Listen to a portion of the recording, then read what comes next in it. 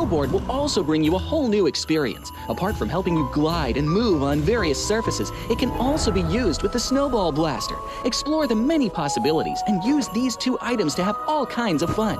We've also designed various interactive mechanics, such as searching for snow toddlers, lucky ice, and the Snow Blast Zone. When you encounter a lucky snowman on the map, don't be in a rush to leave. There are 4 lost little snowmen hidden near the lucky snowman. Search for the 4 hidden snow toddlers and bring them back to the large snowman. You'll then receive a token of gratitude. There are lots of lucky ice scattered across the map. Shatter the ice to get the supplies inside. Try using a melee weapon to break the ice more easily. Furthermore, you'll find that snow has engulfed some red zones on the map, and the falling snow will bring about many interesting effects. Players within a snow blast zone will be transformed into a lively snow pal if they're hit by the snow. If the snow lands on the ground, a snow pile cover will be created. In this World of Wonder update, we'll be introducing a brand new transformation skill gameplay and a catch me hide and seek gameplay for you to enjoy the transformation skills to the fullest. Of course, you can also use this skill to create more interesting creations. We've also added a Snowy Village map template to celebrate the Frost Festival with creators. Additionally, we've also made some updates and improvements to gameplay devices, game parameter settings, and the editor. For more details, please follow the official PUBG Mobile community. We'll continue introducing the latest WoW content to everyone.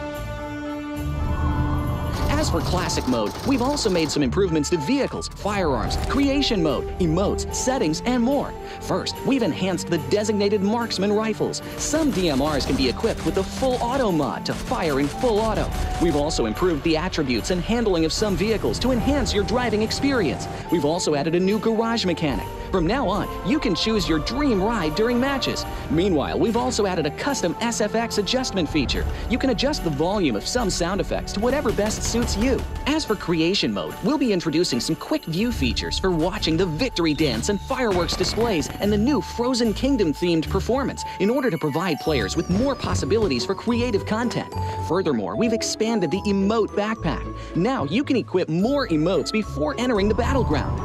That's a wrap for the main content in this new version. In addition, new content will be added to the Popularity Battle event, Metro Royale, and Season Rewards. For more details, follow our official PUBG Mobile community. Snow Battle is coming to town.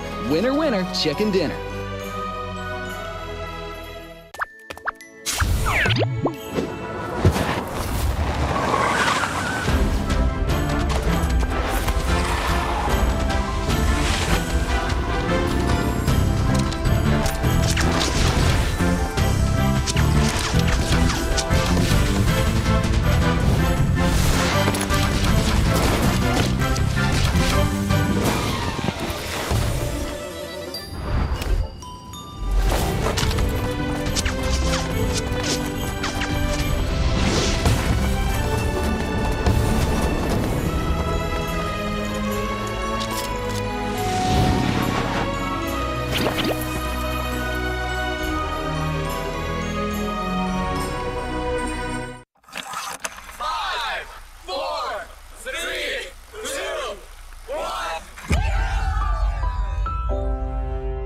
In the past 5 years, we have witnessed the birth of countless excellent teams and players in all 5 major regions.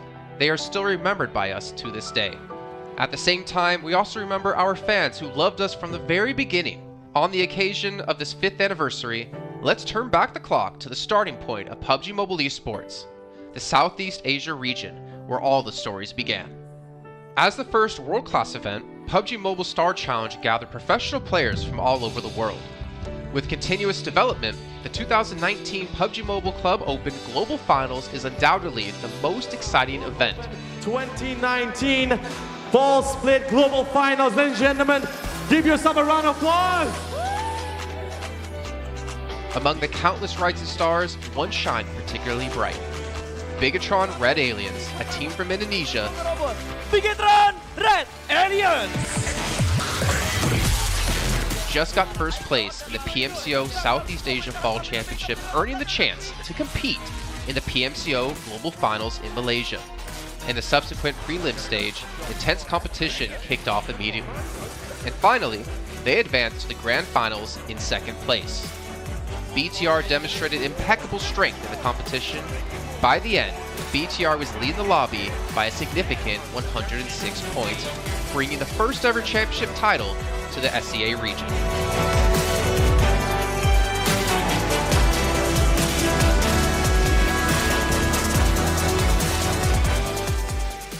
Di saat itu siapa yang nggak kenal dengan nama Bigetron gitu? Tim yang punya segudang prestasi, mereka juara dunia di PMCO Global Finals tahun 2019. Mereka banyak banget melahirkan pemain-pemain berbakat, Zuxi, Luxi, Ryzen, Microboy.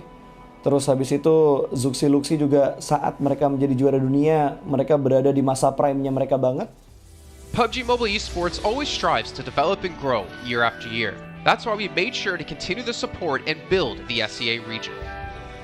In 2020, the improvement of the competitive schedule introduced the World League, which later became the World Invitational.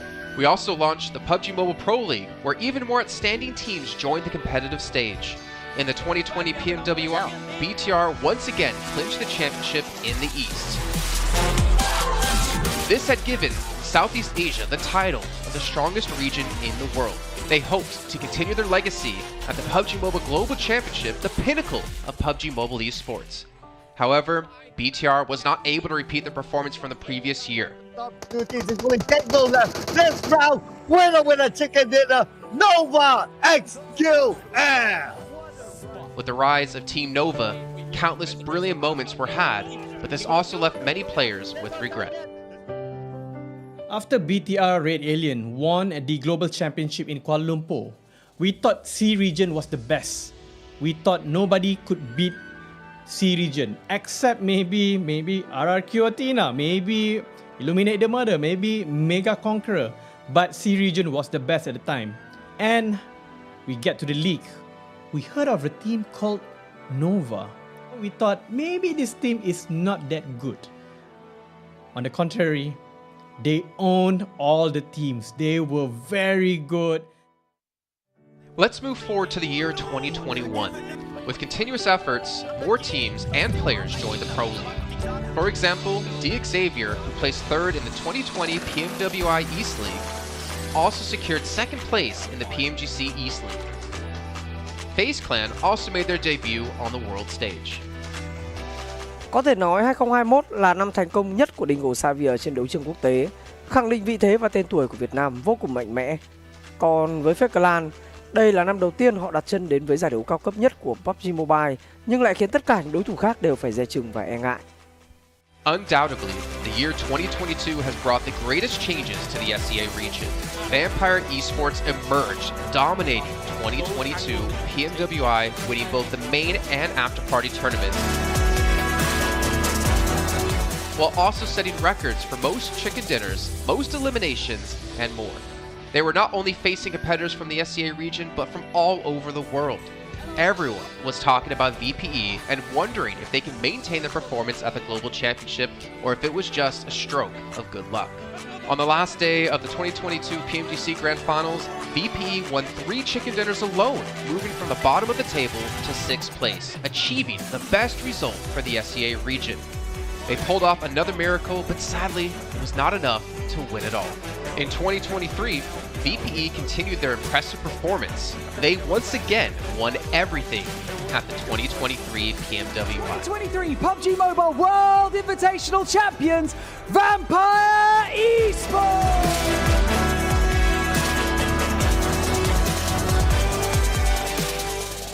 ก็ย้อนกลับไปในปีที่แล้วนะครับเอาจริงก็ผมมองว่าน่าจะโอ้โหไม่มีใครที่จะมองว่าทางฝั่งตัวแวมไพร์จะซักเซสได้ถึงขนาดนั้นนะครับเพราะยุคนั้นเหมือนทุกคนจะโฟกัสไปทางฝั่งตัวอินฟินแล้วก็เฟซแคนที่มีแบบว่าผู้เล่นดังๆนะครับแล้วก็ถ้าจำมันได้เหมือน PMGC ปีล่าสุดมากินไก่แบบเบิ้ลติดๆกันในวันสุดท้ายเหมือนเอาจริงน้องๆก็เคยบอกเลยว่าเฮ้ยเราเครียดกันไปหรือเปล่ามาเป็นตัวเองดีกว่าเล่นแบบปล่อยจอยได้แบบจอยเลยสุดท้าย3จะติดจบอันดับ6ของโลกซะอย่างนั้นนี่นะครับแวมไพร์สปอร์ตเดี๋ยวเชื่อจัด But don't forget, Alter Ego, an Indonesian team, showed a very strong performance by winning the Super League twice. The SEA Super League was an upgrade to the previous championship, which by many is considered to be the most competitive league in PUBG Mobile.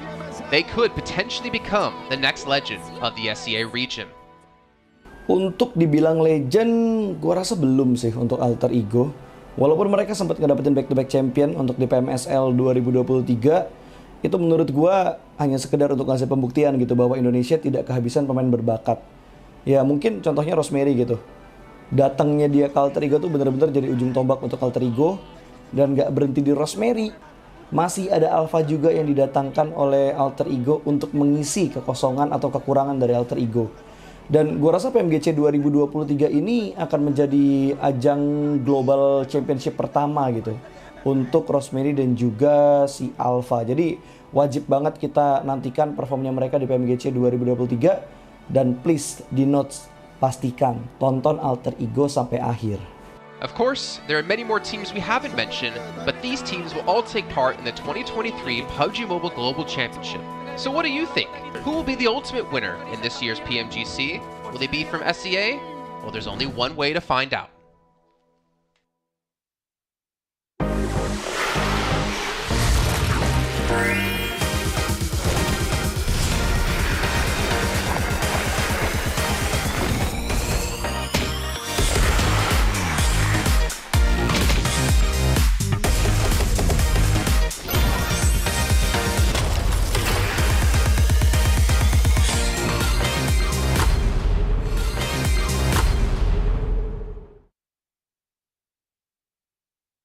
이제 한국에서 잘하는 팀이기 때문에 네, 여기다 놓겠습니다.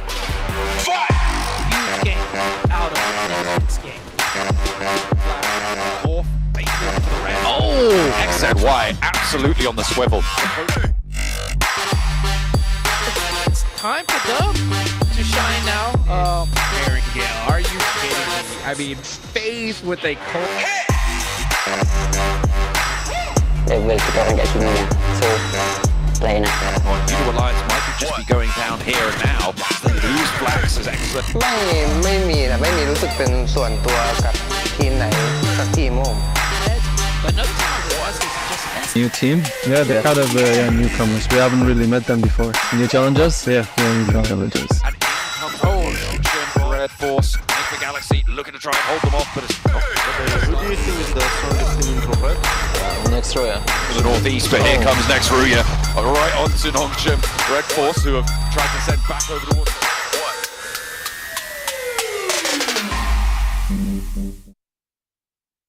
In 2020, while the eyes of most PUBG Mobile viewers were focused on Southeast Asia as well as other regions, there was one region in particular that went under the radar, the 2020 EMEA League. Numerous teams from different regions were fighting for a spot in the 2020 PMGC. Among them, the teams from the EU region were the most dazzling. Kanina Power, which had previously won 3rd place in the 2020 PMWL West League, managed to break through and eventually won 6th place in the 2020 PMGC. Class Dilge Athletics from Turkey also successfully took 8th place. For the entire EU region, this was a great start, and in the future, the EU region would grow into an even stronger region. The EU region seems to have endless potential. They always have a number of astonishingly talented newcomers. In the 2021 PMWI, in addition to the veteran team Kanina Power taking 2nd place, the newly reorganized team in 2021, Next Ruya, Xenox in the smokes, the solo by themselves, surprisingly won 3rd place.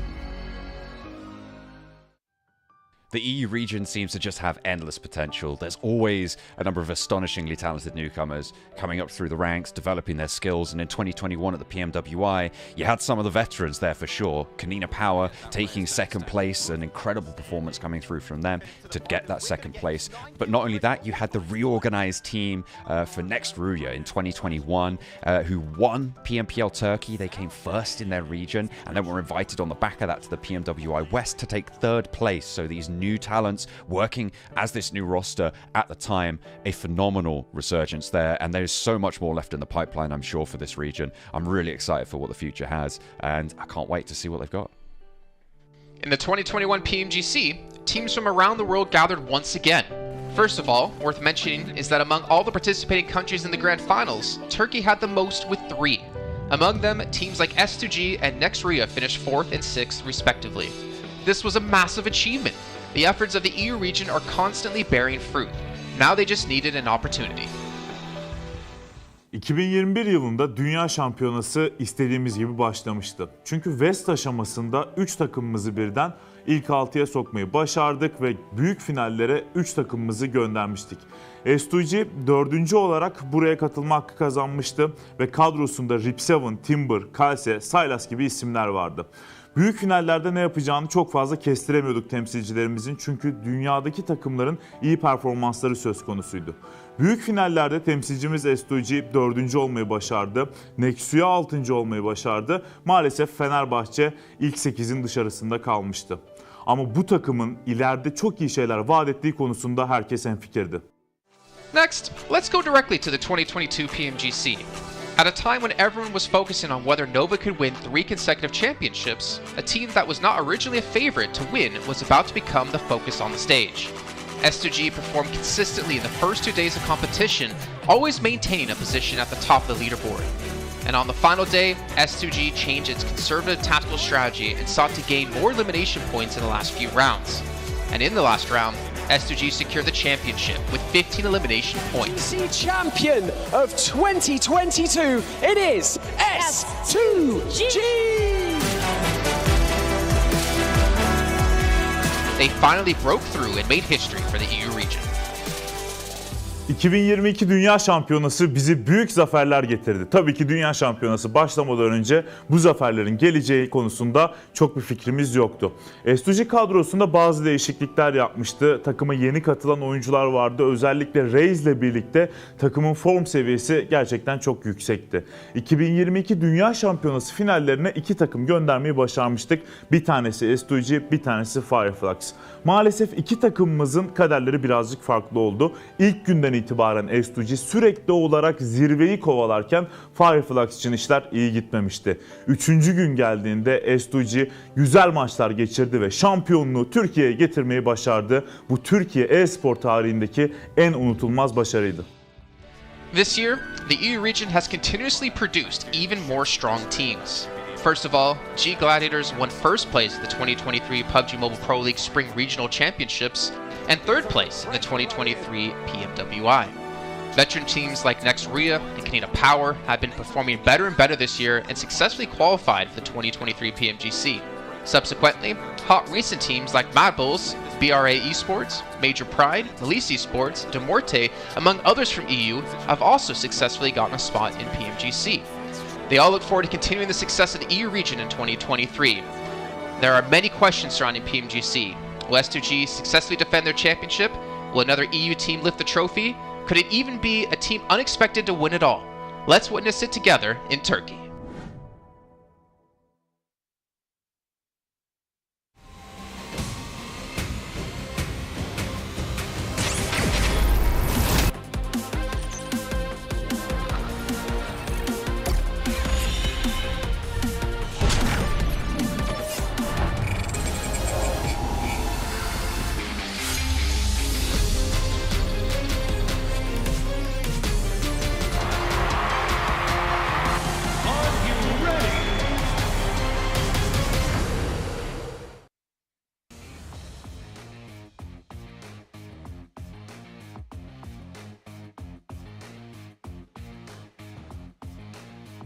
While most teams find glory in attaining chicken dinners, one team finds that consistency is key to propel them forward. And this team with me is Major Pride, who managed to rack up over 50 points yesterday. Sorry, over 54, around 54 points yesterday, putting them right behind BTR. Only 18 points divides these two teams. And with me, I have Nomi.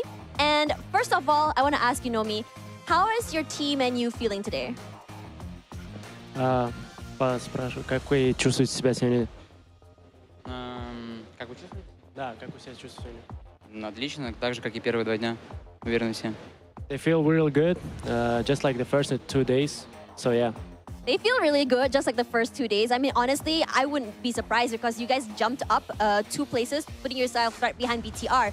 And let's talk a little bit about your team in terms of playstyle. So how does your team manage to consistently rack up points despite only having 1 chicken dinner yesterday? Как вашей команде удалось подняться по очкам, постепенно подниматься по очкам, несмотря на то, что вы имеете только 1 chicken dinner? Нам просто каждую катку первые 2 дня удавалось стабильно набирать свои поинты на киллах, вот и все. They just keep getting kills, you know, that's how they constantly get the points. Yeah, that's how it is. So that means that what you guys are looking for here is the elimination points rather than trying to go for the placement points. Is that what you're saying here? Она спрашивает, вы идете на elimination points или же вы хотите именно занять определенное место? Определенное место? Да, определенное место в таблице. У вас какие есть? Но ближайшие цели у нас это пройти в топ-3 в гранд-финал с этой группы. Это ближайшая цель. The closest goal they have is just to be the top 3 of this tournament, of this ranking. So yeah, they're going for not elimination point, the other points, yeah. The other points as well. So rather they're trying to find that nice balance through it from aggressiveness as well as survivability, which I think it's really good because you guys have been very, very consistent throughout the entire day yesterday. So let's talk a little bit about, you know, your secrets. Is there anything that you guys changed in terms of your playstyle from day 1 and number 2? How did you adapt to the other teams? Давайте поговорим о ваших секретах. Что у вас изменилось по сравнению с первым днем? И как вы адаптируетесь по другими командами? По сравнению с первым и вторым днем практически ничего не изменилось. Максимум построились под определенные команды, которые вокруг нас лутаются.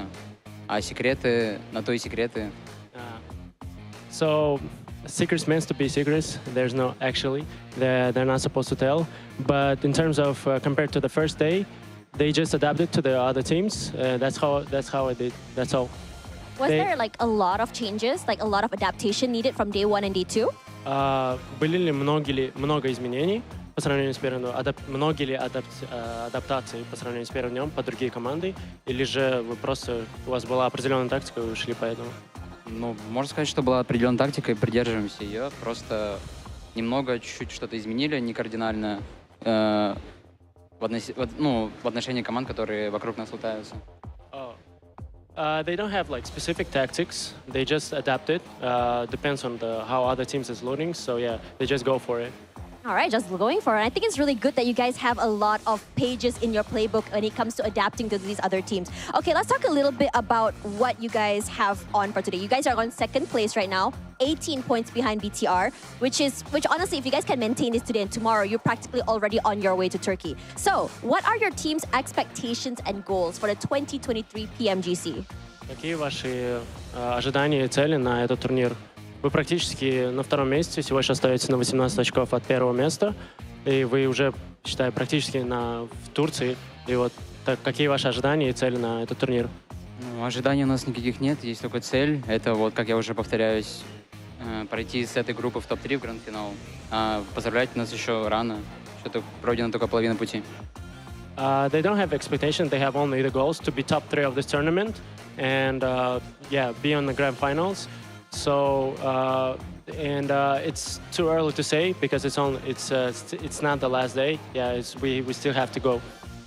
And I like that mindset. Honestly, thank you so much for spending time and answering these questions because that mindset is really important because they're kind of focusing on the now instead of thinking too far ahead. Regardless, this is still Group Yellow, the group of death dubbed, and there are so many strong teams on board today. So now I'm going to toss it to our panelists to really just rack up and just give us the predictions of today. Which team do you think will be able to end the day strong? Will BTR continue to be a number 1?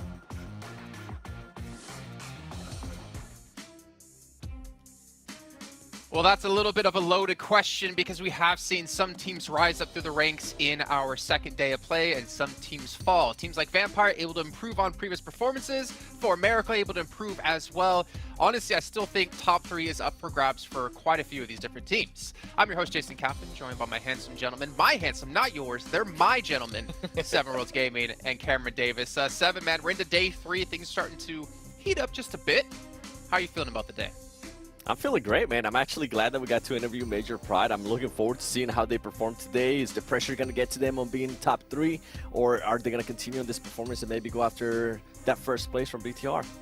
Yeah, and Cameron, I like how realistic Nomi was as well there in the interview, right? He's like, well, we still have more days to play. We're not confident we're going to hold on just top 3 just yet. He's taking the day by hand, and I like that. Yeah, especially considering how close it is on that top section, right? Currently sitting at 100 points, but less than 20 points is all the way down in 6th place. And when you see teams like Vampire Esports have 50+ points in a single day, you really know how vulnerable you can be if you're not constantly putting up the points yourself. Now, we've talked about Major Pride's strategy and how it leans to a level of consistency, which is why they're in the mix where they are right now. But it is something that they need to keep their head in the game and focus, just like all the other teams here. Yeah, focus is what today is going to be about, especially if you're Bigatron, who had their ups and downs and tribulations yesterday. But before we fully hop into what's all happened yesterday and, of course, what's coming today, I got to remind you again about our lovely little sponsors, Infinix GT10 Pro, our official phone here for PMGC 2023. It was born, not created, it was born, so be a little bit scared of it. For professional esports players, you guys can dominate the lobby by picking one up for yourself. And while you're sitting there using your lovely new device, you can check out TikTok with the tag PMGC 2023 to see some behind-the-scenes stuff. Hopefully, Tashbun is going to be doing some interviews as well. Everything going to be up on there. And if you ever do post about PMGC, well, make sure you guys use that hashtag as well. Not to mention, the Frost Festival is going on in Game 7. Have you been able to pick it up yet? Have you been turned into a snowman to become Maxman? I don't want to talk about it. He doesn't want to talk about it. That kind of means he probably got destroyed at it. But to be fair, watching him play when we were in Poland together, he was dominating. But you guys can step into the enchanting snowy village where you can revel in the exhilaration of gliding down the slopes on a snowboard. Not to mention transporting enemies into snowmans. But we're thrilled to present the all-new Frost Festival version of PUBG Mobile. So make sure you guys go update and you go play ASAP. Because while you're playing, we also have the 2023 Popularity Annual Gala.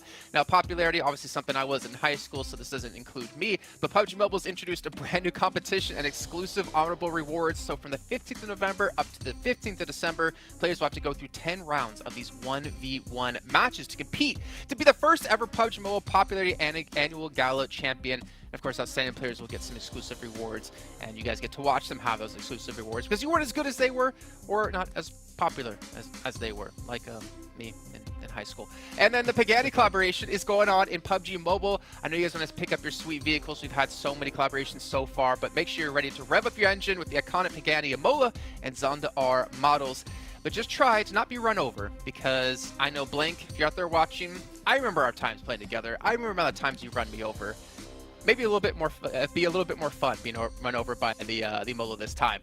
But that is going to round out our lovely sponsors as we can kind of focus ahead in towards what's coming up today, gentlemen.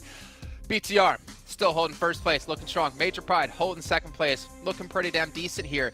But 7, I'm gonna have to go straight to you on this again. Every single day, Vampire, they have started to climb up the leaderboards. Can they continue to do so today? Have the bruises healed? Has Newsy solidified himself as the 4th player in the team right now to continue this performance? There's a lot of questions coming into this day. Right, you know what? I don't know if Nusi has solidified himself because he was a little bit sketchy. He did end up getting more elims in one day than Stone did, so that's a positive. One player that I'm actually going to be looking at from Vampire Esports is Schweb. He was only able to get 1 elim out of 1,000 damage.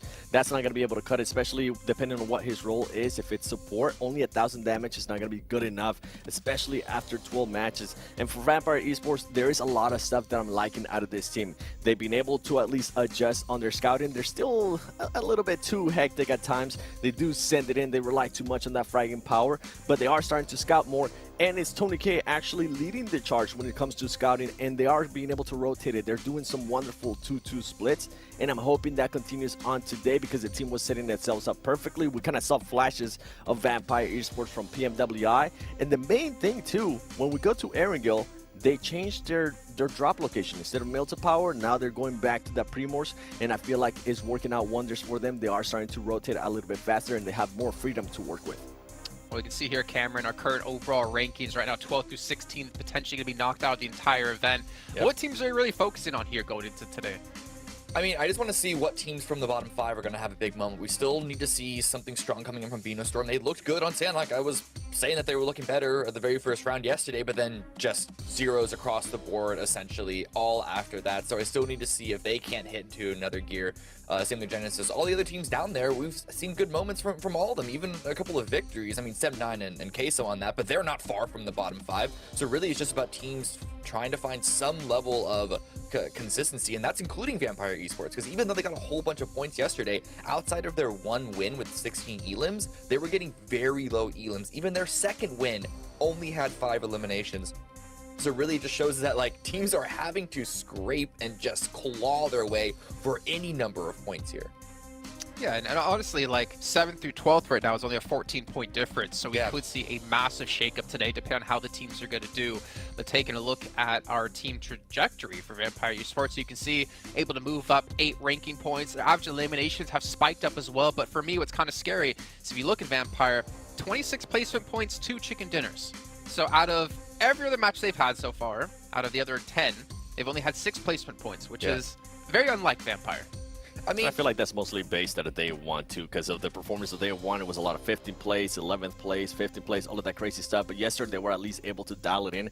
I think they only ended up maybe 2 matches out of the 6 that we play outside of the placement points. So they are still improving now. Another team, Major Pride. I want to continue to see what they're going to be doing today. What I really enjoyed yesterday was their quick rotations, whichever it was, whether it was early in the game, especially in Erangel, they tend to land Gaikai and they tend to rotate very quickly. They do some wonderful 1-1-1-1 splits between the team.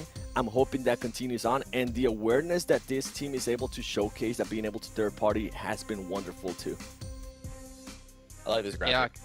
I like this one a lot, because Vampire, we were actually asking how many of those eliminations that they had were from stolen elims, and then for Major Pride as well, they play center, they play strong central compounds, and that gives them the perfect opportunity to get all of those stolen eliminations, which is what's probably helping them keep their elimination numbers really high. I think what's kind of surprising to me is we can see them finally here on the board, Weibo, because a team coming from PEL, I think that already in its own right has a lot of pressure on you, because you want to do what the likes of, Nova's done in the past, your predecessors. But I feel like a lot of the times we've been just kind of let down by PEL teams coming into these big PMGC events. Obviously, it can be quite a big change, especially when you haven't really played on an international scale quite so much. But I expected a little bit more out of this roster, especially when you have the veteran of Sook on the team, which we can see is #1 in assists at the moment. Yeah, for this team, they give me a lot of Tiamba vibes, at least at the moment. They are performing a little bit better. Yesterday, they were able to follow up their chicken dinner at the end of day 1 with the chicken dinner on Sandhawk. Maybe we'll end up seeing another win out of this team, but it's just the inconsistency that we're seeing out of them, right?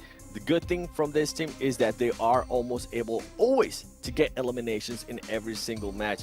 And then when we go to other teams, you were talking about Bigatron, if they're going to be able to maintain that first place. It comes down to how they're going to be setting themselves up for a lot of the fights. Yesterday, when they ended up getting eliminated super early on, I wasn't seeing any off angles being held by Janfoss or any of the other players like what we were able to see on day 1. But when the team was actually able to perform really well, which was during the chicken dinner on the final Erangel that we played, Janfoss was holding up those angles. Janfoss actually ended up getting 4 eliminations out of his 5 eliminations for the whole day on that chicken dinner. So I want to see that more out of BTR. I want to see those off angles. I want to see them being a little bit more ready for those fights. I think for me, Cameron, is that Lepar, as we saw the top eliminator at the moment, I think he's been kind of one of the biggest standout players so far in Group Yellow. You think of U-High-Boy, I think of him as being the star player. Genfo's the same, but Lepar has really been putting in the work. Oh, yeah, absolutely. And it wasn't even just a day 1 thing. There's always a chance when you have 2 seconds and then a first in a row that it's going to elevate one player's stats for the rest of the run, at least for a little bit. But he was getting those numbers consistently throughout the day 2 as well, even with a slightly, marginally lower performance overall for the team. So really, this is a player that you really have to look at and say, this guy's going to help carry them, I have to assume, to victory all the way to the very end, at least into the Grand Finals, because 118 points, it's possible to fall out of the top 3, but I have yet to see any sign that makes me really particularly worried about it. Sure, yesterday started off a bit slow for them, but they got a couple of really good rounds under their belt, and they kept a disaster from occurring yesterday, so, I don't know why that wouldn't happen again today. And at least the silver lining for them is the fact that with the amount of points they have built up already, they should make it into the survival stage no matter what. Like, they still have that second chance if they don't qualify for the Grand Finals here in the next 2 days. But we'll see if they continue this pace. We take a look at our top Sandhawk performers. And Influence Rage, we haven't talked too much about them, and I know they were one of our most consistent teams yesterday. But Seven, we haven't seen that explosiveness, I feel like, out of this team. This domination that we know they can pull off going back to America's region.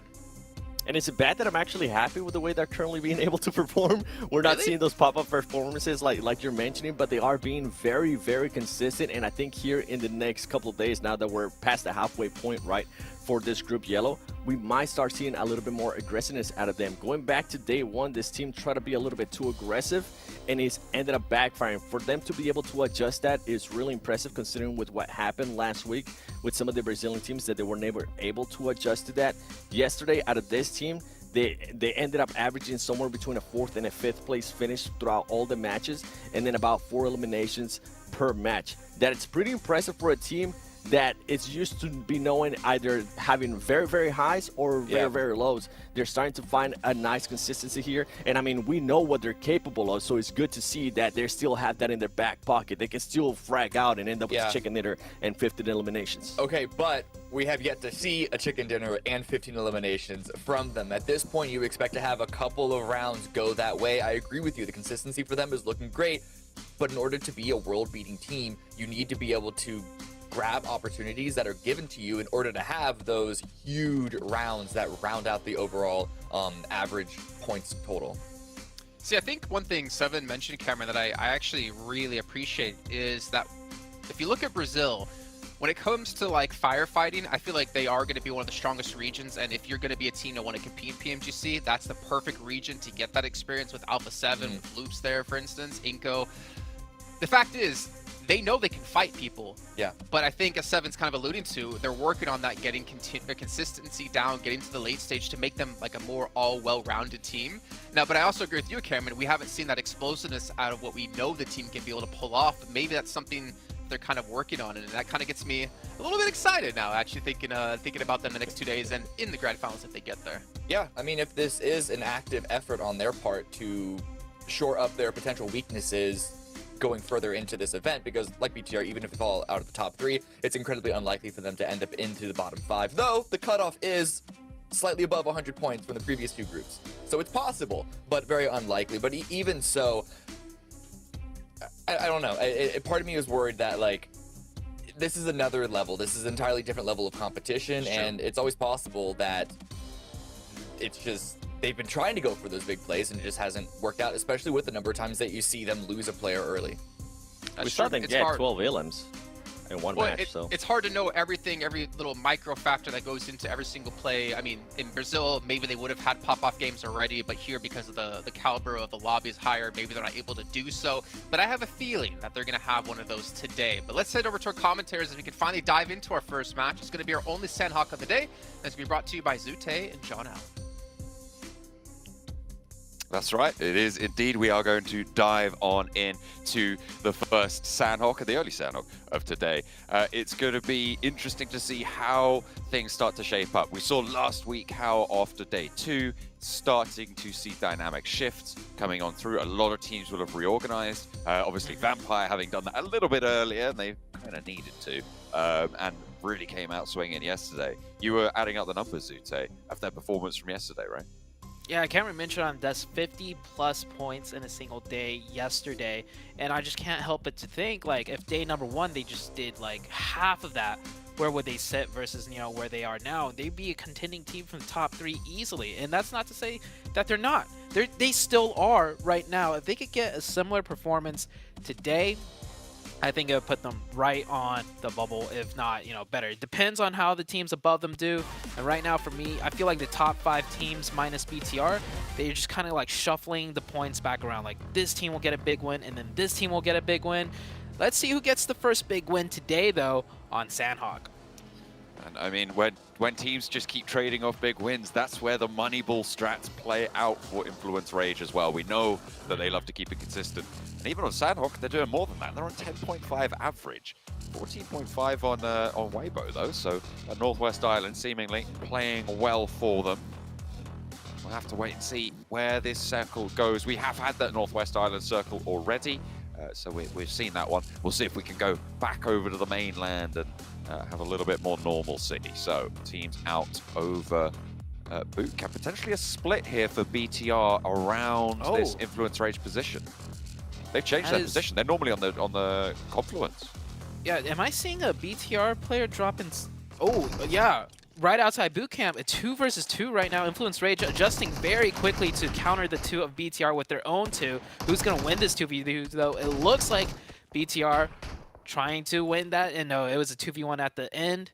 And Influence Rage will get a quick 2 points. And oh, the hot drop, we can't forget about this one. This time it's finally fully blowing out. Genesis versus D+. D+, looks like they took care of everyone but the last player of Genesis. No, 2 eliminations. There's one more left. He's trying Master Chi, trying to do his best with the UMP. Gets one knock, switches to the M4. Doesn't get the knock though. He really needed that one and he will go down. Coming into day number 3, looks like the pace has quickened on Sandhawk. Finally, we are seeing those hot drops, and it is playing through. We've seen 2 teams in Paradise Resort now, I think for the past 2 days at least. I can't quite remember exactly on the first day if this happened as well. But yeah, the fact that it's only just now started to be an actual fight is kind of crazy. And we are seeing a much faster Sandhawk, you're right, with BTR changing up their drop spot, which, to be honest, I'm not entirely sure about. I don't think it was necessary. They didn't see the circle, so it wasn't a circle-based decision. Having that confluence position is really, really valuable. So, yeah, I'm not entirely sure about that choice for Lapar and Satalis to go north of boot camp. I think, given the circle as it is now, they could have rotated south down to that walled compound just north of Painan. Had a great position. Yeah, I see why they might have tried to do that. With that 2-2 split, they basically get access to the entire map, no matter where the first circle pops, based on where the teams drop, right? You have the river, the trifecta, that northwest secured, southwest secured, and with 2 players on the north side, Paradise Resort secured. You don't have to move past Influence Rage anymore when you have that 2-2 split, if it worked. And you also surround Influence Rage in a way, so they're kind of like pinned in.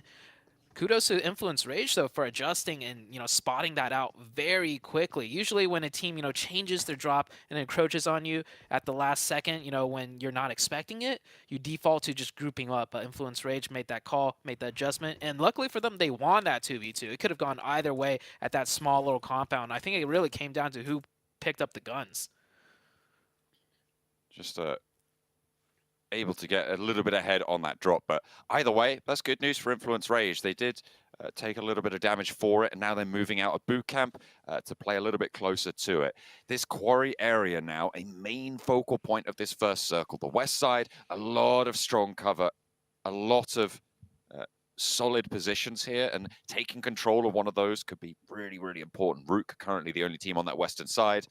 Skayovsky is going to continue the dastardly deeds of Influence Rage for the lobby leaders BTR, who are not safe in their first place spot. The fact that Influence Rage have been able to pick up those points, they're looking to get on that chase soon. I didn't quite catch BTR's average points per game on Sandhawk, but maybe Sandhawk hasn't been, up to their performance standards, so they elected to do that little kind of change and drop. Certainly has not worked out. Down to just Lapar. Lapar, great player, did absolutely amazing yesterday. This is going to be his toughest challenge yet as a solo on Sandhawk right now. He's in that quarry position. He spots a player. He's risky to even take shots, but beams that player off the motorcycle. Federal might even get thirsted here. Swaps windows. I mean, he just wanted to confirm that flush and gets the point back. I mean, absolutely, just able to open up through the window. Really, really solid stuff to pull a player off the bike as well. And maybe looking for a little bit of healing. I didn't quite catch if he had the meds to get back up to full health, but the rest of Influence Rage, having lost a player on this position, that is really bad news for them, to be honest. You really want to have as many as live as possible, keep all of those angles out of that compound. Also, Rook heard the shot, so if Influence Rage overstepped this, thinking, it'd be that 1v1, nope. Doesn't matter. Rook will actually find BTR. It would have gotten hairy potentially if Influence Rage pushed into BTR, and then, Lapar being such a great player stalls out really long, and then Rook third parties both of them. But that won't be the case. But man, Lapar with an amazing shot. We didn't really catch the beginnings of it, but I know for sure the player on the motorcycle scouting that compound was not going in a straight line. He was definitely, zagging to the right or to the left, making those shots extremely hard to hit off the back of a motorcycle. So Lapar really outdid himself picking up that 1 point. Sam 9 over towards that dock split on the south side. They're playing nice and chill. Back for De Muerte there as well. This is the site, actually, of De Muerte's 0 elimination chicken dinner back in the European Championship as well.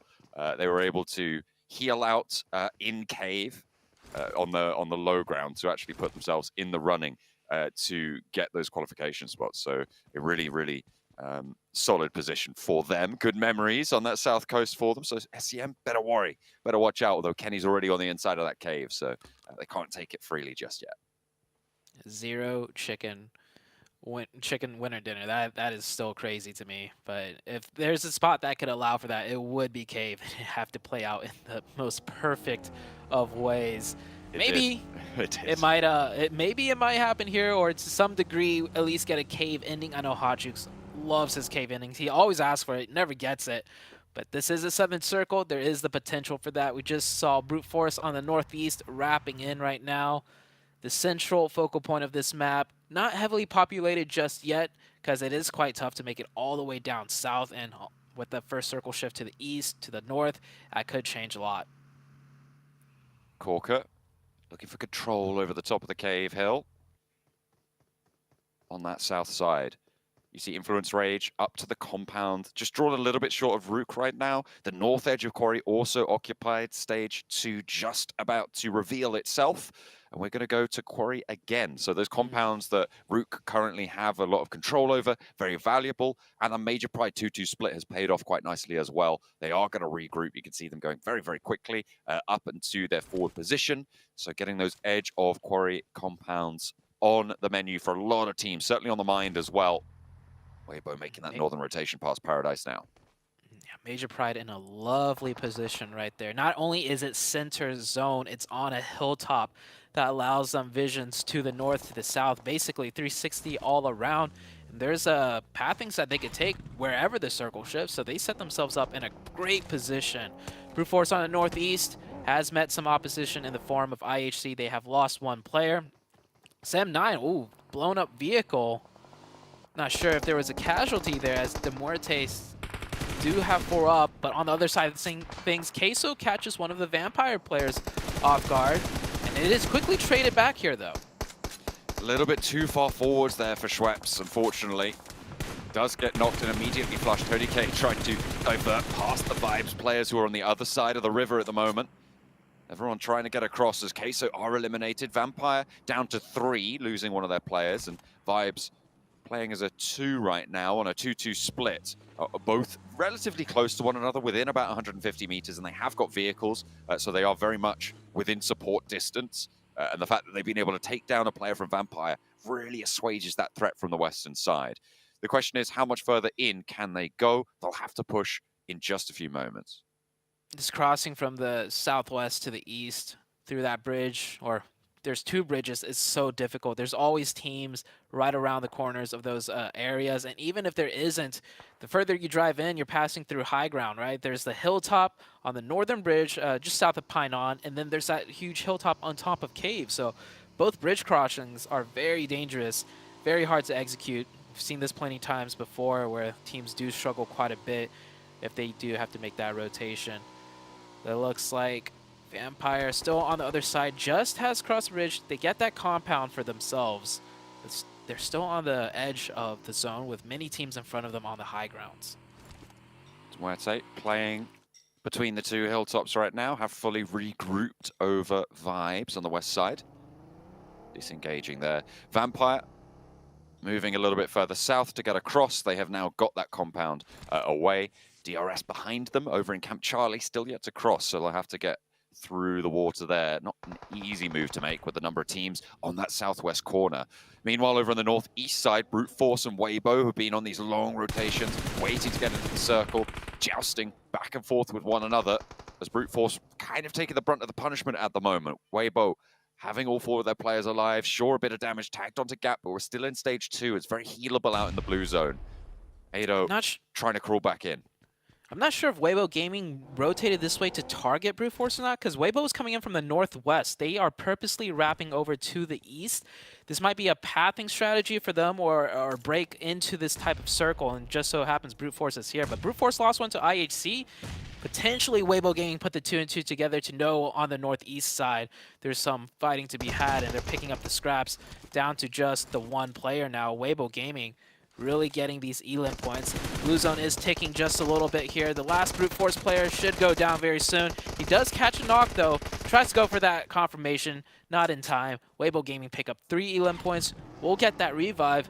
And a hard shift to the west, this might actually work out for Weibo because now they can wrap and swing around again.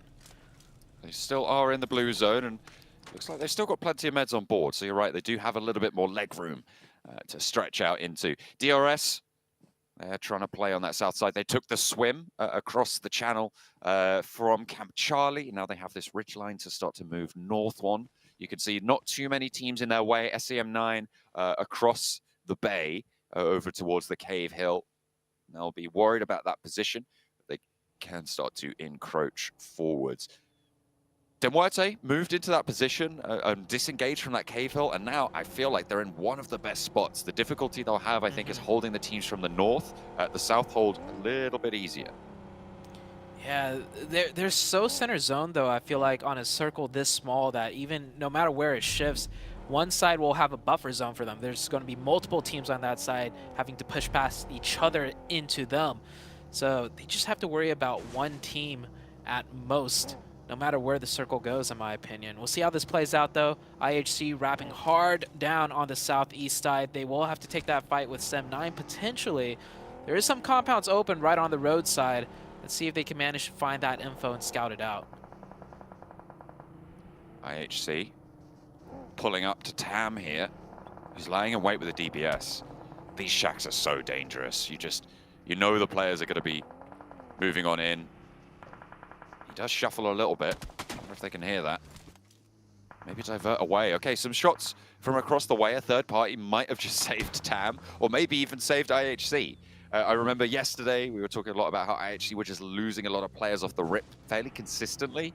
So today they want to try and keep as many alive as possible, as is generally the goal for a lot of teams, but maybe a little bit more important for this roster. Yeah, it looks like they're not even considering the open compounds just right on the road, but who would?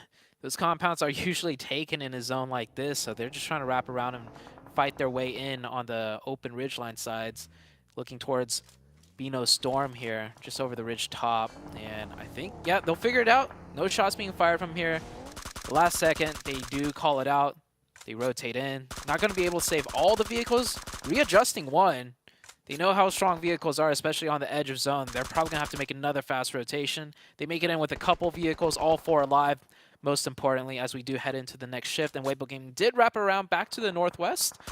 And it's a hard northern shift.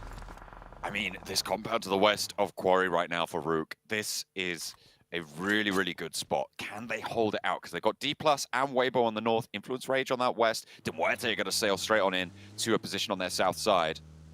Major Pride going to have to figure out how to get through. It looks like they're actually going to go potentially over the middle of Quarry. I'm not entirely sure that that's... I mean, there isn't really a best choice here, but I think, okay, Naomi's just moving down to the other angles there, so they do have an off angle to cover the south side of Quarry. Yeah, huge circle shift here. I think Major Pride recognizes with their, like, elevation advantage, they're just looking to push all the teams away and then third party from distance before even trying to move more central. Because if you move more central, you give up that high ground, a full team's coming in right behind you. IHC goes up to the high ground onto Cave. We'll take that fight with DRS. Alex gets a quick one. DRS getting picked apart right now. IHC with only one player knocked. Rules on the low ground, catches one. It is a 2v2 situation here. No, 2v1. Alex, the last one up. Third party from distance, I think.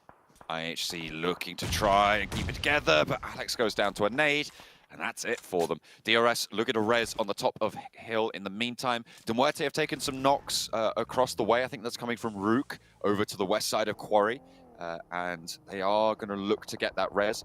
Seems to be going quite well. Major Pride regrouped up to the position that Naomi moved to in the meantime over the east side of Quarry, and Bino Storm will take the shack just up the hill from them. So playing on the east side of Quarry, you're kind of locking yourself in to trying to play survival here. Crossing that Quarry, very, very difficult. What's so special about this match in particular, though, for Sandhawk is that so many of these teams with 3 to 4 players alive have vehicles. Of course, Vampire is not going to get too lucky, losing another player down to 2. But Beano Storm is a 4-man team with vehicles. I did catch Sim9 rotating in as a 4-man as well, I think, yeah, with vehicles. So that means on the next circle shift, we could see vehicles being utilized with a full 4-man force, which is something we don't see on Sanhok too often. Vampire crashes in. Tony K, he's going to have to do a lot here. 2v3 situation, no openings just yet. Molly in hand. This is tough for Vampire.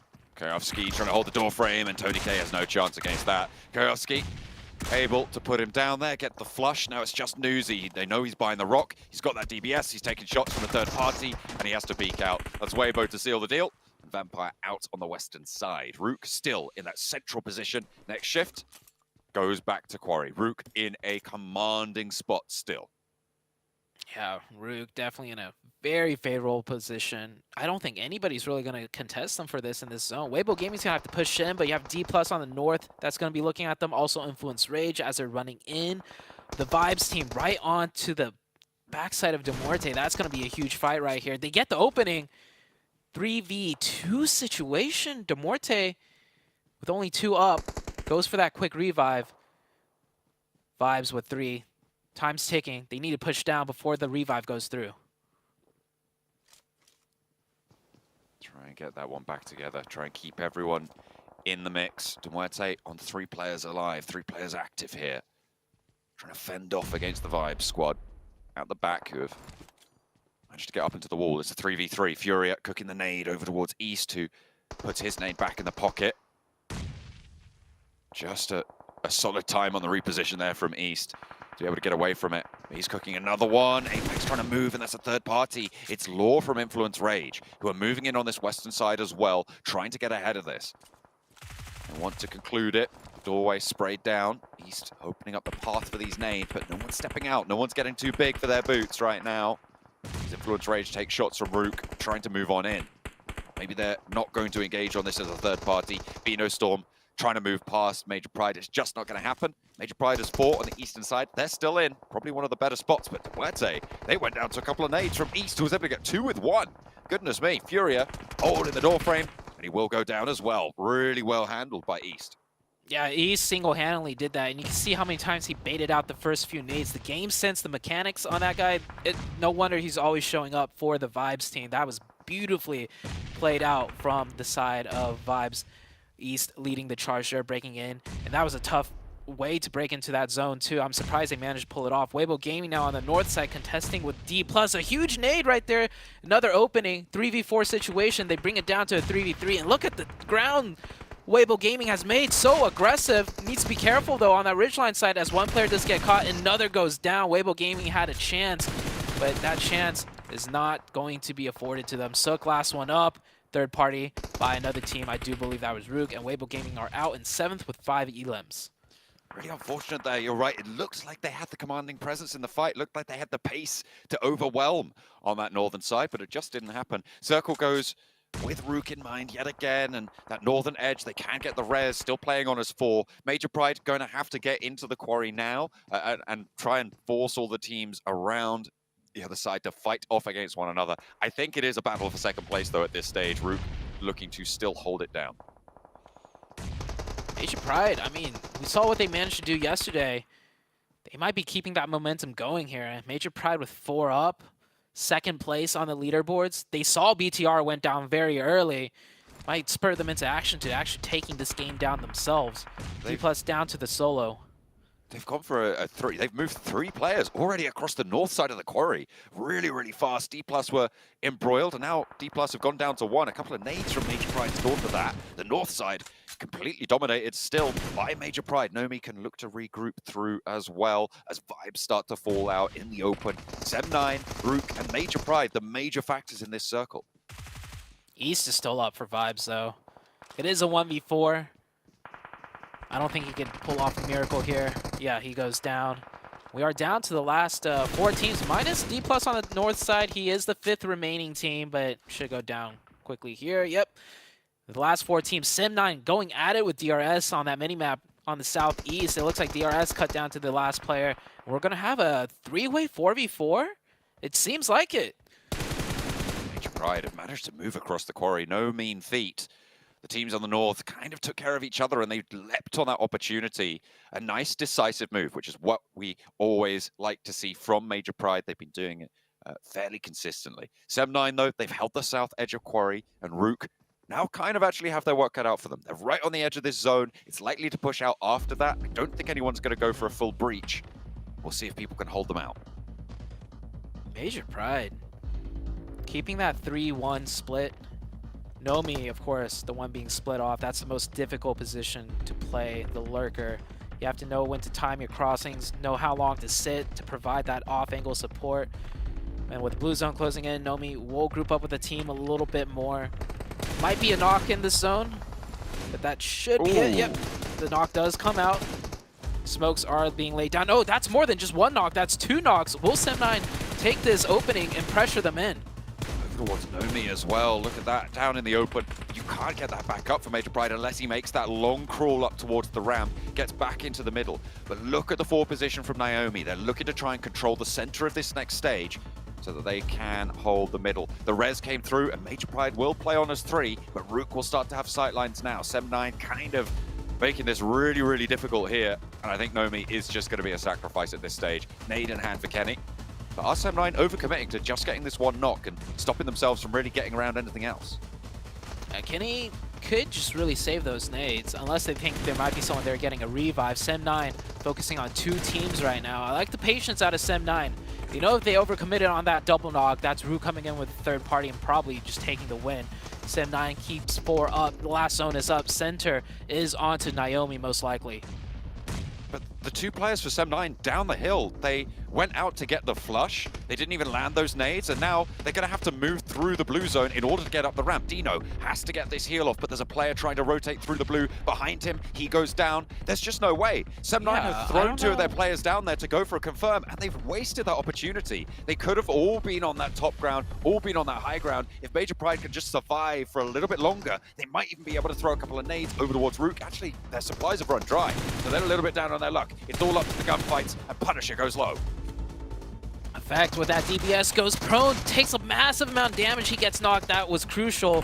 Naomi, last one up, will be taken out. And this is a Rook win because the last player out of 7-9 is downhill, no, in the blue zone. Yeah, and it is done. Rook with the circle blesses at that compound will take the dub. That was you could say that was an easy one for them, but for all the teams getting into second, third, and fourth, that was a fight to be had from all corners of the maps. Everyone condensed in, and it was just an absolute bloodshed. Absolutely. I mean, Rook just had to wait, right? I still do not know what those 2 players from 7-9 were kind of going for there. They went down, and the blue zone was closing. They lost their route back up. They took a little bit of damage, and you just couldn't step out into the blue. It's zone 8. You can't withstand that take damage for that long. I think that would have gone very differently. And in fact, I think either Major Pride or 7-9 could have won that against Rook if that play had not have happened, if they didn't go down the hill. Yeah, it would have been it would have been a toss-up because 7-9 would be running into 2 teams. It would have been a 3-way fight. Definitely, though, Rook got the better end of that with 7-9 going downhill and nading the last player, or one of the players of Major Pride too. So Rook with a huge win. Pusher with 1,133 damage right there, and Eugene with... Didn't they have 4 up towards the end? Or maybe they only had 3 up, but Eugene with 0 might have got taken out early. I mean, he didn't take any damage, though. So that makes me think something's wrong with that. Yeah. I'm not entirely sure what's going on with Eugene's stats there. But either way, Pusher, you're right. 6 knockouts, 6 limbs, keeping it nice and level. So really great stuff from Rook. They, as you said, did get that circle blessing. So it's kind of, as we were talking about for a while, not unexpected that Rook were able to take that one home. Yeah, the big thing for me, for the storyline at least, is BTR going out early and Major Pride finishing out in 3rd place with a decent amount of elims. So I think that gap has closed once again. Yeah, they were sat in 2nd place at the start of today. There was an 18-point gap, and so every single point that they were able to earn here against BTR's total was absolute gravy. They got late, but they only got 3rd place, unfortunately. It was Rook to be able to take down the first chicken dinner on Sandhawk today. Well, we didn't get the K finish that Zute was talking about, but you know, the Corey finish can be something we can be happy about, or the semi-Corey finish. We see Rook taking a very needed win. 12th place going into this match, and 7, this win should catapult them potentially into 7th place. Remember, I said it was only like a 14-point difference or 12-point difference between 7th and 13th or 12th. I think they might have been able to get onto the front page now. Oh, 100% they should be able to get to the front page, and it's good to see that they're able to carry the good performances from the end of the day yesterday to here on the final match. Yeah, given that they were circle blessed, but the proactiveness that we saw of that team for the longest time, I was like, okay, are they getting any eliminations? And then we end up looking at their elims, end up with more than 10 or more. Impressive out of this team, but to be honest, the major takeaway out of all this is Major Pride. They played that so well. Yeah. I had them ending nowhere near a top 3. The way they were able to, their awareness, especially against Beano Storm, was great. Got them pretty much eliminated them very, very easily. And then they waited for the right timing between it was Weibo and D+. As soon as Weibo got eliminated, they decided to send it on D+ and caught D+ pretty much with their pants down. It was just beautiful timing out of Major Pride. Yeah, second most impactful thing to me is Sem9's throw. Like, the commitment for 2 players. You didn't even need to commit 1 player down there, but to send 2, and yeah, that position at the end, actually, those grenades, throwables being thrown over onto Major Pride's position was a big threat. None of them really landed as much as I think they could have. But either way, I think Sem9, like, that confirming that 1 elimination wasn't worth what happened with throwing those 4 points from 2nd to 1st place overall. You can see, by the way, Cameron, Vampire falling from 7th to 11th.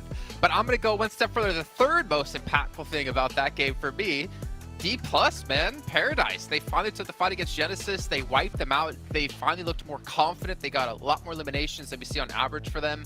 It's nice to see D+ have some life back in them, as they're currently up to 8th place now as well.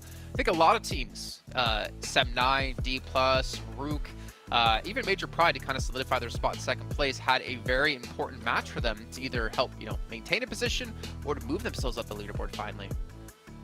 Yeah, and for D+, it comes down to what you said. They were willing to take the fight. They were actually, I think Cam said it perfectly too when we were watching the game, is that we're willing to actually play to win the game. They weren't being too passive, and that's what we want to see out of that team. Yeah. As soon as they ended up getting the knock, they decided to actually fully push onto GE and make sure they eliminated them. And the way they were able to do it without losing any players works out wonders. Yeah, it really was just the amazing timing of the cross from Major Pride that cut that run down.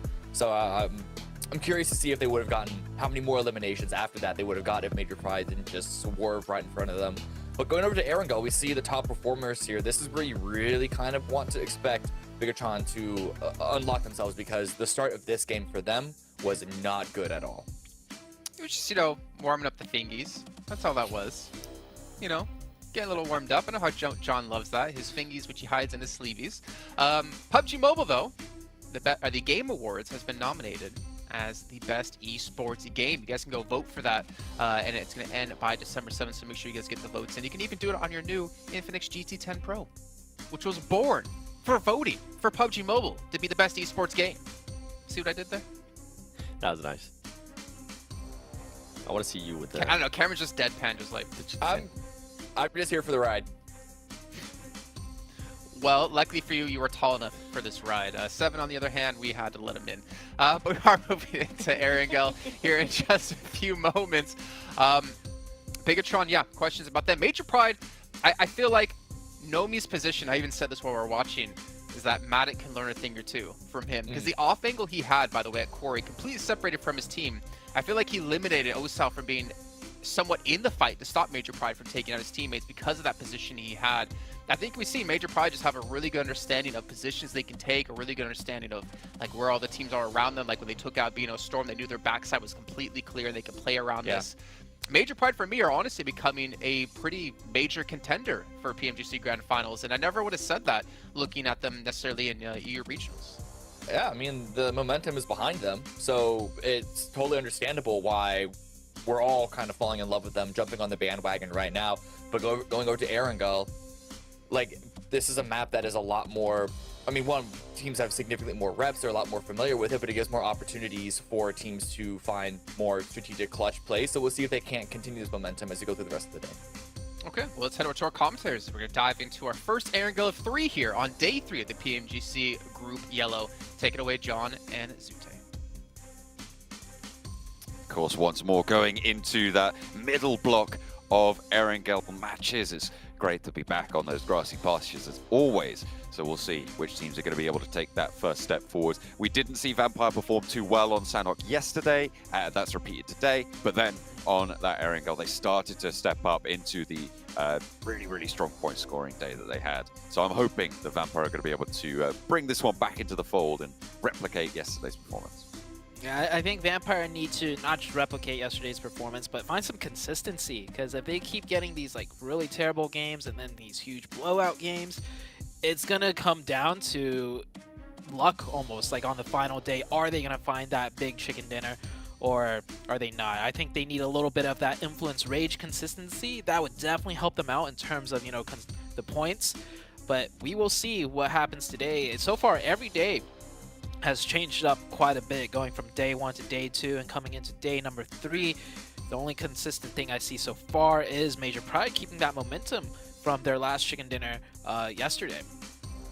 They are keeping up the pace, which is good, but it's only been one match, and we can always find it within ourselves to forgive a single match. The question is, multiple consistent matches need to be kept up to pace with. Influence Rage, sure, they didn't have the greatest match in that previous game, but they still got 5 points, so they still managed to get that one up. South Plane Path on the first Erangel. It goes from Primorsk up to, I think, just south of Lipovka, and so it's going to cut out a lot of places towards that northern side. Potential for some vehicle hot drops, as you will always see on plane paths that lean directly to one side. Yesterday we had a reversed plane path of this. It came from the east to the west, but similar, very south. And we saw a contested hot drop, not even a hot drop, just like a scrap, just north of northwest of Corey. It was like 2 teams dropping out of compound, probably for vehicles, and then forced to engage each other. I think it looks like the teams have adjusted now, though, because right now it's just Vampire and one other team. IHC. Yeah, that is IHC indeed. And Vibes going towards a military base. Queso sticking with their split drop right outside of military base towards the bridge on the main island. Doesn't look like much hot drops could happen on the west, but towards the east, that just means more teams will be dropping out towards that eastern side and stretching north. We should see something happen here. I'm counting at least 4 different teams moving in that central group over towards Shelter, and the circle does go east, keeps a lot of the military island in, but mostly on that mainland. Could always go south, but we'll have to wait and see. Still, that area around between school and up to mansion is really, really hotly contested. It looks like they have just about managed to extricate themselves from one another, but I'm still looking at Genesis over on that west near to D+, near that school and apartments area. Still could be a little bit of trouble in that spot. That's 3 teams really close to each other in that area, but hold on, Sem9, not towards school. This is just straight down that middle, catches Influence Rage. This looks like a flash from the past, but it was BTR last time chasing down these eliminations. This time it's Sem9 onto the most consistent team, so that's definitely going to put a damper on that consistency. Influence Rage down to 2 members, and they might even find that other player in Law hiding in the shack. Influence Rage. I mean, they did it to BTR. I have to yeah, they're have coming. a taste their own medicine. They will scout this one out. And Law trying to hide. He can't quite get it done. Tries to slash with the knife at the door frame, but the DBS is ready and waiting. And it will bark plenty loudly. Law will fall. And now just 1 player left. I think it's Federal for Influence Rage and Yasnaya. The only player in Yasnaya, actually. Rook might be able to divert in. Yeah, Federal, the lone survivor. Influence Rage finally not, well, the game's not over yet for them, but I mean, this is definitely going to be their worst performing map most likely, or performing match most likely, down to just the 1 player. Weibo Gaming, Vibes right below them on that leaderboards. They might drop out of that top 3 here in this very game. Could be dangerous. Vibes have to cross though. And I feel like a lot of teams are going to be on that south coast, so it's going to be a treacherous maneuver to try and make. The question is timing, as I think it will be for Vibes. When do they go for the crossing? It's most likely, I mean, they haven't gone for it yet, which indicates to me that they're probably going to wait for maybe even next phase to make that move from that South Island before they can mount on up. Vampire, they're looting through Primorsk. They're split up towards some of the quarry compounds as well, with IHD going a little bit further north on the west coast. So they haven't had much trouble to start things off, but they're going to have to move east as well, past Major Pride, past Weibo, and Team Queso. Yeah, IHC out here should not be looting here. They should have gone for vehicles and just gone up to, you know, their usual spot in Georgepol. This is, I don't know if this is a primary loot location for them. I mean, the loot's not terrible here. Could be better if you just drive up a little north, and it looks like they are doing that now. Or they might go for a fast rotation, but with the circle so far east, I don't think they really have any circle priority in getting into a favorable position. And yeah, it looks like they are going to go north and continue looting up in Georgepol. It just took a while for them to find a vehicle, maybe not finding any over that stretch as they were jumping out of the plane. Weibo Gaming rotating out of Pachinki already, going to a more central focused position. The teams around the bridge still there, so Team Queso, DRS. Well, DRS isn't on the bridge, but just a little bit off of it. The military base crossing, like you mentioned, will be difficult, especially with the circle being this far south. It does prompt a lot of teams to hover around the bridge locations. Weibo shifting on through, nice and liquid in their rotations right now. On the south side, nothing much in their way, so they will just be able to flow through past Farm. D+ on the north side of it, moving down from Potato Hill. Got to get a little bit closer to there as well, but draw up a little bit shorter and play as four together. I haven't seen a punished split from D+ recently, so I'm not sure if that's been fixed fully, but it hasn't certainly punished them as it has done previously. We'll have to wait and see for that to be confirmed, though. I think it definitely has been addressed to some degree within their team, with just how disastrous the splits have been. So with D+ playing a bit closer together, I think they are performing much better. And plus, if they had those, you know, splits condensed in those games, you know, where we saw it fail, it was always towards the late game, and they were in great positions. That's why those splits were so dangerous and failed, because so many teams would prioritize at least one of those spots that D+ was playing. So we'll see coming into today how well they do. They are in 9th place, a bit far down in the leaderboards for my taste to try and make that top 3, but if you look at the points, it's about a 30-point difference, and we are just starting today so far with only one match played. So a lot can still be done for the D+ side to make that top 3. Yeah, we are starting to see that gap for the top 3 start to stretch away a little bit. That 10-point drop from 4th to 5th is started to be a little bit more ominous as time draws on. Of course, you've only got 2 days left of play, and we're already into one of those, a match, so you cannot waste any time at this stage. And you're right, it is a little bit far down the tables, but then again, we were talking about Vampire being able to make it, and I think that's still the case. I think if you go down to like 13th, maybe to Team Queso and below, it's going to be really, really tricky, but even there, it's still, obviously it's still technically possible, but below 13th place, I think it's kind of out of the question at this stage. It's just that chase for that 11th spot.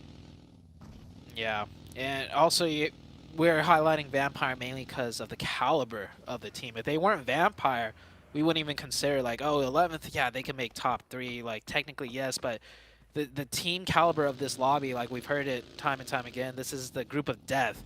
So if you're just one of the weaker teams, like, that is not experienced as others in the group of death, the chances of you getting, you know, a fantastic day with multiple chicken dinners is infinitesimally small. So making that top 3, not likely to happen. It's going to be a lot less likely, you're right. But Vampire, they've already got 2 chicken dinners, right? So the fact that they're in 11th right now just shows you how lackluster their day 1 was. And they still have a lot to prove. And they're currently on the west side, over towards Pachinki. Major Pride have gone down towards the blue houses on the coast. And they'll be moving along that side for the time being. I'll be interested to see if it goes down south again, how much of the military island could be in, if we're going to have to see a mad dash, because that will burn a lot of teams' resources. That west bridge is still unguarded, so if you have to make that move, it's still available, and I'm sure we'll see plenty of teams divert for it fast. This is a really weird split for a lot of these teams. I think BTR on the bikes are going to look to move towards the bridge, but do Vibes and Beano Storm go across at this stage? I feel like you just hold south. Yeah, it's either hold south or wrap west now, but it's like it could go back south. Like this really zone is it's really evenly split. It looks like Vibes will go for that crossing, and I think they scouted out no vehicles on the other side, so they're going to go ahead and take it. They can cross back south if needed. Of course, Beano Storm will be capping it, and the mad rush for a position has come through. So many teams driving in, trying to find whatever they can, and honestly, I'd say the first compound you roll past that you're not being shot at, just stop there, because any further and you're risking a lot. It is really, really tricky now. A lot of teams being crushed into these compounds on the south side, in Milta as well, where we could see a few teams actually have to try and just post up. Over on the east side, that's De Muerte taking on Sem9 as Sem9 move down from that shelter area towards Milta, but there is a trade back and forth. You can see there are two teams already moving on in. Bigatron just a little bit further across the way. Malloy down and far forwards for De Muerte. A little bit inaccessible for Corker, but in comes Milky Way for the off-angle cover. Malloy takes another tick of damage from a nade. Now Sem9 need to be careful, but the suppression from Milky Way trying to keep Malloy in the mix. Yeah, coming out from Tam, firing towards, falls just short of Milky Way. Milky Way with the smokes. Yeah, he definitely wants to get into some better hard cover out there. Malloy goes down. Good trade right back by Korka. They're going to re-aggress here. I think they realize Sem19 is split with the pressure fire coming in from their west side, so they're going to isolate this, go for the finish, try and stop that revive. The revive will come through, but I don't think the player will get the first aid off. Those mollies doing a little bit more harm, potentially slowing them down. Revive is up. Falls back down. Mikhail with that DBS. Maybe could get a first aid. No, another nade. Mikhail getting no luck and trying to stay in this fight. And Tam trying to eject out of here. Gets a quick couple of shots and a knock. Down to 1 HP though. And the nades are good out of De Muerte. Kenny isolated on the other side of the road, just gets out of there with a buggy, but he's taking damage. I think that's from BTR on the hill, and he will fall. Sem9 out of action. De Muerte down to 3 players. Corker can get rezzed here. Shouldn't be too much of a problem. Now, are the rest of the teams going to be able to find a location? Because Genesis have started to split over the hills to the northwest of Milta. BTR are playing split on that south side. You can see the compounds that they control right now. Really, really important in this next circle. Team Queso, Big Milo playing that split again. Yesterday, he redeemed himself for sure, showing he can get the work done. So they're going to continue with that 3-1 split. And it's very obvious he is the designated off-angle player trying to do more for the team. A very tough role to take on as a circle. I mean, it just shifts right back into the center. Military base kind of out of question. The bigger question is, can we see a bridge ending if it goes south? I mean, it's certainly possible. Vampire holding off IHC on the west side. IHC did, in fact, go up to South George in the end, so they took your advice, grabbed some vehicles, went up there, and then rotated in late. Similar kind of story for Brute Force. I feel like we're seeing Brute Force do a lot of this, just stay in the blue for a long, long time. I wonder if we can get some stats on just how much time they've spent in the blue, because I feel like it's almost every game we're seeing them coming in late to these circles, and they are making an entrance on the north side now towards Genesis. In the meantime, D+ and DRS sharing a compound on the peninsula. DRS with only 3 though, and D+ with 4 grouped together this time around. This is a numbers advantage for D+, but the angles do favor DRS a little bit, as they are spread out a little more than the side of D+. It's going to be hard for D+ to mount an offensive push here, and they are not aware that the fact this is a 3-man team that has breached their complex area. So it might just end in that stalemate zone, still ticking very slowly in. So it might be a bit before we see where the circle goes, which will prompt the teams to fight or just continue to stay as neighbors. Brute Force coming in very late from the northern side, looking around, trying to control all the open terrain to open up their options. I'm looking at what Vampire are doing right now. Sure, Brute Force are coming in late from the north side, but Vampire, they had a position on the west behind Major Pride. They've diverted to the west bridge. They're now on the military island and moving across the north side of it. I'm not entirely sure what the goal is here. I mean, it must be to go across the East Bridge, right? I mean, it has to be.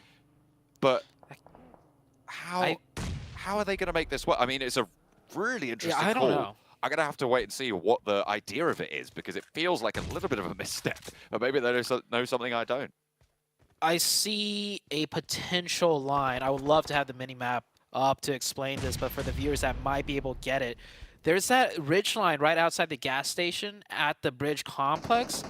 And from the southern military island, you can see if there are teams there. So maybe they're hoping to swim into the center of zone, potentially. That could be the only thing that comes to my mind, because fighting in from the southern side of the bridge, it's not good. It's not free. That's the problem. It's not a free rotation. I'm very confused by it, to be honest. I'm really interested. I mean, you could see it on the minimap now. Vampire on the south side. They were just behind Major Pride out on the west, but now... They held out IHC. We saw that earlier. Yeah, so this is crazy. This is crazy from Vampire, and they're going to have to move. So we'll see what their plan is from here on out. But it keeps a lot of water in this next circle, Zute. So for everybody else in this lobby as well, this is desolate land. Yeah, and treacherous waters too, because we're going to see teams elect to go for that water play. Look, Major Pride already doing so. They might go for that swim up to that gas station ridgeline that I was just talking about. That's the only viable play from the west side in that water now. And it could work out, because the thing with D+ and DRS right here, they're kind of just barely enough in the zone where that better position, further down, they might not go for it. No, D+ spots it out. They are going to elect to take the superior positioning. Great choice out of D+. All on bikes. Just that little ridge on the beach side will give them enough cover to make it here. And, oh, what a great rotation out of D+. Launching over the ridge straight into the gas station, too. You can't do that with any other vehicle. Oh, never. Oh, he didn't make it. Okay, I thought he did. No, the first player did. There were 2 bikes, right? And I think that was the second player. He hopped out. You can see that bike down there on the left. Actually, a lot of shots coming through from Vibes over on the bridge. A really nice high ground there as BTR trying to hold off against Brute Force's crash. They sail straight on through from the north side. They were on the hills northwest of Milta. They managed to find a route through. Genesis couldn't quite take them down. And Genforce a little bit too far forwards to hold out on his own. They're going to have to wait. Ravenclaw and the rest of Vampire as well starting to move across the bridge now. Maybe this was their plan all along. They know where this circle's going to go, and they like to play the back of the bridge. So they'll crunch these teams on the bridge, Beano Storm and Vibes. But the high ground is dangerous. Beano Storm is still lying in wait. Ooh, being patient with his shots right there. Newsy doesn't want to give away his position. Oh, leans and scopes to the left. Misses his chance. He's going to have to go fishing there. I don't think Vampire's expecting 2 teams here. They're probably expecting at most 1.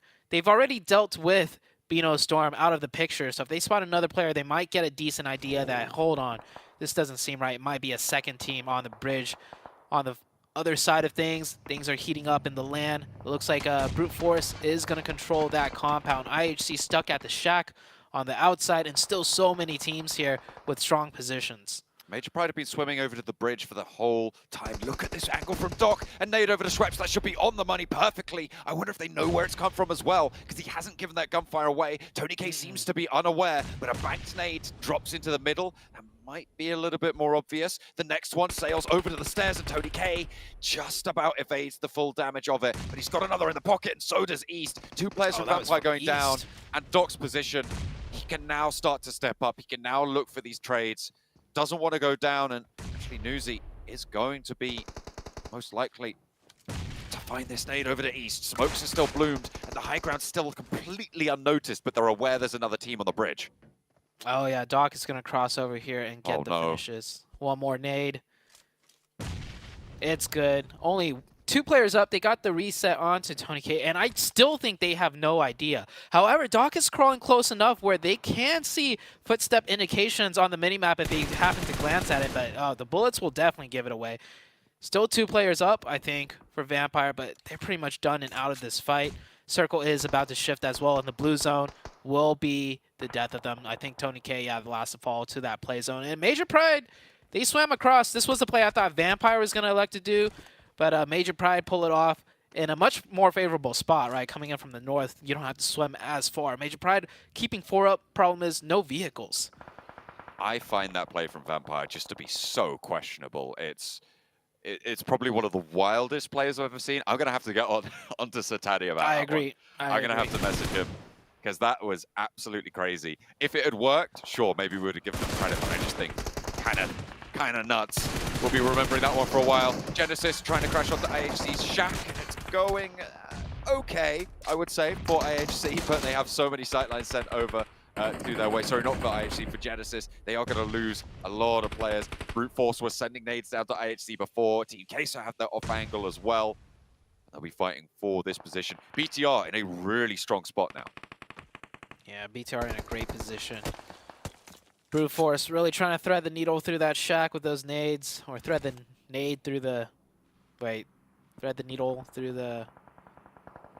Hold on, I'm just going to say, they're trying to throw the nades into the shack, but it's not working. Weibo Gaming in the distance with 4. Weibo Gaming have yet to really make a huge play, and they're going to have to soon if they don't get the zone. They do have 4 players up, though. But a lot of teams have been cut down. Now we're into the last 10 or last 11 teams. Vibes have made their way across now after their defense. Major Pride struggling against Nolbu. He's only able to get 1 before the flush comes in. Naomi needs to crawl into some cover because D+ are going to launch some nades out this way. Vibes not quite in the greatest position to be able to find this. Smoke starting to bloom. They're not taking any chances here. And Dino's going to enact the res onto Naomi. Naomi still further back for Major Pride, and will be looking to hold it down. Playing the off angle seemingly quite well for this roster. Yeah, Naomi, a very strong player. His damage number proves it too. And like I mentioned earlier, the most difficult role is that off angle. You have to be able to think for yourself a lot because the team can't see your vision. Sometimes you have to make the important calls from your position because you see stuff that your team doesn't. Naomi definitely the player up to task for it. On the northeast side, Rook, the winners of the first game, staying strong as for. Demorte just down to Milky Way, and they are going to pressure this in. Just keep their push going. Corker down, and Default now has backup from Rami.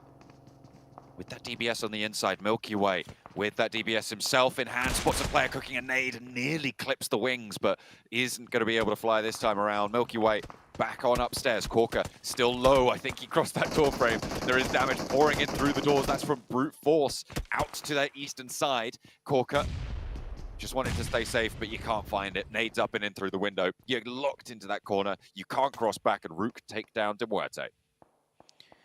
Major Pride are doing a lot of damage from this ridge line. They've got a Nox onto Vibes, found a nade through. Now they're going to look to take the gas station. Got to be careful, though, because Vibes is still there, and they get the zone. So maybe it's a risk not really worth taking. Just leave that solo in there for now, as the Vibes player are taking shots at them.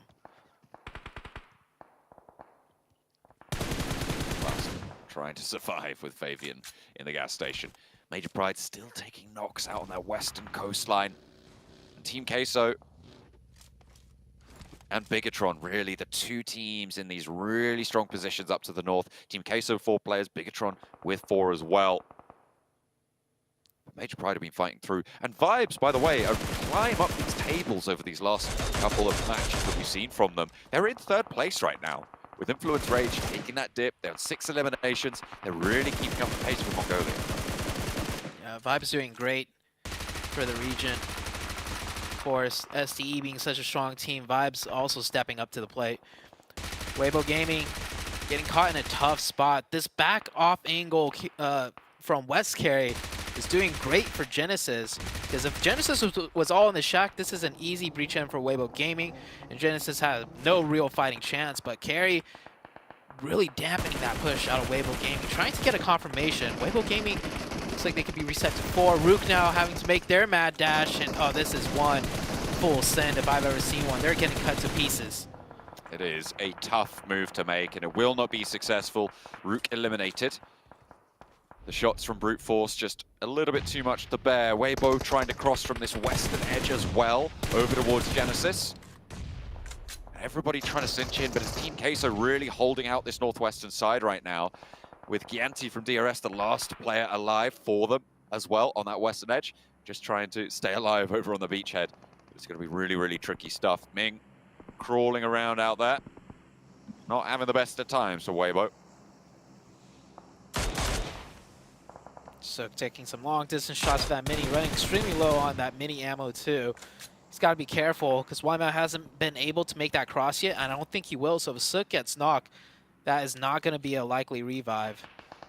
But Wyman also not in the zone. He's going to have to make that cross, and that smoke he threw earlier is starting to dissipate. Does manage to just make that mad dash.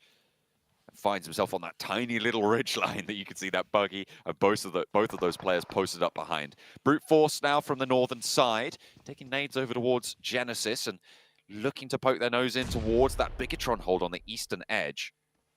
Will be pretty important to make their next move carefully, concisely. Need to be accurate with their play now. About to head into circle number 7 here. Fabian staying alive. Major Pride did try to finish that out, but Vibes team stopping that short. There is still the solo of DRS. I don't know if Major Pride realizes that he's still there. They were taking shots towards that direction earlier, so they just have to keep in mind that that position isn't fully flushed out yet. But as a solo, Yanti isn't going to try and do much if he keeps getting the zone, which he's going to have to hope he gets the next one. Oh my He goodness. does! Team Queso as well in that brilliant compound position, but it's going to be Brute Force and Bigatron both staring them down.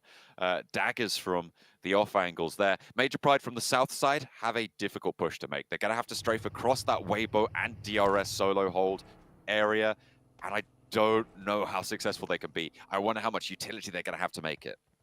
I think it's doable because there's that ridgeline on the beach. If they could get there, I mean, Ganti is the only real opposition. Of course, crossing over towards that ridgeline is going to be risky with Queso. But Queso, if they wait it out, Queso's going to be concerned about BTR and everyone else on the northeast. This is very doable for Major Pride if timed correctly. The big thing for me is all the teams with the most amount of players all lost the zone. Brute Force, BTR, Vibes, Major Pride.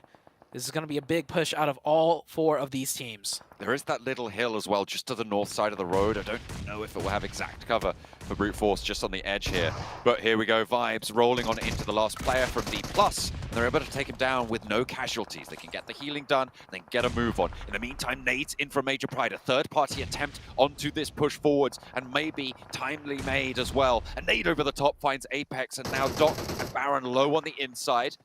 More nades looking to come on through as well as they drop those smokes to keep their position up on the wall, nice and secure from that northern side. Major Pride continue to bombard and slow down the players, crucially, from Vibes. Remember, these players do not have a lot of time to play with. Burn onto the inside, and Major Pride making their bid for freedom towards that beach.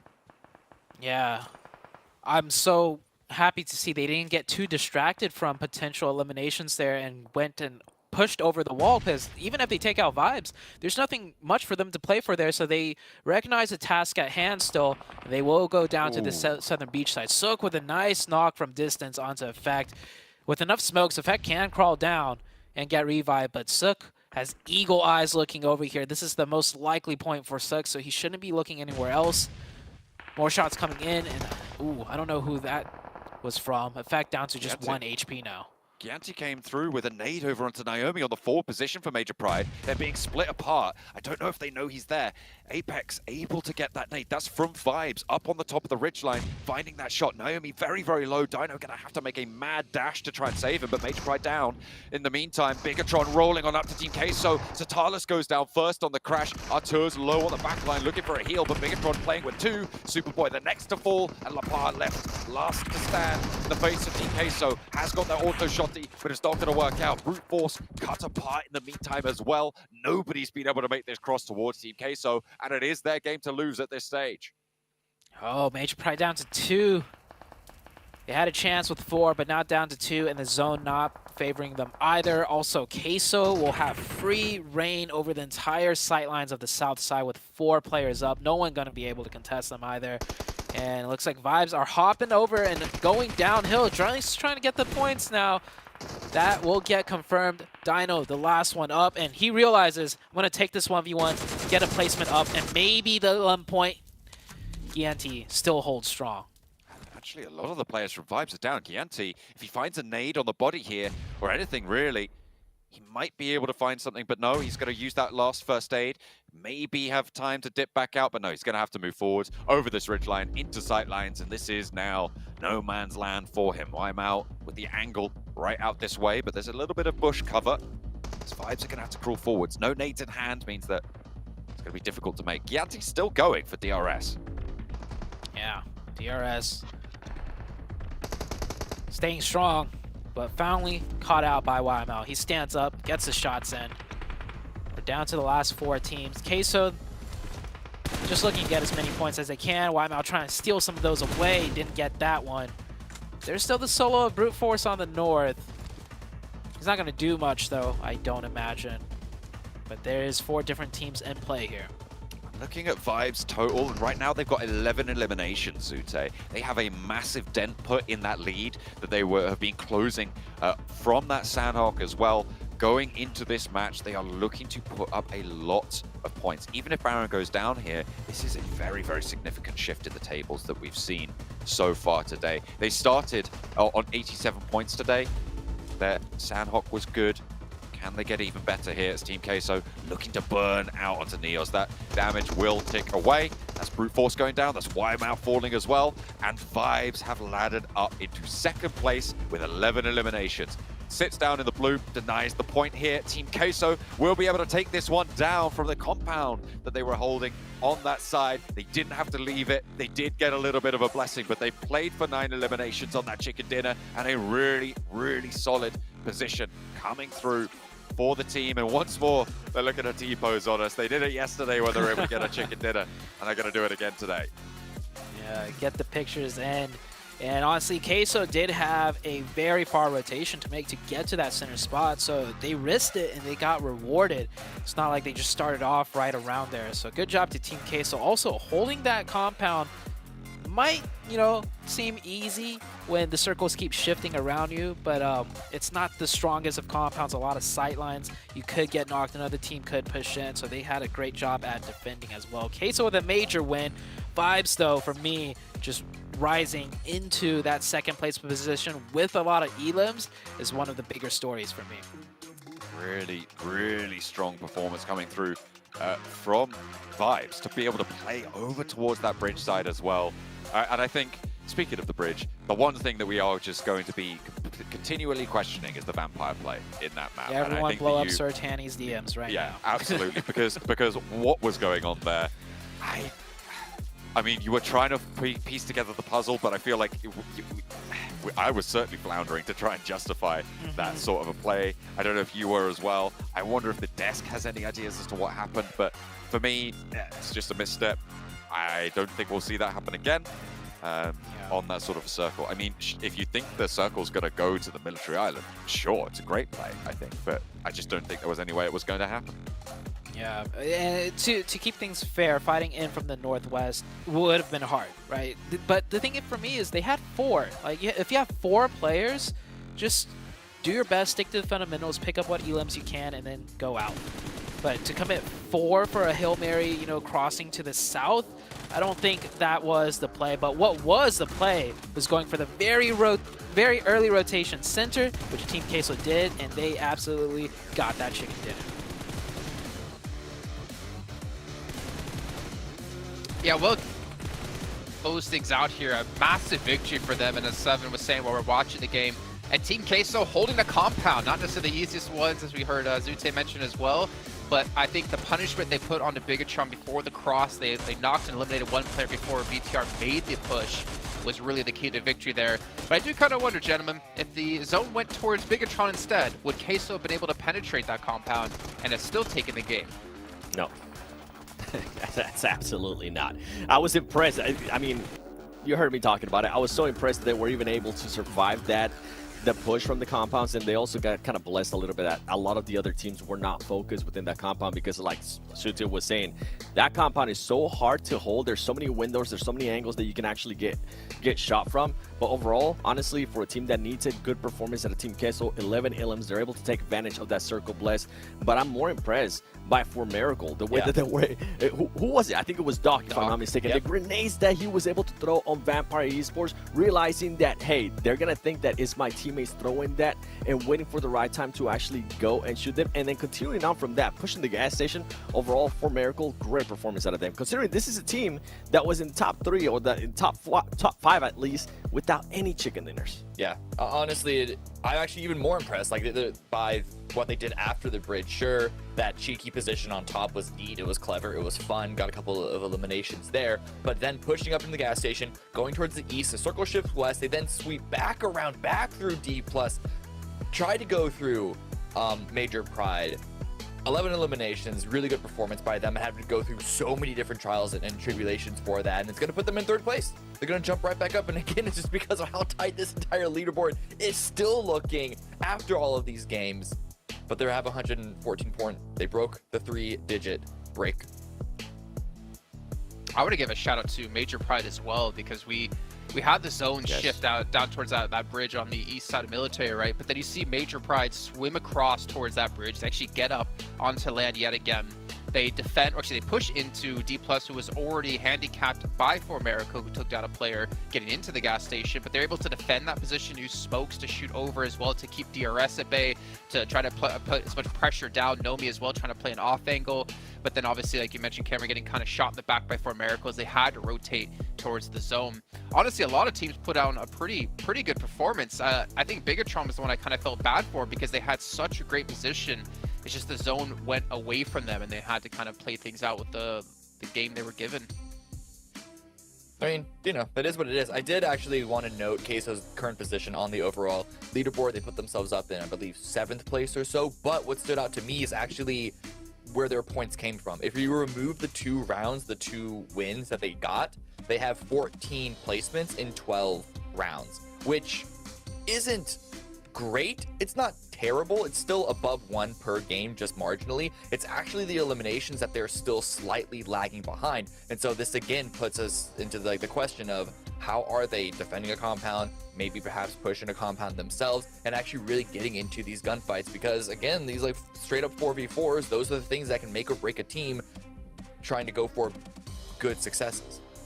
I'll say this though, still better than Vampire, who only has 6 points outside of their 2 victories when it comes to placements. So at least doing better than Vampire, but it is a very good point. It's about the consistency that we're looking for. And speaking of consistency, I gotta be consistent in my sponsor callouts, because Infinix, the GT10 Pro, you guys can pick one up, which was born for esports professionals. You guys can pick one up for yourselves and dominate the lobby.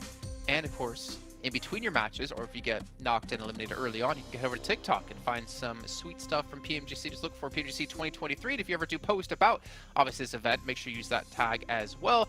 Not to mention, on that, while you're playing, we have the new Frost Festival happening. You guys can revel in the fact that you can ski or snowboard down a hill, pop a 360, turn someone into a snowman, take them out, and then look for other players and potentially make 70 a little bit more sad, as well as he just doesn't seem to have the same luck without a Raging Berserker on the map to get looted up with. On that as well, we do have the Popularity Annual Gala, which we do have 10 players to win 10 1v1s to potentially be called the best, and of course our champion of the gala on top of that, with exclusive rewards they can get for themselves and they can show off to all their friends. And on top of that, the Pubgm collaboration is live in PUBG Mobile. If you guys don't have a sweet vehicle, if you don't have a Tesla, you can pick up one of these bad boys and potentially show it off to your friends. I know Zute's significant other is probably sporting hers, as I think she got a few days ago, if I'm not mistaken. We have the Amola, we have the Zonda R available for you guys to pick up and potentially get some road kills with. But in the meantime, we're going to head to a short break while we get things ready to go for our second airing of the day. It's going to be our 3rd match overall, and we'll see you guys in just a few.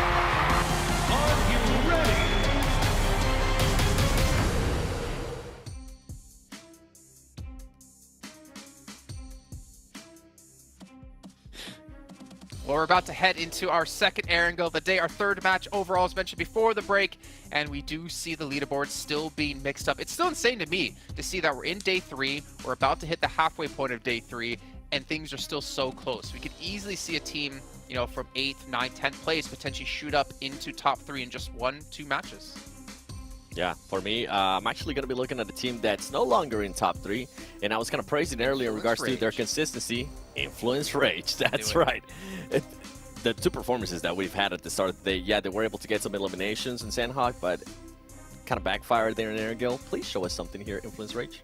Yeah, had consistency in day 2, and well, they've had some consistency in day 3 of not performing well. Let's see if they can turn their tide around here. So you head back to our commentators of John and Zute. Hopefully they can start to step up, because losing that top 3 position is going to be a little bit of kick up the backside, hopefully, for them. Maybe give them a little bit more firepower into the remaining Erangels of the day. Obviously, Vibes playing really, really well. I liked Cameron's breakdown of their set of rotations that they were able to achieve over on that eastern side. I really enjoyed watching it unfold as well. As much as I was kind of rooting for Major Pride to be able to clinch it out as the European representatives, but it just wasn't going to happen in the face of Vibes and their strength. Yeah, I think Major Pride and Vibes did the absolute best they can with the situation given at hand, and they maximized the amount of points that was possible in the match. A team that didn't maximize any points at all was Influence Rage that Seven was talking about, but we saw what happened off drop. They lost 3 players off drop, so it was going to be a given that they were going to get knocked out of the top 3. Question now is Influence Rage going to kind of switch their gears now and go for a potential big chicken win versus a nice consistent placement until they catch back into the top 3? So we might see a gear change now out of Influence Rage. Maybe not this game, but maybe the next, depending on where they are in the rankings, as we do get a very nice playing path going straight down the middle, north to south. We are seeing a little bit of a development in the bubble positions as well, right? Because 3rd place now 114 points. The drop-off is now to 97. That's fairly significant. That's up to 17 points total difference between 3rd place and 4th place, which is starting to become a little more ominous. As I said, time keeps marching on. It will not slow down. So a lot of teams going to be looking to try and keep up that pace. And even beyond that, it's only really down to 6th now that I'm kind of counting in for the race of top 3 as we get another hard south shift over towards that military base. This one's a lot more down to that island, so crossings quickly potentially on the cards. The rotation I'm going to look at, so I'm going to ramble on for a little bit longer, is Vampire. Making that rotation down south on the boats. Our Team Queso going to be able to guard it out again as they did in the previous military circle. Yeah, and we saw on day 1 a military zone hard south, like 100% confirmed military zone. So many teams rotated onto military base very quickly. We actually had all like 63 players alive with more than half the lobby onto military base. But that was with a really hard southern circle, like dead onto military base. Will we see similar fast rotations out of some of these teams? We will be able to tell in just a few moments. It looks like Queso is going to be one of the teams to commit to that crossing, as they are looking to cross that bridge in vehicles right now. And Brute Force, yeah, like, that's a fast rotation. We are very, very early into the match, but Vibes just already prepped for it. I mean, they did their research into yesterday's match, right? They know Team Queso just gets across fast on a circle that's likely military, so they just set up a camp. And that's a really, really good adjustment coming on through. Vibes absolutely playing the way they need to be against Team Queso. That frees up the south coast and potentially allows Vampire an easier boat rotation on that south edge. So we'll have to wait and see if that's going to come through as well. Yeah, because last time Vampire lost their boats to Team Queso, who was camping the ridgelines, and Vampire had to just swim in, and it did not work out too great. They actually made it kind of far into the game on that match, but not the points that they definitely wanted to try and get. Vibes with a nice adjustment, like you mentioned, and I'm kind of surprised they went for it. It's because this zone isn't that far into military base, so there's an off chance Queso would instead, you know, camp the bridge on the north side and then take the crossing, depending on the shift. But Vibes, they did a little bit of a gamble. They said if we're going to camp the bridge, we're going to have to do it very quick and particularly right against Queso. So that was a very set play, and it paid out favorably. Very, very nice stuff. I mean, I always find that it's easier to get back from Military Island than to get. I got a minute. That was a BTR player going straight on through as well.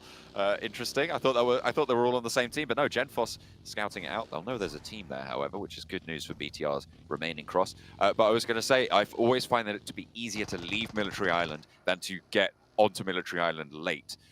So out of the two choices, obviously it looks like that's what Team Queso are going to prioritize. And if you're already on that Military Island, you're not going to leave it at this stage. You just want to post up and give yourself options. So even though it's not fully committed, it's kind of a good idea to get your foot in the door when it comes to having that military position.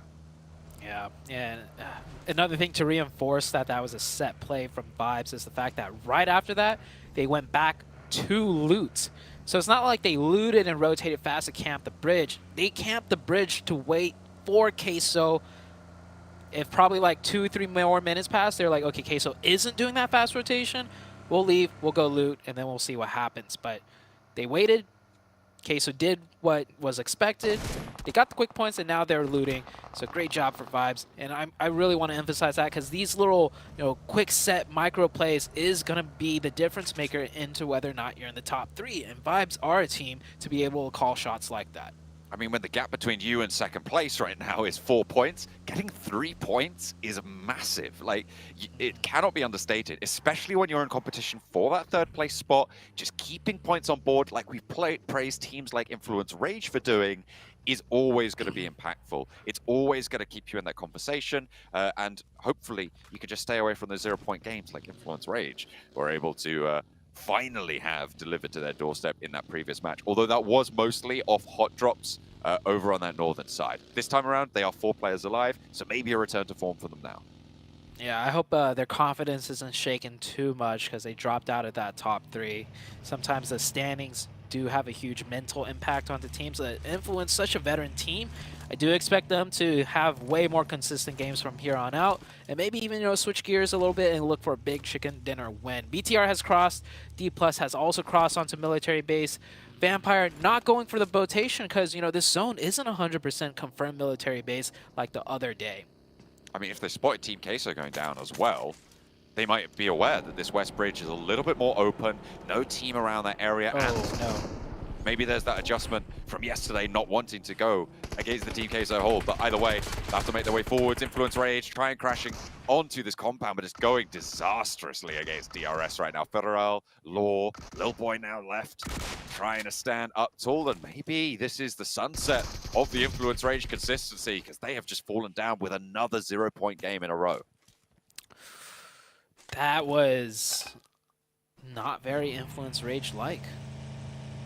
Yeah, they always take their games very slow. We see them around the edge a lot, taking their time. If they're making a hard rotation, it's very early where the chances are the compound's gonna be open. But this compound they tried to take DRS. This is a prime location for zones like this. There was very, very likely a team there, and they did no scouting, and they also pulled up in a way where it's like they assumed it was open. One player pulled up to the other end, another just crashed onto the wall. It was like, they didn't account for a potential fight whatsoever. So Influence Rage, don't know what's going on. Vampire, they have moved over to Ferry Pier. And they're kind of isolated. No one really on that west coast is moving in. IHC and Brute Force late to the party as per usual on a south circle. Major Pride just about to start their rotations down towards what I expect to be a position near that western bridge, if not going all the way across it. In the meantime, I have to wait and see as they split out a full convoy. All their vehicles going to be there. Naomi just reorganizing, making sure he's got everything in a row before he gets on the road, and they will start to razz it on through. Vampire holding that western bridge, though. They're going to be coming into conflict with Major Pride. They'll hear those vehicles. They need to post up quickly. Where's the circle going to go, though? That's the bigger question. Before the fight breaks out, it is going to be military base. I think we'll see Vampire just rotate across the bridge now. Definitely want to be a little bit careful, scout that area because there was that bridge camp. But they'll soon realize it's clear. They'll take it across. And I don't think any team is going to look to bridge camp unless if they're one of the later teams across the bridge. Vampire should look for a nice position more central here. Weibo Gaming looks like they're going to just swim across and then play from the beach side. Might be able to catch some vehicles too if they make it inland fast enough to secure some on the roadsides. I mean, there's a couple of compounds as well that they can get to, but they have to get there fast. And before teams like Sem9, like Genesis, who are crossing on that bridge right now, to be able to get on through. Vibes contesting C block right now with Bino Storm and the military base on the south side. And meanwhile, over on that west bridge, Vampire seem to have started to put a cinch on that west bridge rotation from Major Pride as well. IHC still down, and that's Rook all the way in the northwest side, still in North George. It worked out last time as far as bridge crossing is concerned. They made it across the bridge because they went in so late. Thing is, they did it once, and VOD review is a thing. Will any teams take advantage of that? Last time, IHC also crossed extremely late, and they definitely watched the game back there to see, you know, to time the crossing, how good it was, and they would have noticed there was still one more team behind them in the form of Rook. We might see IHC set up a trap play here if they're not going to be able to make it across the bridge anytime soon. Still a couple of teams on that mainland, but they are becoming fewer and further between. Major Pride holding up short, but they're going to have to cross, so an opening pick would be brilliant. Vampire taking the top of the bridge. They know how effective that could be. They learned their lesson last time, hopefully.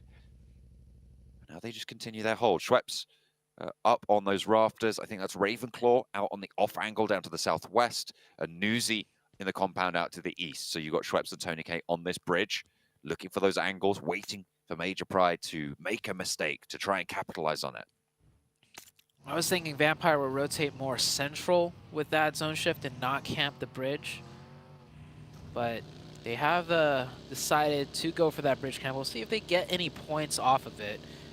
Maybe at most they're just looking to deter teams coming from their backside. If they did their VOD reveal, they'll realize teams will still take that bridge even way late into the late game in the blue. Genesis now breaching onto the DRS compound. Shots are ringing out. Genesis, he's weaving, and he is committing to this. Genesis going in for the crash, the 4v4. Can DRS get another successful defense? They already got one knock here. So 4v3 situation. About to make that 2. Knock isn't there. The players are swarming the building. He's forced to hop out. He's got that DBS. Will be able to get the flush first. They've given up the building on the inside, the top floor dispossessed from Gianti, but DRS still playing as 4. Genesis going to struggle. The circle goes to the north side of the military island, actually keeps IHC in on the north side, but in the meantime, the scrap continues to find itself in the conflict here, but they are close to this circle edge, which means they have a lot more time to play with on this engagement. They can look to close it down. DRS looking pretty healthy to be able to do so. Yeah, and they have the util from Influence Rage as well coming in from Yasnaya, so the util is definitely there for them to throw. If they run out, they could probably run to a crate and pick up another one. One player goes down for Genesis, only one up now. Genesis should be eliminated. They are taken out. DRS, that is 8 elimination points, I think. Yeah, 2 squad wipes and you do get 8 points. That's a lot, given how tough the competition is in trying to secure those points. And they still have 4 players up. It is still pretty much early game. They will have been able to get full resupplies as well, because they were both crash plays. They were both right close by, so they'll be very, very stocked up on those supplies, on those meds, on that ammo, everything that you're going to need, the utility as well. But they are on the north side. They're going to have to cross. How do they get through? Because the bridges pretty much out of the question at this stage. The swimming, also very, very dangerous. It's a question of how long can you last at this stage. I think for both IHC and DRS. Maybe IHC have a better time of it. The west side of that military island coastline, a little bit less populated, a little bit less dangerous. With that bridge position being held by Vampire and Major Pride, it hasn't been overwhelmed just yet. In the meantime, BTR trying to make their way across the coastline as well. Sem9 arriving at the perfect time just as BTR was leaving. I think BTR might have been questioning where to go, so they hovered around for a little bit, not able to camp out that bridge rotation as effectively as they would have hoped for, but they get that ridge, which is a decent spot in a zone like this, and they keep all 4 players alive. Sem9 make it across, yet to find a spot in the zone, and, well, Rook, your very late crossing across the bridge is impeded because Vampire's camping out Major Pride. So Major Pride have just been trying to outweight Vampire, and they're gifted with another team pushing behind them. Rook probably not going to send their other 3 players over, but Major Pride are going to pull the trigger on this rotation. They're going to go forwards. I'm imagining we're going to see them tumble out one side of the bridge. With the reposition from Vampire, they know the blue zones push them off that road. Kind of going to have a tough time here to try and go for this res. You've got IHC to worry about in the meantime as well. Demo is still there, and Weibo cannot fully commit here. Demo does go down, and that is going to allow them a little bit more breathing room, but Nuzi has taken the opportunity to move up to gap, get this knock, and Weibo are starting to suffer now. Vampire take the high ground away from them, and Ming tries to repossess it, but it's not going to go well. Ravenfall goes right on over, but it's just taken down in time. Ming is there to save the day. Into the smoke he goes to try and crawl away, to try and survive, but Schweppes is low as well, and the duo from Weibo trying to piece it back together. It's looking good. Vampire on the last legs. Vampire still with 2, though. They could easily turn this around. 1 nade, and the numbers are matched. Nuzi's on that higher ground.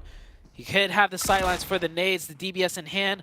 A little bit long range. That nade could have been disastrous. Does do a lot of damage. Isn't enough. Nuzi's already down on the top side, and Weibo Gaming will clutch it out, but they do lose 2 members. And with all that noise, BTR is here to look for more points. Yeah, they've rotated back all the way from the southeast side. Goodness me, they're looking at third party again. This is the aggression that we've been missing from BTR yesterday, and they look for more. Find 2. That's 7 eliminations now that they'll be able to add to their total. Playing on this northwest side, they do have a little bit of open ground to cover, though, Zute. All these spearheads have been done with just a 3-man push, by the way. Even onto Sem 9, Satar sat back and was just watching for info, looking elsewhere. And this time around, once again, Satar sitting back, being the anchor player for the team to make sure everything is staying the same on the spot that they just left. And the spearhead being led by Superboy, Genfos, and the third player is just, man, they're doing so good. This is the BTR out of day number 1. Just keep taking those fights, and they get a nice zone shift, too. D+ on that western edge, just about still in on their 2-2 split across the road. A really nice spot there. I think Vibes might struggle here. They're going to have to descend from the hill, maybe have to regroup onto Baron's position. And BNS, Bino Storm on the east side, they're only playing as 2. I imagine that's Bigatron's next target. If they've been scouting this out for a while, if they've got the info, they know there's only 2 players in here. Bino Storm realizes that the team from the north will most likely push them. And I think from all the noise that has been happening out of the BTR camp, they know it is BTR on the north side. They have the work cut out for them. Just the 2 duo defending. D+, that's a split that I don't mind, okay? That 2-2, close enough to help each other out. D+ making into the late game once again here with 4 players alive. And they get that zone right onto their backside on the west side. Spray from Nanakuni over towards a BTR player, but he's just getting back behind cover there. Will be able to keep that under wraps as the med kit comes through as well. So right back up to 100%. Ready for the next scrap. Level 3s. Looking not fully healthy, but certainly still enough to keep them nice and safe. Vibes slowly moving on down to the north as they have to crest these ridge lines, start to go downhill. I'll play for this plateau here, and Doc is kind of right on the edge, but still very much in. Vibes is definitely going to wait for the next circle before having to descend. And there is, on the side of Bino Storm, some positions open right across the road. But I imagine as 4, they're going to look to take a position outright. But just as I say that, one of the members gets caught, and that's not even in the zone. I don't think that's going to be revivable. Vibes, if they go quickly, they could maybe pick the player up and then carry him into zone and get that revive, which it does look like what was trying to be done here. Vibes definitely wants to keep all 4 players up should they have to crash in.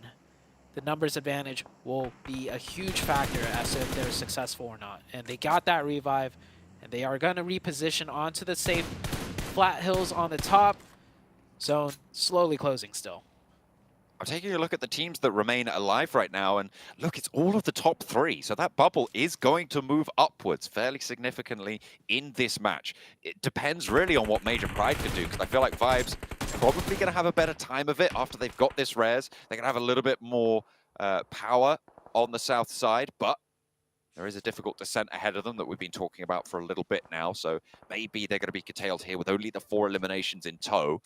D+ out on the western edge. Have been in this 2-2 split for a long, long time. It hasn't been punished, and to be fair, it is a very reasonable 2-2 split. I think you go for this more times than not, certainly. Arturus has been surviving for Team Queso for so long. Yeah. Surprised he's made it to top 6.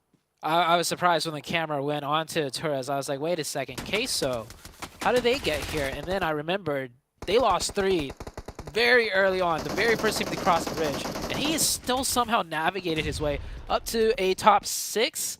If this was the old PMGC point system, those placement points would be much nicer. But here, you're not going to get too much. BTR on that north side with 7 elims already, still 4-man team. Looking to take a chicken dinner here. It looks like BTR every day will get at least 1 huge game, and then a couple of consistent games throughout, keeping that point lead ahead, even though Major Pride, Vibes, Weibo Gaming, they're trying so hard to catch up. BTR is going to try and definitely secure that first place by the end of the week. I mean, it's excellent to see BTR back on this sort of form, so proactive in this circle. They are making decisions and committing to them. Really, really good stuff. Very dynamic. Ascent straight across the middle here for Vibes. Oh. They have joined BTR on the northern side of the road. It's interesting, they've made it to the dip, but have they exposed themselves a little bit too much? You've got D+ on the west, who have angles out their way. You've got BTR, who of course are going to be spotting this one out. D+ are going to make their move in the meantime. Major Pride wanting to hold this out. Nades on through, sent to the back of the rock, and that takes a lot of damage off Forest, but doesn't get the knock. And won't slow them down as much as maybe they would have liked, but it is still a little bit of a hold. A nade on back, and Fabian goes down next.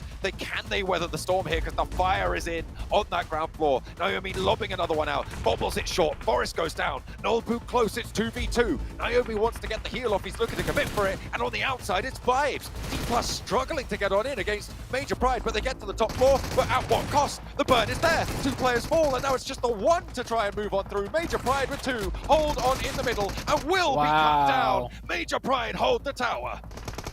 What a defense out of Major Pride. I thought they were done for. 4v2, they hold it off. Meanwhile, on the other side of things, Vibes is up with 4, and take a look at how many BTR have. BTR is actually down to a 2-man. Vibes with a decisive game-winning play. This is that risk versus reward I was talking about. Influence Rage usually goes for the more consistent play. Vibes, though, they want the chicken dinner. When they have 4, they'll go for the risky play, driving across the battlefield, across so many sightlines, across so many players to take on the other strongest team on the north side, BTR, and they're out ahead. BTR down to 2. Same with the other 2 teams. It could be a Vibes chicken dinner. Certainly could. What a way to kick off this day. Vibes have been brutally efficient so far. They were able to get some decent results on both of their maps of the first day, but they haven't got that chicken dinner to crown it. Is this their opportunity? They want to find it here and now, solidify themselves, and these 3 teams are the top 3 teams on the tables as well. The bubble is moving. It will continue to stretch up and up and up, but what is that nade coming on through? 2 players from Vibes, maybe going down and evening the score lines across the board. If they get flushed here, it's unlikely, but we could see a little bit more sent their way. Naomi down, and Dino's going to have to look for this res on the top floor. Oh, the angle just barely out of reach from Nagon in that Wizard Tower. The full reset is there. BTR also get their reset, but they get a favorable knock as another player goes down. And yeah, now's the time to push. You get 1 more. You're not going to get much more advantage out of the Yuto. They go for the full send. I mean, that was really the only play at that point. They tried. It didn't work out. 7 elims, 4th place. Vibes with another full reset. The other 2 teams can't really push because they'll just run into sightlines of one another. So Vibes will be vibing with 4 players in the very last zone. Major Pride only have 2 smokes to try and make this one work. I think you're right. This one will be looking solid to go the Vibes direction. But you never know. With those 2 off angles, Vibes are going to have to push forwards as well. Even with the positions they hold, this is stage 9. It's going to close right about now. They'll start to push on the tower very, very hard. And where do you go if you're Major Pride? They are dropping those smokes out. The sprays over towards Beano Storm in the meantime. It's going to be Major Pride taking shots out their way. Nagon goes down first. I'm assuming it's going to be very, very soon for Nanokuni, but he's got that crate to play with. Just being tickled on the back. Gets a heal off, actually. So Major Pride might be going down first, out of the mix. And second place laddered up for Nanokuni behind the crate.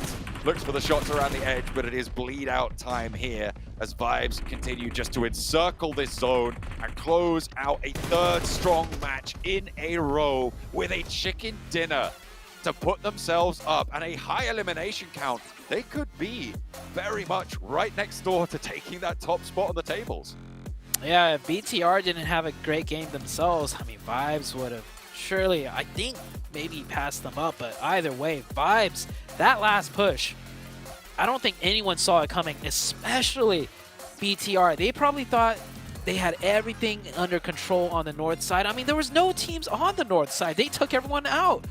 But then Vibes from the south, driving past 3 teams pretty much to just take that northern little ridge. It wasn't even a strong spot either. Immediately when they got there, BTR could have still won it, but Vibes got a quick 2 finishes. The nades, the util was great. East, his name keeps popping up for me, and for good reason. The MVP of that match for the side of Vibes. For Miracle Vibes, a really strong chicken dinner that sends down the hill to get to that north side of the road is what won them that match.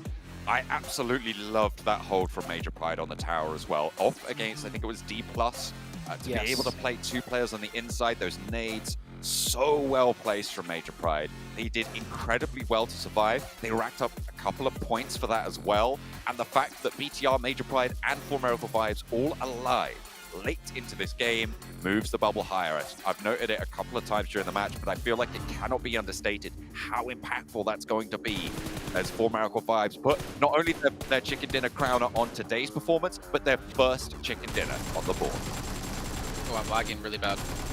I'm lagging out. What a performance there. Finally, for Miracle, Cam, they're able to get that chicken dinner. We were wondering if they were going to be able to do it. If I remember right, we were kind of talking about this during the end of that match too. Wasn't that the team that were saying, yeah, we're not that worried about getting that chicken dinner? This though, I mean, the way they were able to perform right there, being able to close out that match, that's what we want to see.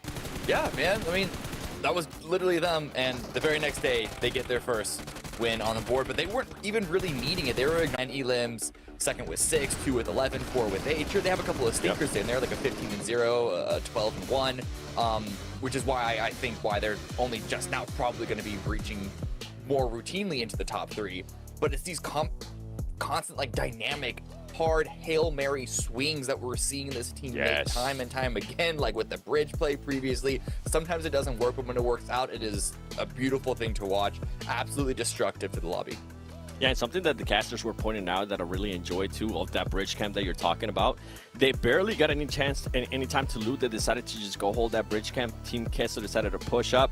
They were able to finish off 3 players from Team Queso, and then they went back to looting. So great awareness out of them, and that, yeah, I mean, the the final push there at the end. I really enjoy what I see out of them. But another team too, if we're talking about those rotations, right, in those crazy swings, Major Pride. How did this team even get a chance to get 2 players into the middle and then take on D+?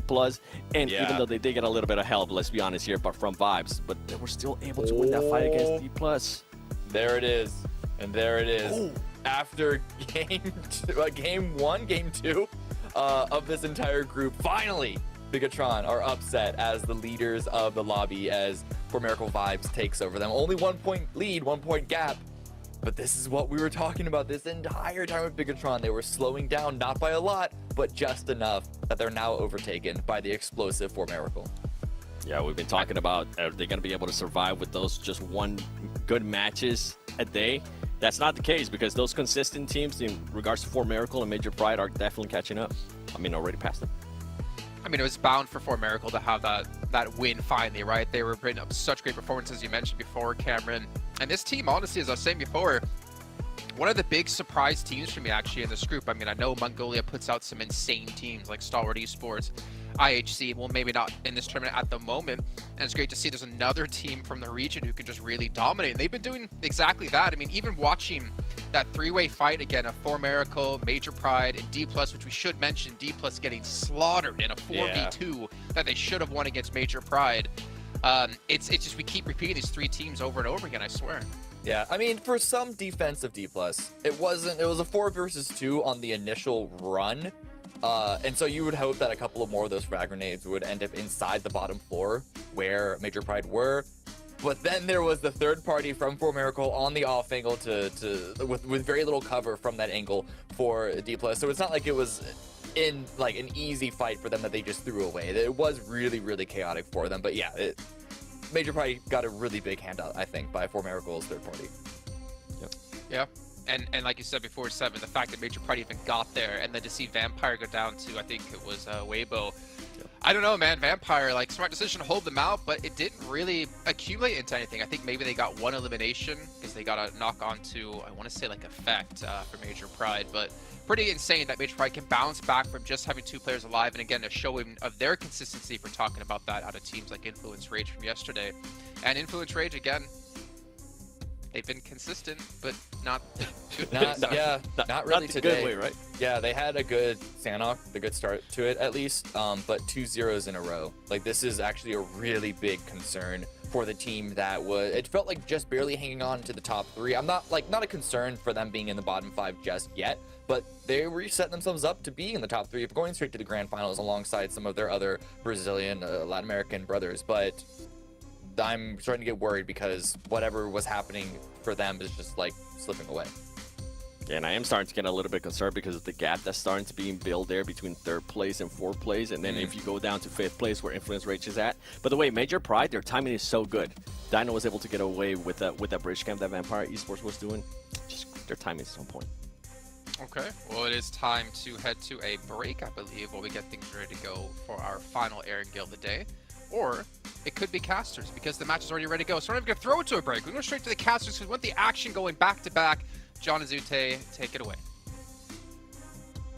Some eventful Erangels. We've seen quite a few military circles on the south side of Erangel so far here in Group Yellow, the Group of Death. Seemingly the circles are going to be living up to that name.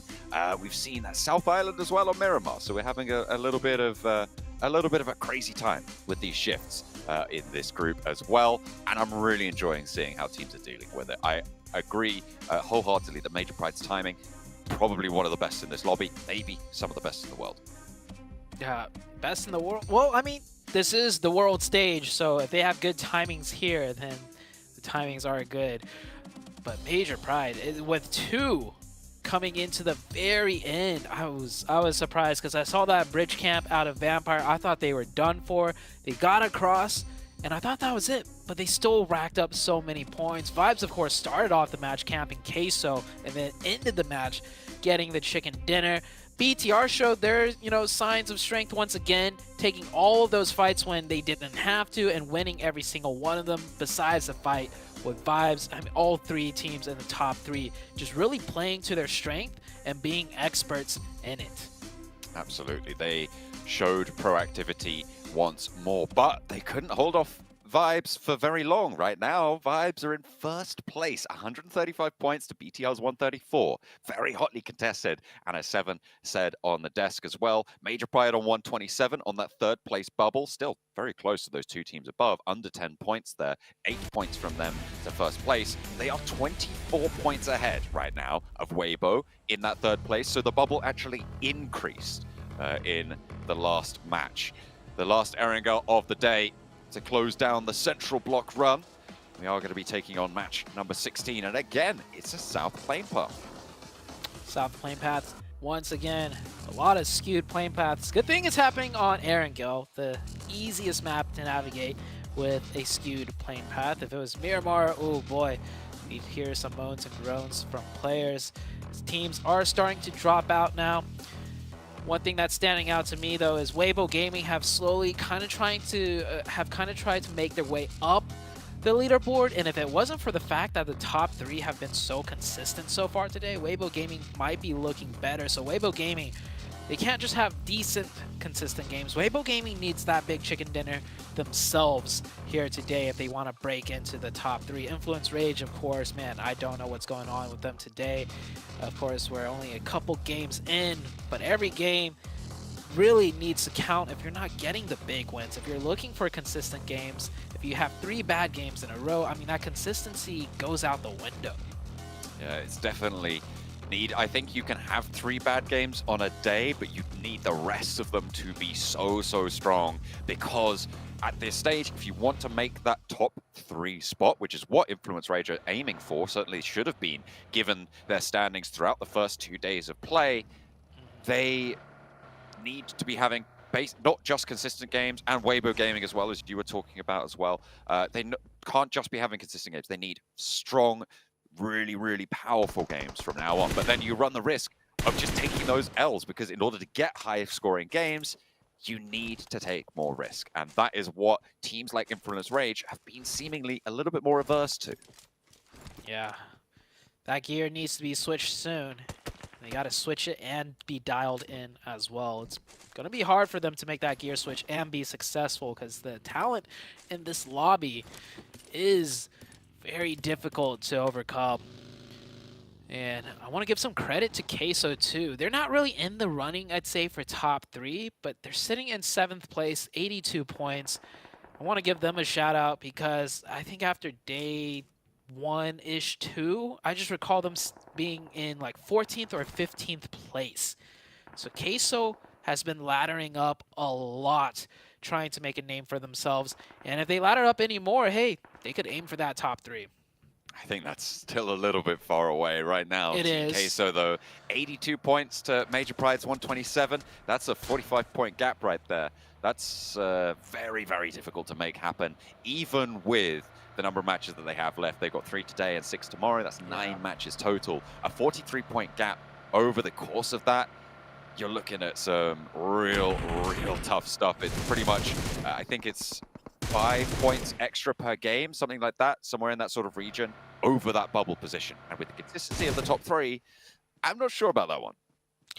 Yeah, I don't think it's going to happen. I just wanted to give them the credit, the acknowledgement before it becomes a thing, right? So then if it does, I could be the one to say like, hey, oh, that's true. I called them out. Yeah. Yeah, okay. I called them out. They were a team to watch out for. It's like with Major Pride, when we started really noticing things, and then they just popped off on the Miramar match yesterday, and they've been trailblazing it through today. So you got to give them, got to give these teams credit for the work they have put in, and you never know, they might show out at the very end.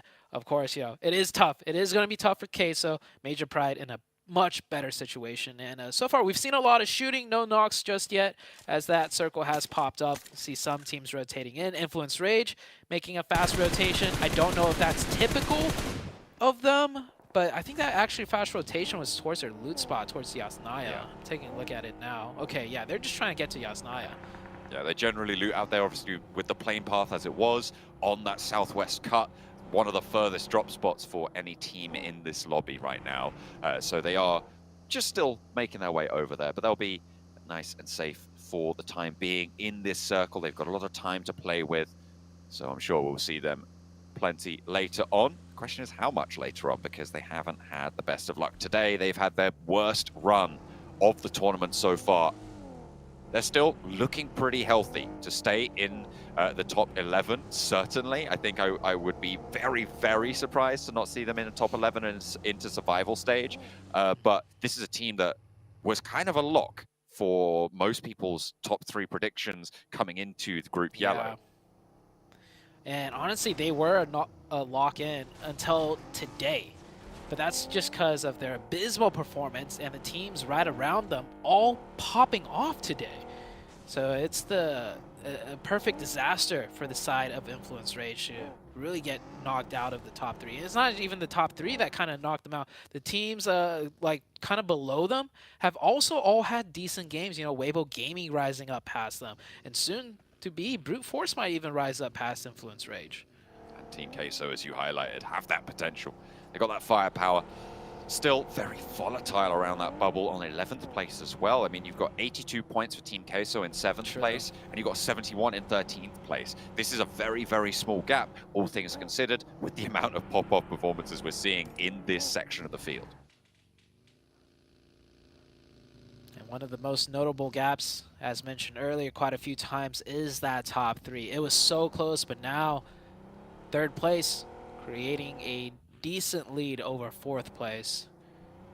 And coming into the last day, the top 3 now, maybe the top 3 at the end of the week, but in what order? That's definitely a guess I would not want to take. All 3 of the top 3, man, so strong in their own unique ways, right? So I think it just comes down to who's feeling it more that day and which one gets the circle favor just a tad bit more than the others. Be waiting for it. We're waiting to see it. BTR. We felt their power a little bit once again. The old dog learned a new trick or two in that last Erangel. They're rolling around that circle, happy to take those fights, and that's what you want to see from this BTR roster. Day 1, they said aggression was their game plan. They said they were going to keep it up for day number 2, but that proved to be false. Today, though, maybe a return to that form. Day number 2, they still did decent. It was just that they did so well day 1 that expectations were high. They didn't have a terrible day 2 if you just look at the points gained alone. They held in there. I mean, they came in today 1st place still, right? So if they had a terrible day 2, it wouldn't have been the case. But right now, just 1 point behind Vibes. And looking at the map now, teams are rotating in. The Vibes team, they're still coming in from military base, and so they'll wait for that 2nd circle shift to make that big rotation.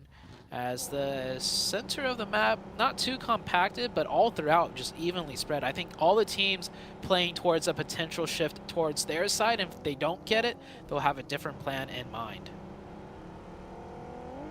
Teams starting to group up now. No real early conflicts to be seen. Looking at the split from D+, are we going to see another punishment on that angle? The circle goes very central here and isolates the south side of the central river. A lot of easy decisions to make. Difficult executions, though, will be happening on that central set of areas. You've got a lot of open ground just to the southwest of Rozhok, to the east of Ruins, where Major Pride and Vampire are. And you've got some difficult compound fights as well, more central on that area. The north side of Potato Hills involved as well. There's a lot of interesting dynamics going to happen, and I think it's going to be a lot of teams struggling to execute on them. School could be a major factor in a zone like this. We'll see if it keeps centering up right here. Many teams are going to be compacted now. How many teams are going to take the school apartments? I'm thinking at least maybe 1 to 2. Potentially even a 3rd team might just crash into school apartments here now with a zone like this. I mean, this is circle 2. This is a big circle. Things could change a lot from the center, as we are now getting casualties.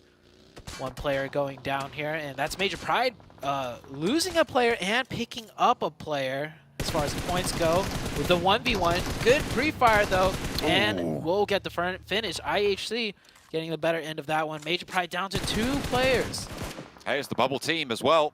They are looking to try and back up their teammate, and actually Divine steps a little bit too far forwards and is clapped back. But there's an off angle from Genesis as well. Potential danger for IHC. Nomi, potential to get rezzed here, but I think it's going to be really, really unlikely that you actually manage to make that happen. The crawl is just too far. Ziol, not keeping an eye out for it. If Nomi is able to get to the next building, it's going to be way more possible, but no, he's spotted. Ziol steps out. And it looked like maybe he was hidden by the barrier there, by the little railing on the side of the building. But no, Major Pride down to 2. Actually, Naomi very, very low. Sunken playing relatively poorly for them. And this is the bubble team, so potential for that gap to close. It might happen. But last time, Major Pride was also down to 2 in the Erangel match we just played. And they salvaged it very well, finishing in 3rd with a decent amount of eliminations, too. Could happen again. Could not. I mean, from this position on this side of the zone, very unlikely. But that last match, they lost a player crossing the bridge. They were deep in the blue zone. A military base was heavily occupied by then, and they made it work. So you can never count them out. Next circle about to shift here. As you can see, only one team taking the school apartments so far, just BTR committing to it. If the circle condenses once more, BTR should look to group up. D+, no more splits from them. Glad to see it. Might see a full-on crash of school too. And they're going to need the numbers. Vibes on the far southeast, just playing the circles right now. Trying to get closer, and again, a very central circle. It is right on top of school as well. Weibo in that compound, currently 2-2 split, potentially dangerous if Team Queso decide to move up there. Also, Vampire out on the western side of it could pose a threat over in their compound as well. Newsy scouting up towards Sunken, trying to get a hillside position, maybe a couple of down shots, because IHC are still locked in there. Influence Rage making that big rotation now. They found a compound on the northeast. Are they going to stay there as BTR? Wait. I think BTR shifted away from school to take this position, and they run into Dormorte. 2 down for the side of Dormorte. BTR looking good here. They need finishes quite quickly, though, because this is a hotspot. Third parties could happen. Player of BTR goes over the top side. Superboy just finds the angle instead. Dormorte down to just Malloy. He's behind that car. Hasn't given away his position. He is found. Could get one knock here. Tries to go for that quick confirmation, get some damage in, but it doesn't come through. BTR could get this revive. Superboy, very low. Revive coming through. My question to you, John, is did BTR get a knock from inside school apps and push up here in ridiculous aggressive fashion, or were they looking to play there and ran into a team? I don't know if you caught it. I didn't catch that either. No, that was really, really fast. I mean, it was aggressive from BTR, right? But this is another one of the top 3 teams taking a little bit of punishment early into this match. Sure, they've gotten 3 points for it, but maybe we're going to see a little bit more of a crunch back around that bubble, right? Because we've seen that bubble now extend to 24 points. So the question is, can Weibo, can Influence Rage, can Brute Force even start to eat into that point differential? Because vibes are still going. They are on that south side. They swung from that southeast side, and they're pushing up the Pachinki Hills on the east side, just to the west of Potato Hill, and they'll vie off with Team Queso. I'm watching the minimap, and Sitar branched back into the school apartments, so there is a likely chance that they got a knock and just made a ridiculous aggressive push. That push, I almost say, is not a good one because you are kind of really disadvantaged. Potential for third parties when that zone popped up. I mean, if that was the case, man, BTR is just on another level when it comes to pure aggression. One knock, and we push no matter the situation, and it's working. They lost a player, however, but they pick up 3 points. That's a good start. Well, I was talking about how it's a great start to pick up those 3 points for, I think it was for Miracle Vibes last match, just at the start, having those 3 points on board. Really, really comforting, especially when For Miracle Vibes are only 1 point ahead of you. So they are now currently in first place as it stands, but with 3 players, their point scoring potential in this match is just that little bit curtailed. Still, the 2 players from Major Pride over in Sunken City are staying alive. Vampire have established a perimeter, though, on that south edge. Look at Newsy and Schweppes looking to bring the pain. Weibo get the central shift again, but now I think they're going to have to choose the side of the road to go to and stay there. Yeah, they could keep a split, but whoever is being split off definitely has to be ready to just eject from there and group up. This could be Weibo's chance to not break into the top 3 because there is a point gap, but definitely catch up because Major Pride down to 2 players might not be able to put up many points here. We'll see how things play out. Vibes will have to rotate a little bit into the zone from the south side. And Vampire, I think, will keep that huge western split, which does give them a lot of control towards the center of the map outside of Weibo's compound. Outside for the time being. See if they can breach that gap in the next circle or 2. DRS trying to move out and deal with SM9. Depp close by. Snade send back their way. Not really looking for a scrap right now, seemingly. They've still got their backstop, so SM9 just looking to put a little bit of pressure on. But they're going to have to move forwards fairly soon. DRS also looking for that rotate. Oh, SM9 saw them caught in the middle of two. Looks like Brute Force has taken the dips just north of Weibo Gaming's compound. And IHC trying to make a play, but not able to. One of their players is down. Actually, Major Pride with only one, so Major Pride with two. The other player has rotated in. Effect is here to hold off the backline, and Effect is good. Holding off 3 players right now of IHC. Demo's last one up. He's got that DBS in hand. Effect pops off the first aid, but Demo with a nicely timed shot around the corner. We'll get that full reset onto the team. Major Pride with only one. Fighting all around now as Rook pushes onto Genesis. Major Pride out now. IHC going to have to leave, and that's going to be a tough task ahead with Vampire right in their way. The nades going back and forth, but not much hard aggression right now. Rook actually sending someone forwards along the ridgeline. Eugene is there. The nade onto Smile is good for the flush. Ichi for Genesis giving ground now. I don't think you could really realistically hold this one as far forwards as they would have liked. So they're playing on this south hill of Rozhok. They're going to have to descend near to school. Queso taking the warehouse. We just saw as Brute Force was in the dip on the north. The only isolated fight really going on now, though, is on the northern side. Genesis versus Rook. And Genesis is in a little bit of a better and stronger position, but Rook have the player advantage if that player stays alive, that is, as he almost went down. Delta getting a knock from Bino Storm. That's happening on the south side. And yeah, DRS and Sem9 on the south side still have to fight their way in. That's a 3-way fight that might be happening right here.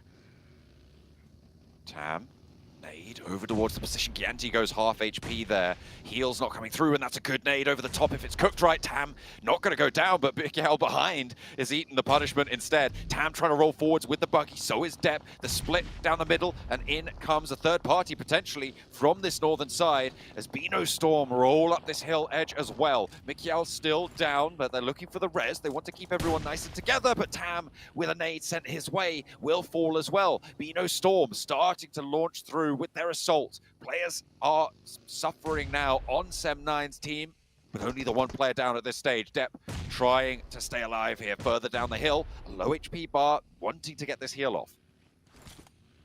Bino Storm with a beautiful nade right onto the opening of Sem9. Sem9 driving around the buggies, just trying to get info, trying to bait out shots, and a great shot from Divine rips the player out of the buggy, and at that point, I think Sem9 is just going to have to give up this one and just find a spot in zone to survive in. And oh man, the nades are so good out of Bino Storm.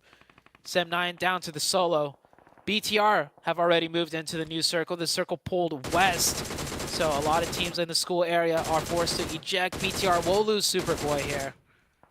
They are going to take that all the way down. There's 2 players now left for BTR. Team Queso, Weibo sharing that central area. The shift goes out. Vampire happy with this one as well. They get a lot of that hillside under their control. Rook trying to take care of Genesis, but Influence Rage taking care of the remnants of BTR as well.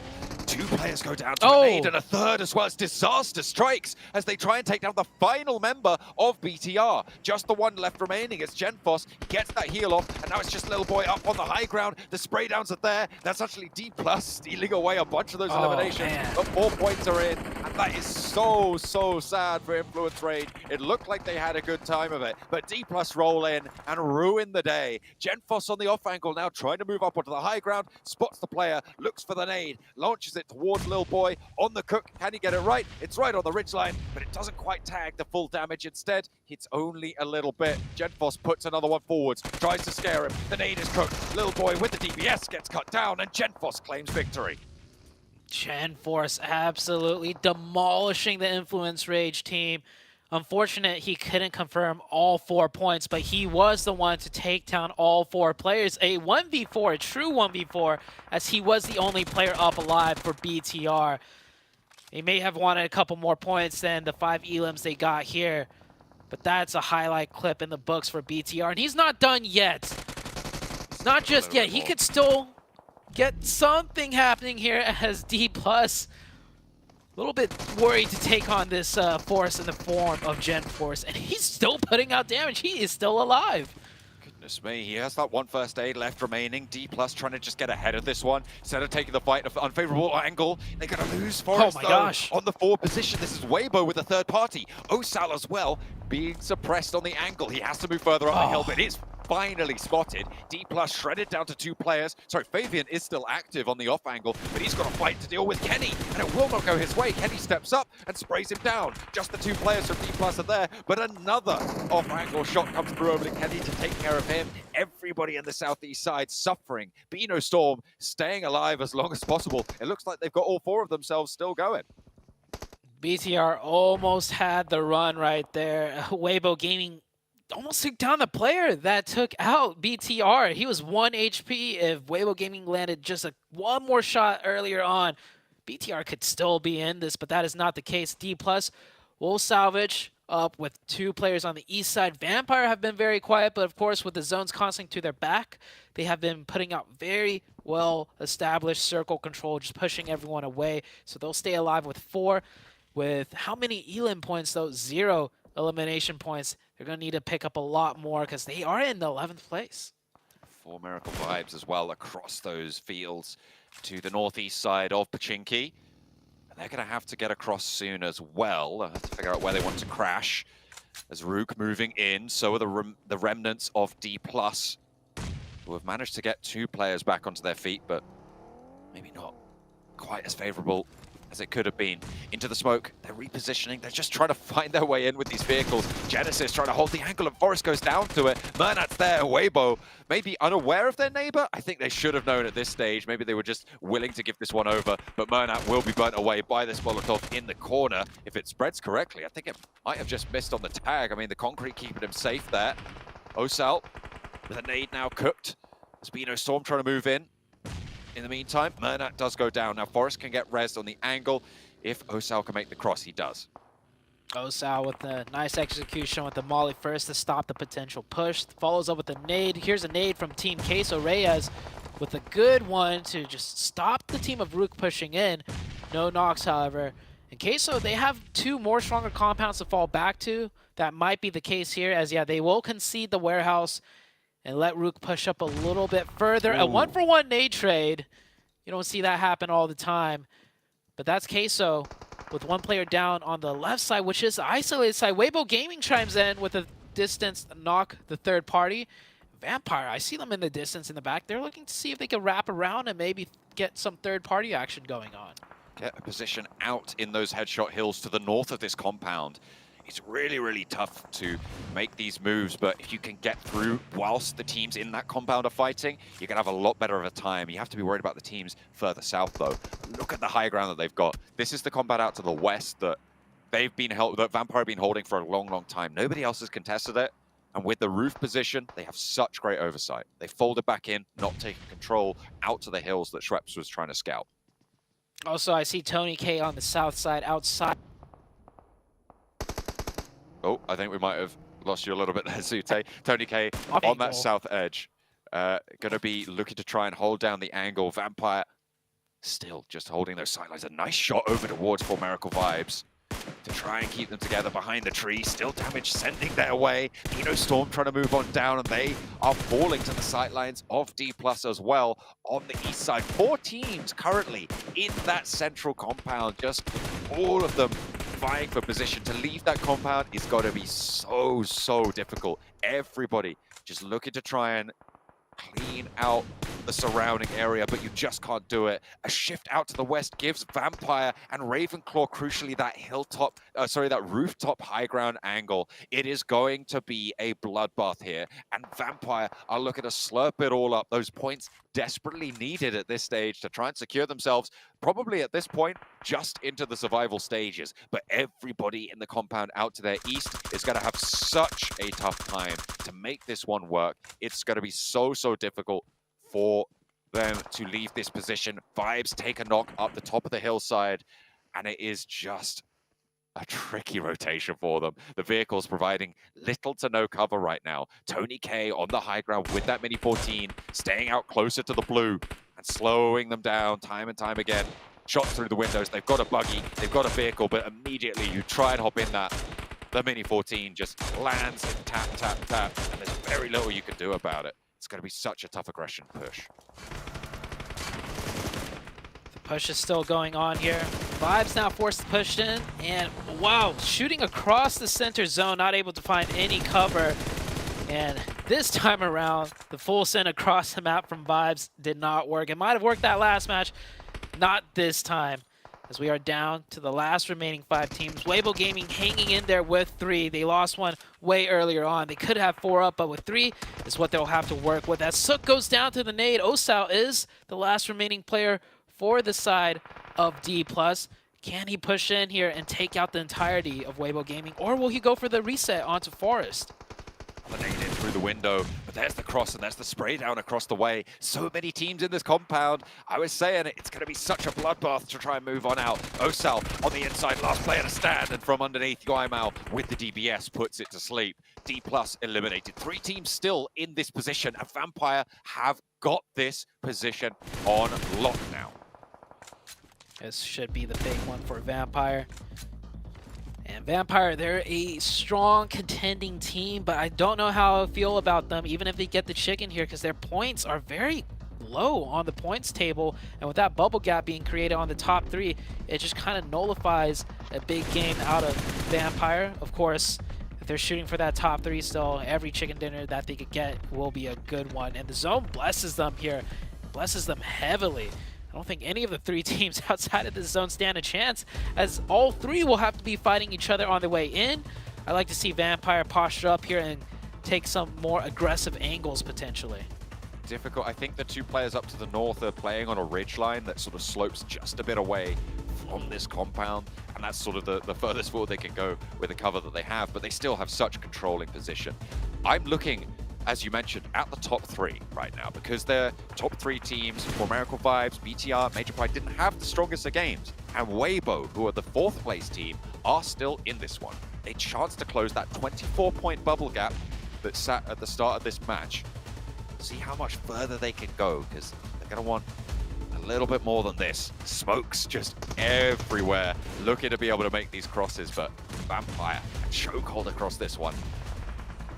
Weibo Gaming, the first casualty on this insane push out into the open. Queso and Rook going at it. Weibo Gaming just need to survive up to 2nd place. I think that's the best they could hope for. The compound fight is blazing. Rook seemed to be getting the better end of it, as Queso's down to just Big Lump Milo on the top 4. Weibo Gaming fully taken out there. They went for the cross. They went into the sightlines on Vampire, and here comes Vampire. They are straight up into the wall. Tony K wants a piece of this pie. They know they need points, and this is exactly how you get them. They have so much utility. Look at that, 11 smokes, 20 nades still in hand, and there's a double nade coming on through for Tony K. He's on the outside and under pressure now from default. Where's the rest of Vampire? They've careened across this open ground, and they are looking to close it down. Tony K will hop on up, and that is everybody falling in their face. I wonder how many eliminations they were able to close down towards the end. They're happy with it. Well, maybe not elated, but to be fair, they were just waiting this one out, trying to get the maximum value here. Vampire will close it down as we kind of expected, given those final circles. There's a relief to find a performance today to try and climb further back up those tables. Yeah, you can tell from their reaction that they wish they could have gotten more. But with the way the circle played out, they had to play it that way. If they got any more aggressive, it would have just been unnecessary risk that more than likely could have ended badly for them, as Tony K, the MVP, once again. They have had 3 chickens so far, and I swear, every single time Tony K has been the MVP. I mean, he is, absolutely. This guy has been a force to be reckoned with. A force to be reckoned with. I mean, that was, I think, a lot from that nade that he was sent on forwards. There were a couple of eliminations that happened earlier as well for them. But yeah, absolutely. Such a great pickup to this roster. Came on to the Vampire team at the start of this year for their season. Performed exquisitely at PMWI. Obviously, with Vampire's performance so far here, it hasn't been as maybe noticeable, but this guy is a terror. You cannot discount him no matter what Vampire are doing. Make sure that you keep an eye on this guy, because he is a force to be reckoned with. I think the team sets up really well for Tony K too. I think every time there's an off angle to be had, they trust him to take it, and whenever a push, a spearhead needs to be made, the other 3 players are there to support him if things should go wrong. And man, what a match out of Vampire. They need a lot more of it though, but hey, starting it off strong on this one with a few more matches to go, Vampire could still bring it back. It's going to be tough, but Zute's right. They can still definitely do it. They went into that match in 11th place, technically safe to make it into the survival stage, but I never would have guessed that coming into this event, that we would have our reigning champions of PMWI back-to-back years just struggling to stay ahead of the bubble and to stay in the contention for the Grand Finals. But this is definitely a victory that they needed, not to mention gets them in a little bit of a safer place overall. Being that 11th place, as I mentioned, with Demorte being in 12th, DRS being 13th, and those two teams going out early, that gives them a nice little buffer here. But obviously, as the casters mentioned here, Cameron, Vampire kind of wishing they got a little bit more, but honestly, they should just be happy with the victory right now. Yeah, you're not going to be upset with the numbers that you got. I do appreciate that Tony K saw an opportunity to rush forward and get a couple more for his squad. Yeah, you can see here, they're not super elated at it. They know that they were essentially gifted that win. They just had to make sure to not throw it at the end. But you know, you take what comes to you. In 7 eliminations, we've seen worse. We have seen lower elim wins. Yeah, whenever you see about some of the other teams. Are you seeing that though, Rook, with the 11 eliminations? You were talking about this when we were watching the game too. This is another team that kind of wanting to create a bit of a cushion too, away from that 11th spot. Good to see that out of them. And going back to Vampire Esports, this team has had 3 chicken dinners now, and for them to just continue to be in the spot of, are they even going to be able to make it to survival stage? Are they maybe now going to push towards 3rd place? There's just too much inconsistency for me out of this team. I want to start seeing a little bit more consistency. I mean, if we even went back and look at their wins, they're never able to follow it up. It's 7. They have 37 placement points with 3 chicken dinners. Yeah, they have the most chicken dinners in the lobby, but 7 placement points outside of their victories is not a good sign here for the team from Thailand, who honestly should be doing better. Yeah, that's what I'm saying. Way too inconsistent. I didn't realize it was that bad. That's really, it's the really worst bad. ratio I think we have, actually. Yeah, it is the worst ratio we have. Yep. Yeah, I mean, yeah, look, even at the bottom, Genesis have 8 and 16. Wait, they had the lowest placement points outside of chicken dinners. Yeah, Genesis with 8, they have 7. Like, not good. Yeah, I don't know. I don't know. It's we sort of been hounding on them this entire time. I think that they should make the decision that the second it hits phase 3 to stop using vehicles, because that's usually where the trouble arises, right? But it's so hard to like count them out though, because you'll see rounds constantly, and honestly, so much of it is on the back of Tony K. You'll see all of these rounds where he'll just create something out of nothing, and it's unfortunate that those sorts of rounds only happen every once in a while. But there's it's like there's this like level of magic that we're starting to really like see there.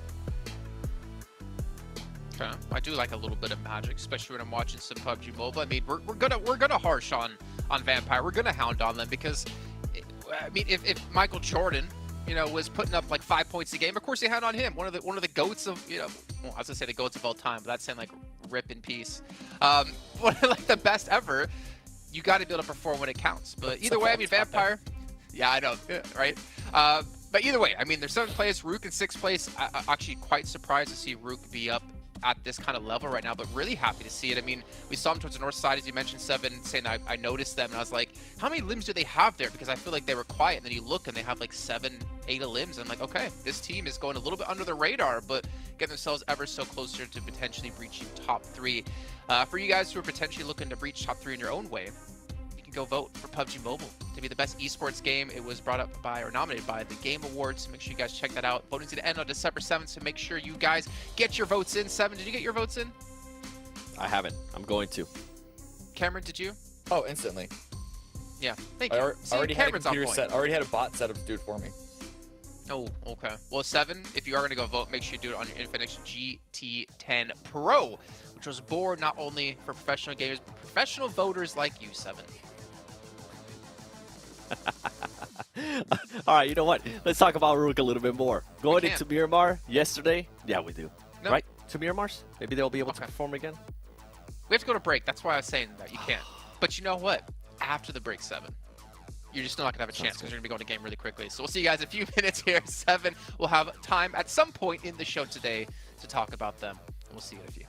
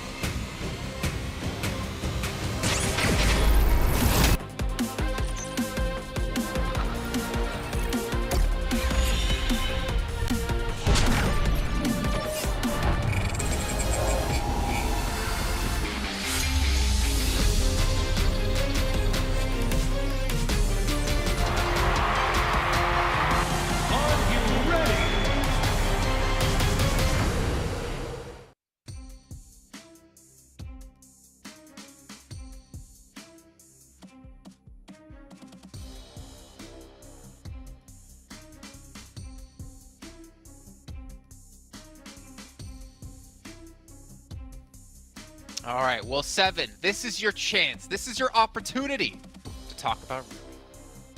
Now, let's talk about the fall. Yesterday, he was able to put up a good performance. Those 10 eliminations that he ended up getting yesterday. Today, it's not just the fall. Today, we're starting to see some of the other players also starting to perform, and that's what we want to see. That's what we've been seeing out of PUBG Mobile for the last couple of years, not just one player being able to carry.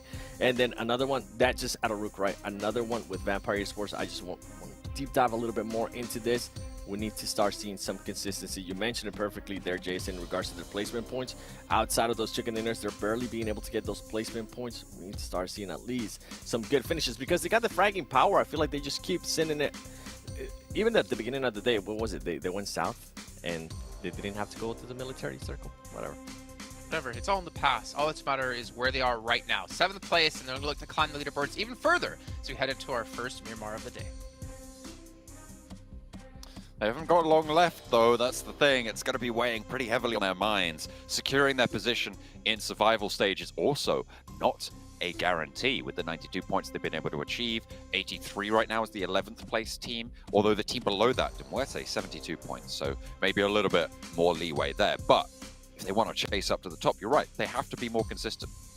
Yeah, the bubble to get into that top 3, also the bubble to drop out of the survival stage group it's just anything could happen to the teams right dead in the middle of the pack. And I'm looking at the scores right now. So many of these teams are sharing similar amount of points, so that's multiple squads that could make it into top 3 and also could drop out and not even make it through to the survival stage. Of course, you know, with 2 more games and a whole day left, we'll get a much better idea by the end of the day as to the fates of all of these certain teams. And that top 3, it closed the gap just a little bit. Weibo Gaming a little bit closer to that top 3 now. I think what's dividing them is a 15-point difference. So little by little, Weibo Gaming are working their way up, and also little by little, Influence Rage is dropping further and further down. Yeah, they are having a tough time of it. I mean, if they continue on this track, and they lack the consistency that we were praising them so heavily for over the last 2 days, there's a very real danger that they could be near that bottom bubble as well, remember, to not even make it to the survival stage if they stay the course. The bubble for the previous 2 weeks was 116 back in Group Green, and in Group Red it was 123. This is for the 11th place team. So that's the sort of measure that you're going to be looking to. Once you've passed that 120-point boundary, it's pretty likely that you're going to be seeing yourself up in that survival stage guaranteed. And obviously, more than that, you're going to be looking towards the top bubble, which is around that 180 to 190-point sort of barrier. So no team has managed to cross that threshold just yet. We've still got a long way to go. We're having a little bit of a hot drop here for Demuerte. Seems like we might be. Is this IHC? I feel like it might be as well. These guys love an early fight. Demuerte and IHC into the hot drop fight. Here we go. Circle pops up. It is far south, opposite of plane path. This southern circle is on Miramar, just like every single time with this group, it seems. As the fight rages on now, the hot drop, one of the players of IHC, Alex, only with the pistol in hand. UMP for Korka. He's on the outside balcony. I think Demo can see him there from the third-person angle, and oh, that nade almost sails into Alex, and oh, the lean peek out the windowsill, almost. He still gets caught though. Zael from a different angle catches him. With the micro Uzi as well, Alex has got that sawn-off in hand. Pretty dangerous, especially when you're looking for the flushes. Opens the door, baits the shots, but no shots come on through. Malloy here on the high ground with the Scar. IHC currently doing better on this fight. Looks for the cross, Demo caught. And will be behind the wall, but that is a player down, and nade right onto his feet as well from the off angle. Godless keeps it in check, and Milky Way now repositioning. Looks to line them up with the micro Uzi in the alleyway, but he's caught too. And Demuerte looking pretty down bad right now. Furia trying to just get out of there. Milky Way might have looked for the angle for more knocks, but he did find the confirmation instead. So at least 1 point, Furia in a 1v3 situation. The stairs are a good spot to hold a 1v3 though, as he gets 1 knock. Now he needs 2 more, but he swings out a little bit too wide there. The double push is good. IHC pick up 4 quick points, lose 1 player, but at least the fight is finished over quickly, as this circle there's a decent rotation for them to make still if they loot fast and rotate fast. Team Queso, the only team to have rotated in, but I do believe Queso is a team that loots Los Leones as well. Duarte, 12th place right now, losing out the scrap. Really bad news. We talked a lot about that bubble, and I don't think we focused a lot on Duarte since day one. They were able to get some decent performances. I felt like they were going to be one of the better of the two EU teams. In fact, I called it out, and it seems like Major Pride took that very personally and really stepped up their game after that point. Duarte have had that fall off as well, and it has kind of been a little bit disappointing because these players, this team, really solid mechanical stuff. I just feel like some of the positions just haven't been that great. I mean, they're making some rotations that I think could be tidied up, and they are being punished for it. By the way, if you noticed it, the viewers as well, we kind of just witnessed Beano Storm just land. They drifted from the west all the way to the eastern part of the map, drifting their way in. So I had to do a quick double take. I look back on my mini map. Yep, they just parachuted in. So we were seeing a lot of this on. I do feel like this PMGC this year in particular, teams are employing a very long gliding parachute versus gliding in the parachute for a vehicle and then continuing on. So this is a change for me, that's for sure. Sem9 on the northeastern side, rotating in. They'll have a straight shot into the eastern side of the circle and could even make their way quite central as the whole entire eastern side of the zone is clear. Major Pride playing on the west, so the opposite end of things.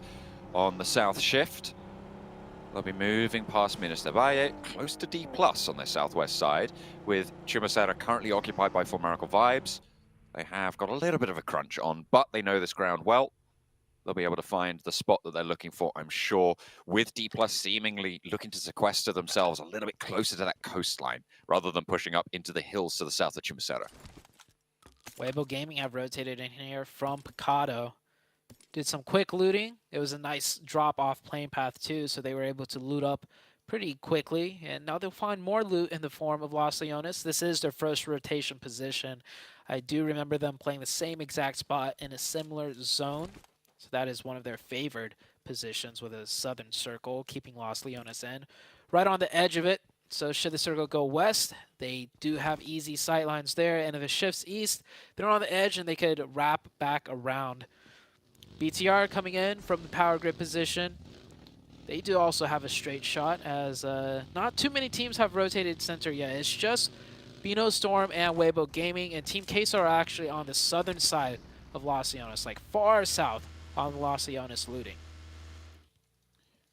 Just trying to keep up that loot.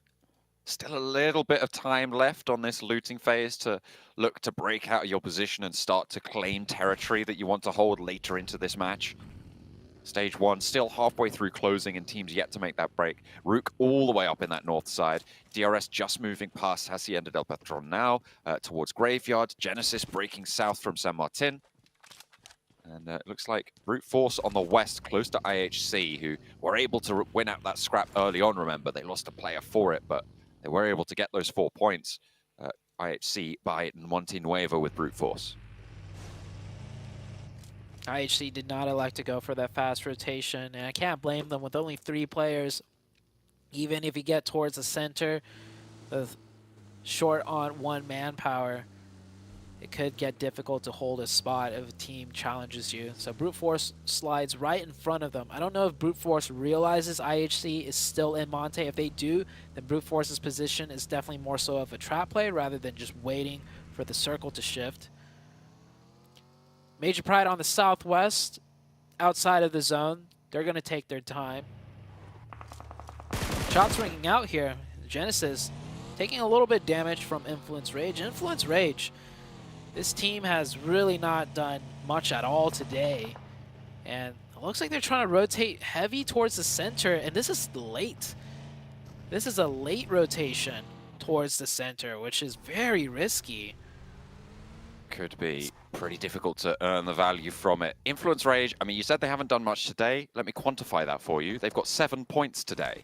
on the 4 matches that we've seen from them, which is very, very bad, to be honest. It's not what you want to be seeing from a team from the region that was able to win in Brazil. When you look at what Alpha 7 and Loops were able to do for their group, it's just a little bit lackluster right now.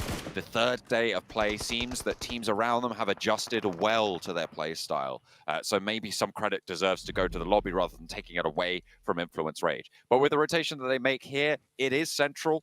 They have got that spot involved as the northwest side between IHC and Brute Force continues to develop, and IHC seemingly suffering the most for it in the time being. But yeah, 7 points today for Influence Rage. They need more. If they get 7 points today, overall, I mean, sure, they get 10 points today, they get 10 points tomorrow. I don't think they even make the bubble. It really comes down to this game right now to see what Influence Rage could do.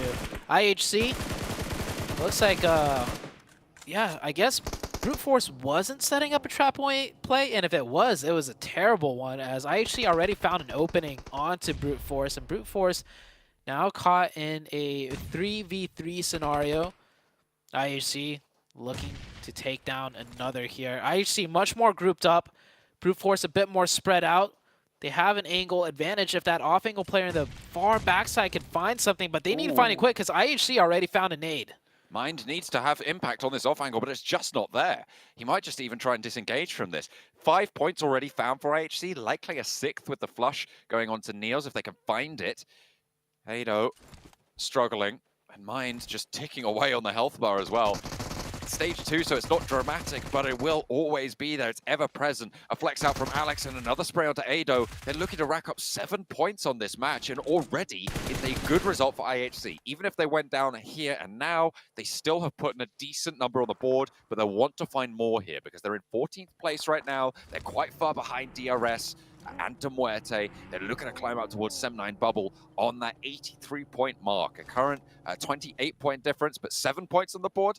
That's going to shrink that down to a paltry 21 points. And what's that really, Zute? It's still quite a bit. But gapping 21 points on the bottom half of the leaderboard, much easier than gapping it on the top half. Because the bottom half teams, well, they're not averaging too many points per match, so you could pass them up. So points are basically more valuable. Northside Rook coming in very late on the zone rotation, given their starting spot in the looting. Kind of have to play this way. Meet some opposition, and they'll wrap around the other side, which is probably the correct play. You don't want to take a fight on the edge of zone, especially when the next circle is about to pop out here.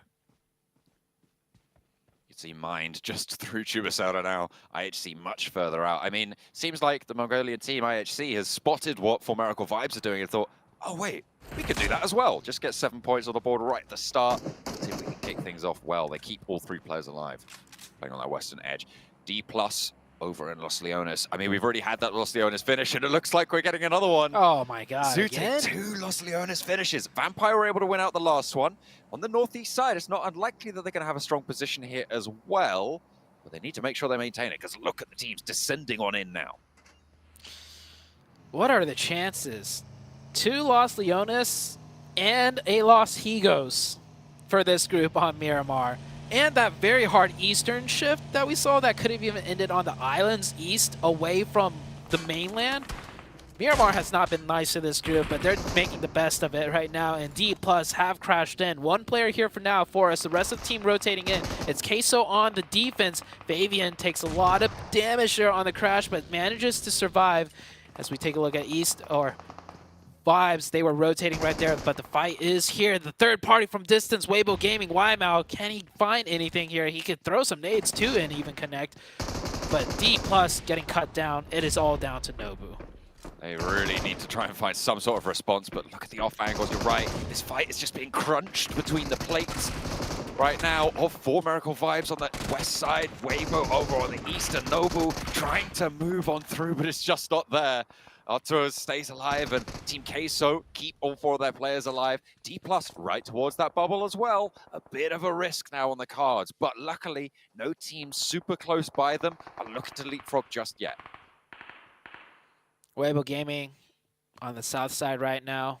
Pretty spread out. they have a lot of opportunity to catch brief sightlines. The issue with that is even if they get a knock, it's not going to be a confirmed point. And the circle more central towards the north, so there's a chance that Weibo Gaming have to push into Los Leones, which is always difficult unless they get a nice southern shift. But if that nice southern shift comes out for Weibo Gaming, look just to the east of them. Major Pride is there too, the team that they're trying to pass up. DRS, shots from IHC, who continue to look to frag out in this lobby. A rotation around, maybe looking to crash on this position as well towards DRS, sweep out this northern side. Alex moving forwards, Godless sweeping down low, Ziol going on that roadside.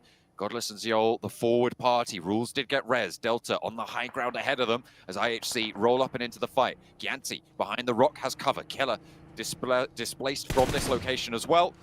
And they're a little bit split. Can IHC capitalize? Ziol tries to find that opening, really puts himself in the open right there with that vehicle. Gianti will take down that player. Looks like IHC is just trying to keep it simple. We'll just take isolated fights, less to worry about. But with one player down before this fight even erupted, it really does dampen their chances of winning it. And now cut down to 2.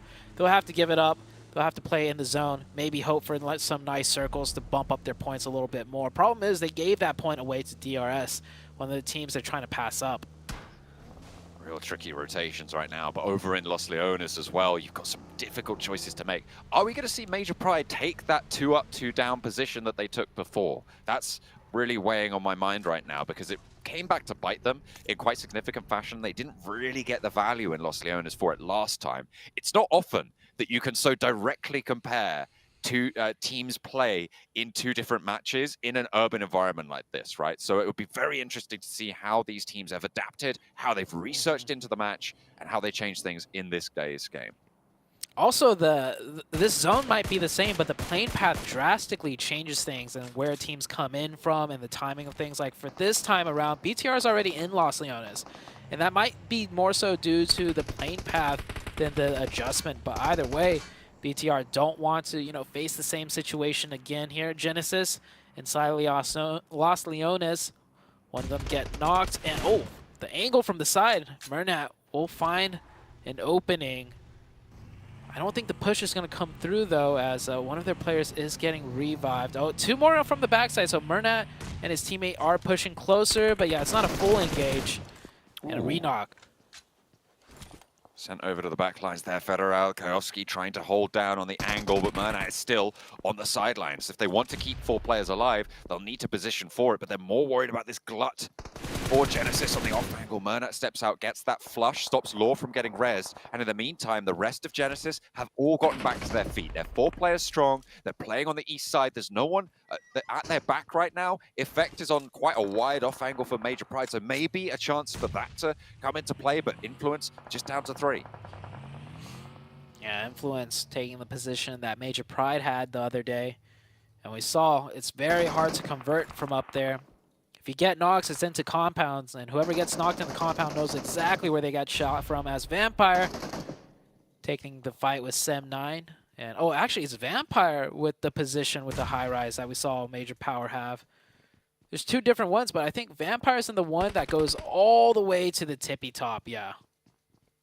Major Pride still wants some high ground there. You can see Dino over on the angle. Effect still all the way back out to the southeast side, not in this zone. Vampire, are they going to go much higher than this? I mean, that's the last floor that Vampire can get to without having cover on the stairs, right? So maybe breaking that one out, trying to give a little bit of time. But Tony K goes too far out, gets spotted, and it's Rook to take the shots. I don't think he's been flushed just yet, but might be only a matter of time if he's crawling back down.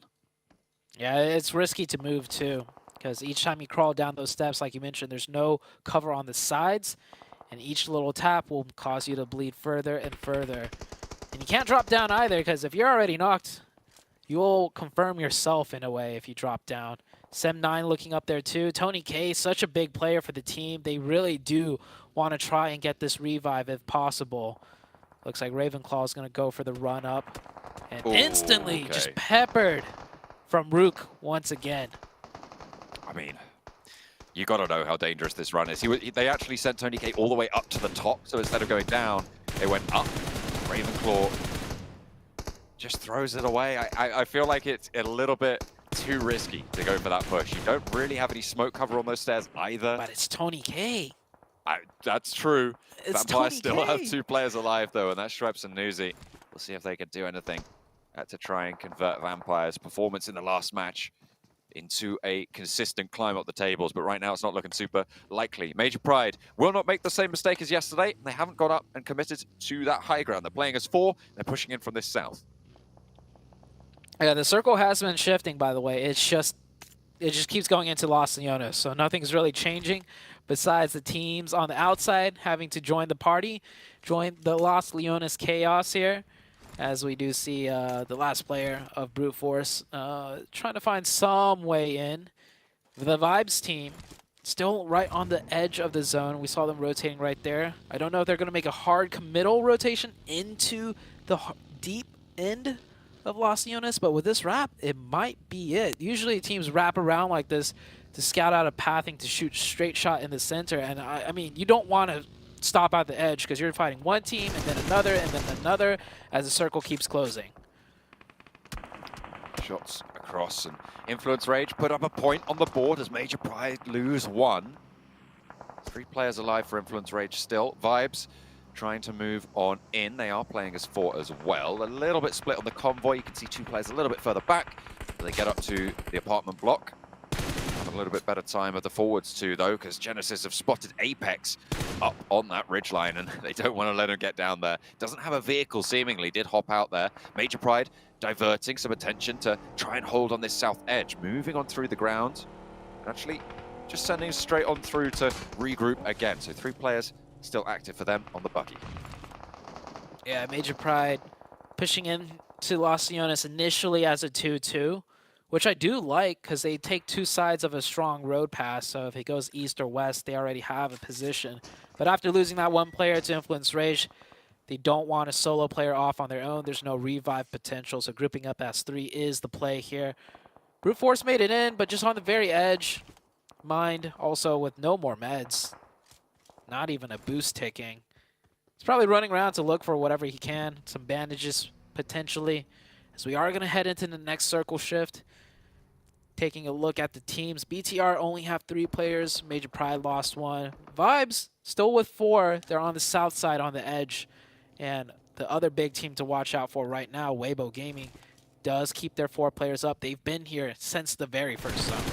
They are in a crucial position, not only in the circle, but also in the standings, right? This is a chasing team right now. They're 4th place. They're a couple of points behind Major Pride right now. With Major Pride down to 3. They're going to be a little bit limited, but in urban environments, I feel like it's just almost impossible to call these things always. I don't think anyone would have called Vampire yesterday. I don't think anyone would have called Bigatron doing as well as they did yesterday. It's so difficult to predict what's going to happen.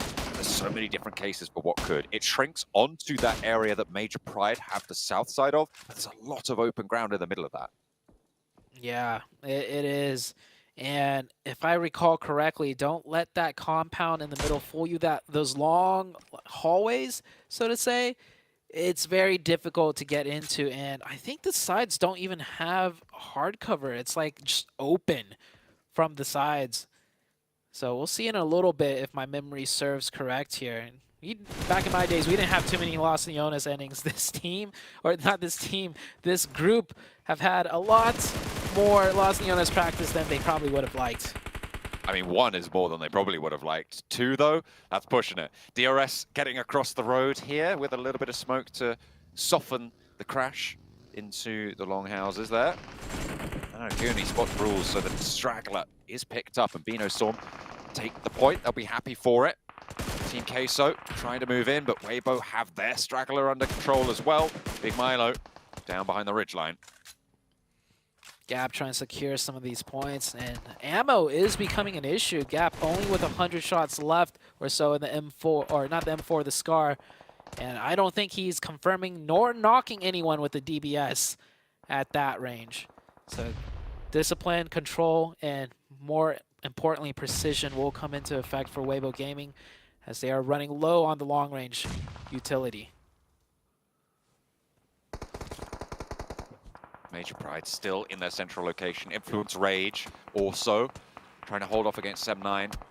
influence range and need a good match here for today's record, because, as I said, I highlighted before, 7 points from today, 8 when you include the elimination they've got now. Lackluster from the Brazilian roster. Rook spotting IHC will go down as well, but they already got the 7 limbs on the outside. Remember Zute, they've already had a fairly decent game. Yeah, fairly decent. Like I mentioned earlier, points on the bottom half of the leaderboard are in a way more valuable because the teams you're trying to catch up to statistically won't get that many points in each remaining game. We'll see if that will be the case though. DRS still ahead of them by a sizable amount because that point gap is there. Weibo Gaming now in a closer range engagement. The nades are coming into play, but Queso made it across with all 4 players. I like to see a 3-1 here from Weibo Gaming because this is the immediate threat. Even if the circle shifts more inwards, you want to take care of this team so they're not on your backside, and they already got the opening with 1 with that nade.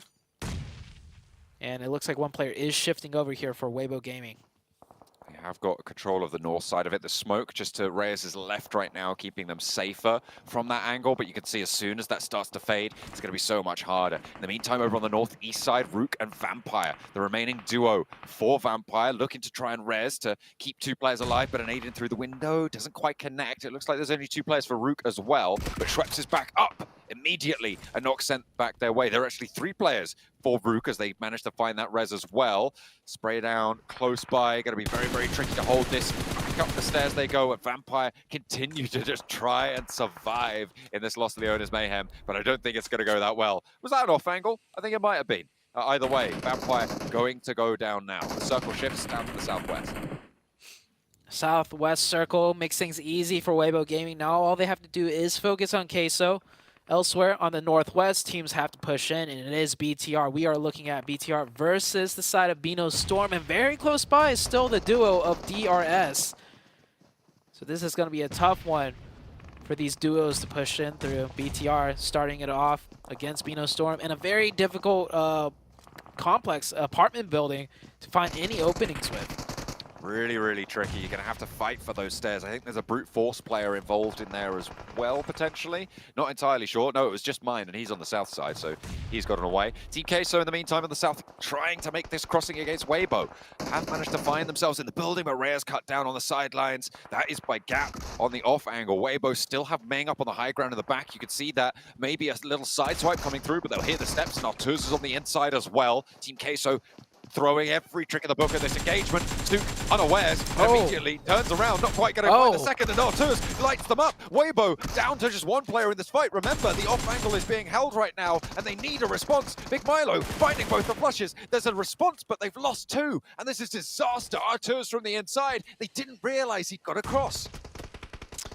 That was a huge fail out of Weibo Gaming. 4v2 in that situation. And they lose 2 players, and they haven't even confirmed the 2 points yet. Team Queso could still take out Weibo Gaming. This would have been a huge one for Weibo, but hold that thought as BTR now starting to really take that fight with Bino Storm. And BTR had 3 players only, and BTR will win that fight against the 4 of Bino Storm. But of course, DRS was always close by and waiting and timed those shots, that third party, at the most opportune time, not taking any casualties besides the 3 that they already have. I don't know if you noticed that in the middle of it as well. Influence Rage just went down with another only 1 elimination. I think it was either 10th. I think it was 10th place as well, so just the 1 point so far. 8 points today.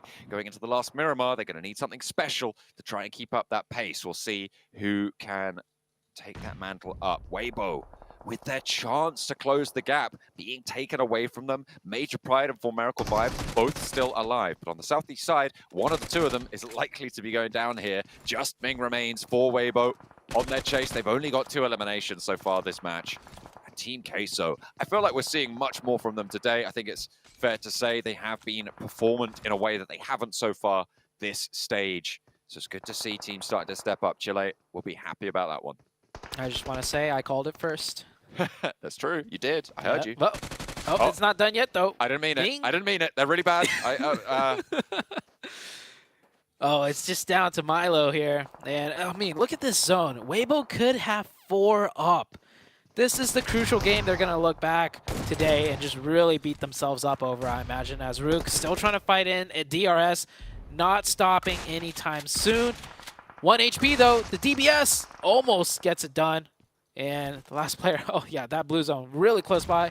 I would advise him not to take any shots and just sneak in if possible. And it looks like he made it in for now, as Major Pride still in the game with 3 players alive. And lighting up for Miracle Vibes as well. Contest for the second place spot starting to heat up for Miracle Vibes eliminated. Major Pride adding those 2 to the tally. SCM9 trying to move through those open sides that you were talking about, Zude. 2 players falling down. They're on the bubble right now, so SEM9 have an important match here. A spray down for Murnat, and a 3rd player falls. 2 players alive. Poor Genesis down in 15th place right now. A strong finish here could put them back in contention, and Smile has more to do. Major Pride looking to play a backstop to this engagement, and Naomi finds the last player. Depp remains alive, and SEM9 can survive a moment longer. Oh, Major Pride are going to pick up so many more points here, too, because they're the only team with 3 up. Everyone else are solos. So Major Pride, even if things go terribly for them here and they get, you know, third party from each different angle, because they are kind of towards the center, I do imagine they're going to pick up at least 1 more elim points, if not 2, and ladder up some more on the placement points. And there is a 2nd floor to this building, too. I don't know how effective the sightlines are from that 2nd floor, if there's a lot of windows that could be looked through.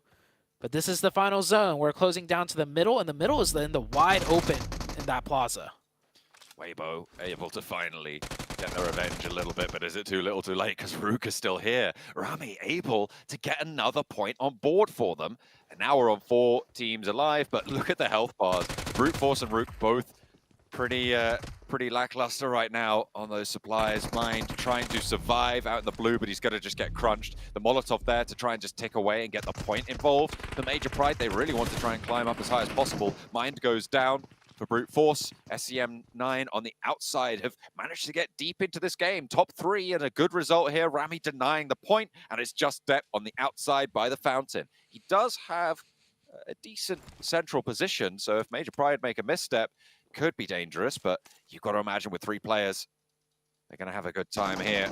Spray down onto Nomi. Can't quite connect the knock. We'll be able to find it. No nades, no first aids either. They know he's here. And actually, Major Pride are quite close to the edge here. Naomi goes low. A nade over to Depp doesn't find what he's looking for.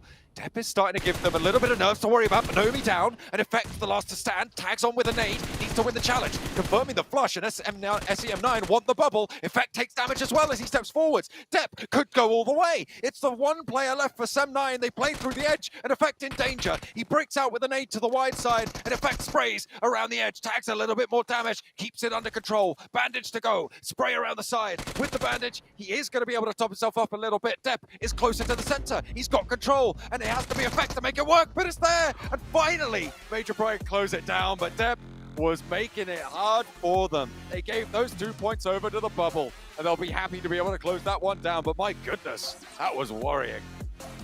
That was one for the history books of PUBG Mobile competitive. A 1v1 ring around the rosy in the middle of the fountain. I don't think we will ever see that again, and what an ending that was. Depp played that so well, maximizing the points too, going for the conversions on those knocks, and he did it in a way where he didn't eat more damage. He did it in a very safe manner, lean peeking out the right side instead of over the top. Very good job for Depp, but honestly, the spotlight goes to Nomi and the team of Major Pride. That is a huge chicken dinner win. The teams ahead of them, I don't think got too many points. All of a sudden, Major Pride wanting to take that 1st place position. And with Weibo having their power severely diminished as well, remember, by that engagement with Team Queso, their chase is going to be a little bit slower now. So up to 4 Miracle Vibes, they'll try and push up, but I think they're still going to be in 4th place. Influence Rage, again, only 1 point this match. Not going to be a good time for them, but Major Pride have the pick of the litter. They're able to get a lot of points from this match, and I'm pretty sure they're going to be at the top of the tables. I'm not going to lie, man. Major Pride has just been massively impressing me. The position they had as well in Los Leones, which obviously is going to be very difficult to win out from. As we were talking about this match, we were looking at, okay, there's like 12 or 14 teams left alive, and we're probably not going to see many go out until the final moment. But 7, the position that Major Pride had With the amount of teams surrounding them, it made it almost impossible for any team to penetrate their defense and to get into that compound they were holding. Yeah, when we were watching you, we were saying, how are they being able to maintain their composure? How are they even able to defend this compound? And I feel like you said it too, them being able to be in the middle and just having so many openings towards their compound, nobody was going to be able to just freely push in. But when teams did start pushing in, they were able to defend it really well, considering that they only had 3 players. Now, good job, Major Pride. But a big surprise to me today has been Rook once again being able to put up 7 elimination points, 12 points total, being able to back up some of the performances that they did have yesterday on Miramar. Hopefully, we'll continue to see that in the last Miramar. And then last but not least here, Team Queso. A great push out of this team so far today. They ended up getting a chicken dinner earlier in the day, but they're continuing to at least mark up those points and keep themselves away from that 11th place. Yeah, for just to touch on Rook again real quick, they did have a win. 11 eliminations very recently, and then 2 third places before that. The only concern is that they have a whole bunch of double-digit placements as well, and even after that win it was 2 double digits with very low eliminations. So there's a level of inconsistency there, but with this recent performance and how tight everything is in the middle, they're now up to 5th place. It's still a long climb if they were to want to try and challenge the current top 3, who are off in their own little playground somewhere like way far and away from everyone else. But as far as keeping themselves as far enough away from bottom 5, Rook have done a really good job recently. Yeah, fantastic job, and even to be fair, Team Queso, and I know 7up trying to bash it too harshly, but we see Influence Rage dropping down to 7th place. Brute Force as well has just been on a downward trend, but to see Major Pride push themselves up like this, again for Queso in particular, this team looked like hot garbage in Americas. I know they already qualified through the PMGC. I'm not afraid to say they look like hot garbage. I think everyone would agree with me to say that. But the fact is they've come into this group and they have started to really perform and really be able to frag out, which I think for me was one of the biggest things I was worried about with this team. Yeah, it was, in the way they've been. I mean, going back to the beginning, right, when they were able to actually defend a compound, when that has been a big question mark for them, not even being able to defend a compound when they do have control of it. And going back to what you were saying in regards to Influence Rage, now I'm worried. I was talking about how they were being consistent. I was talking about how they were still able to maintain the top 3. That consistency has stopped, and we are not seeing any of the top-off performances. We're not seeing any of those high fragging besides just one match. I think they ended up with 12 elims. Now I'm starting to get worried because those teams that were in 11th place, that 11th place has now moved up. If I'm not mistaken, I think that the gap between them and 11th place was somewhere along the lines of 12 points. A lot of these teams that are within that 11th point, they are able to get those points in just one match. Yeah. So Influence Rage, we need to see a reaction here out of them. Yeah, it's at this point mathematically more than possible. I mean, and with their new level of consistency of fewer than 3 points per round, it is now looking very likely, unless something changes again for Influence, that they could even be in the bottom 5, which would be absolutely disastrous for them, considering their position at the previous days, at the start of today, punching up there close enough with the top teams. Well, let's not forget about another team out there, Vampire. Got to bring them up again because they won our previous match. Well, not the one that just happened, but match 4. Yeah. And then they go out with, I believe, 0 points in this last match. You get a lot of highs for them, considering they've won 3 chicken dinners, but a lot more lows, unfortunately, for this team, who has bounced back into the 2nd page here on our rankings. So they're potentially still able to fall out and potentially not even have a chance in the survival stage. How do you have 3 chicken dinners? The only team with 3 chicken dinners, by the way, and you're on the bottom half of the leaderboard. To me, that's absolutely wild. And things can change again, illustrating the fact that the overall leaderboard is very tight, very tight in the middle section. 5th place Rook all the way down to D+, and 11th is like 12-20 points. Okay, well, you know what? We still have 1 match left to come up today before we get into our final day of play tomorrow. So hopefully we can see some teams step up here. 7, he's going to put it all on Influence Rage if he was gambling. Me, I don't know who's going to win at this rate, but I know it's going to be a good match. So let's throw it to our commentators of John and Zute. Major Pride able to win out the 2nd Los Leones circle we've seen on Miramar. They've had good positions, I think, on 2 of the 3 crazy Miramar finishes that we've had. The Los Leones, the Los Hicos Islands as well. They have done pretty decently well, but they are now at the top of the tables, top of the pyramid, 148 points right now, and the bubble sits at 141, so it is very close amongst those top 3, but they are continuing to just keep that moving up and up and up. Yeah, Major Pride, I feel like out of the top 3 teams, all 3 of them still need huge chickens if they want to try and, you know, keep that spot, because the bubble, it may have widened a little bit, but man, I feel like the teams are hungry. We've seen Queso climb all the way up from the depths of the leaderboards. Weibo Gaming just hanging on in there. Weibo Gaming could have done way better that last match, but they still converted a decent amount of points. And between the top 3, if you want the top 1, I mean, if you don't get the chicken, one of the other teams will, between BTR and Vibes. Heavy, strong teams that we have here in this group. And I mean, this is why we call it the group of death. Absolutely. So difficult to make headway in this group. And I mean, it's demonstrated by the fact that Influence Rage have fallen off so hard, right? These teams are so strong. We wouldn't have even considered Influence Rage not being certainly in the contest for top 3 at this point, at the end of day 3, going into that final day. But right now, they're in the conversation for the 11th place bubble as well. I mean, this is a dangerous position to be in, and it shows you as soon as you show weakness, as soon as you start to fall off a little bit, that could be it for you. It can close down on you so fast. Yeah, so I know you gave me the stat earlier, but now after 6 games, how many points has Influence Rage gained today?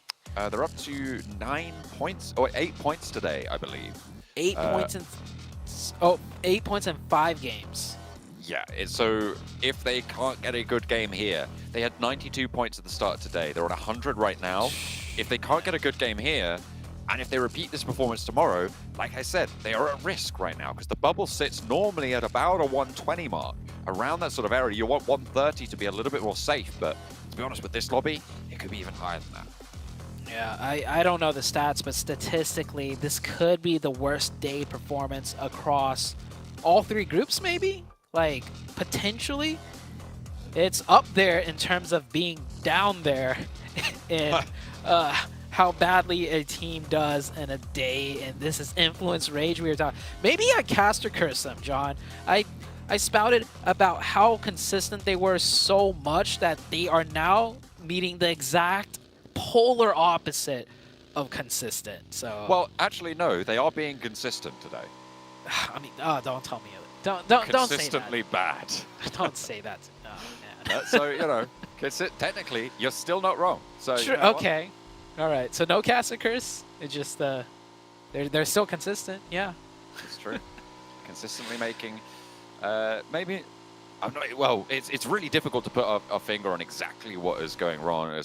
I mean, if it was easy to do, obviously they would just make that adjustment and they would be able to move forwards. But it's made doubly hard by the fact, as you highlighted before, Zute, that we didn't really see a lot of spectacular standout plays that stick out in your mind when you think back about what Influence Rage have been able to do. So you don't really have anything to compare it to. Yeah, what's different?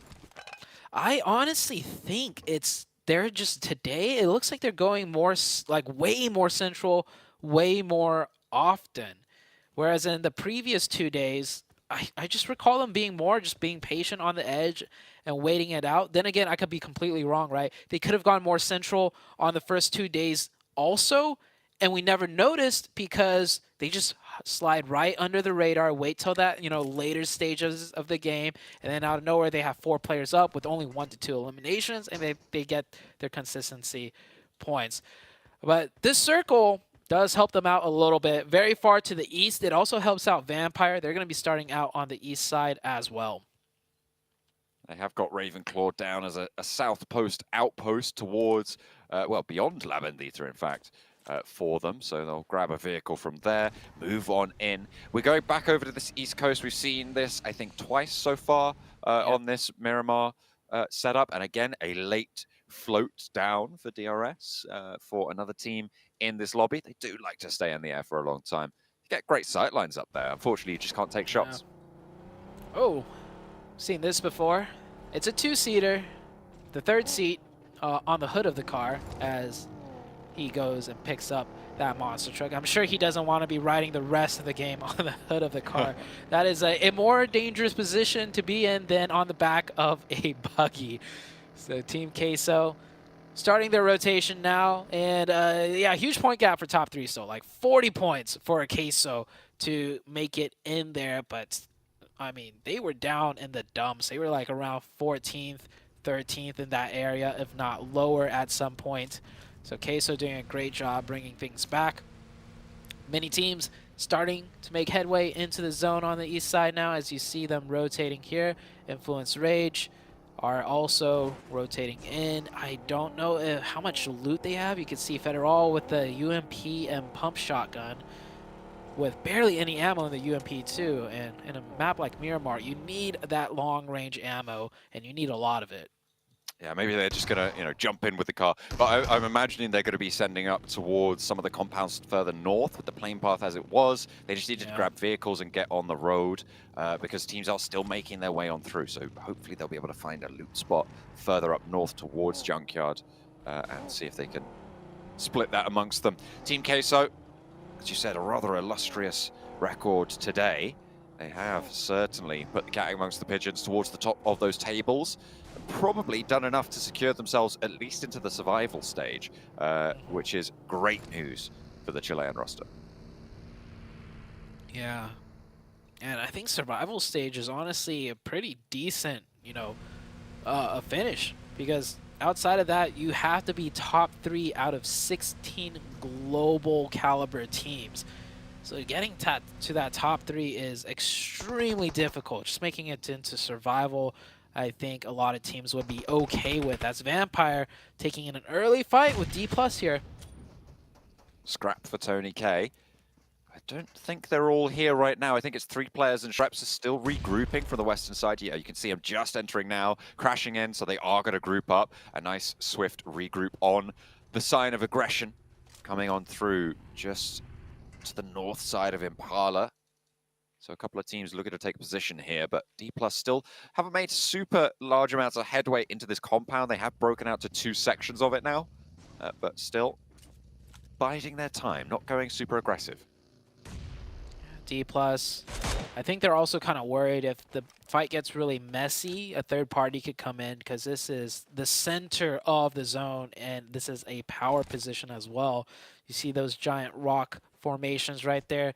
Whoever holds this compound can also get control of the rocks later on, should the circle stay or hover around this area. So third party is definitely a thing for both teams to consider, and I think that is why both teams are kind of playing it more safe, a little bit more distanced. Just playing a little bit further back, but remember what Weibo were able to do with that high ground before, especially Sook on that area, just to the east side of that big rock, of that high mesa position. Those nades, he was absolutely brutal. So team's going to be worried about that for sure. So we'll weigh pretty heavily. And a standoff continues over on the central compound, on that power position. Many teams now have positioned themselves near the center. Oh, Milo taking a little bit of a fall. He should be okay, though. But Queso, Bino Storm, Weibo Gaming, Vampire, D+, all positioned quite nicely towards the central. And off-center, we have a couple of teams, too. Major Pride, Genesis, Sem9 rolling in from the southeast, Influence Rage rolling in from the northeast. Yeah, Influence Rage looks like they actually rotated from the south up through the middle of the circle towards El Azahar to finish looting, and now they're coming in from the northeastern side. So they should be nice and looted. No more UMP and pump action on the loadout. Coming on through, they'll have grabbed plenty of vehicles. Brute Force playing on the outside right now, just near Hacienda del Patron, near San Martin, and pretty near to DRS. You can see them breaking a little bit further east, not wanting to step into that sort of, well, the very, very treacherous ground that sits around Graveyard near Picardo and Minas Generalis. That valley between it is really dangerous to try and move through. So sweeping out to the east might give a little bit more problem towards Genesis, towards Influence Rage. As the seconds phase pops and we're going down, hey, it could be another Los Leones finish. You never know. Oh, man, please not.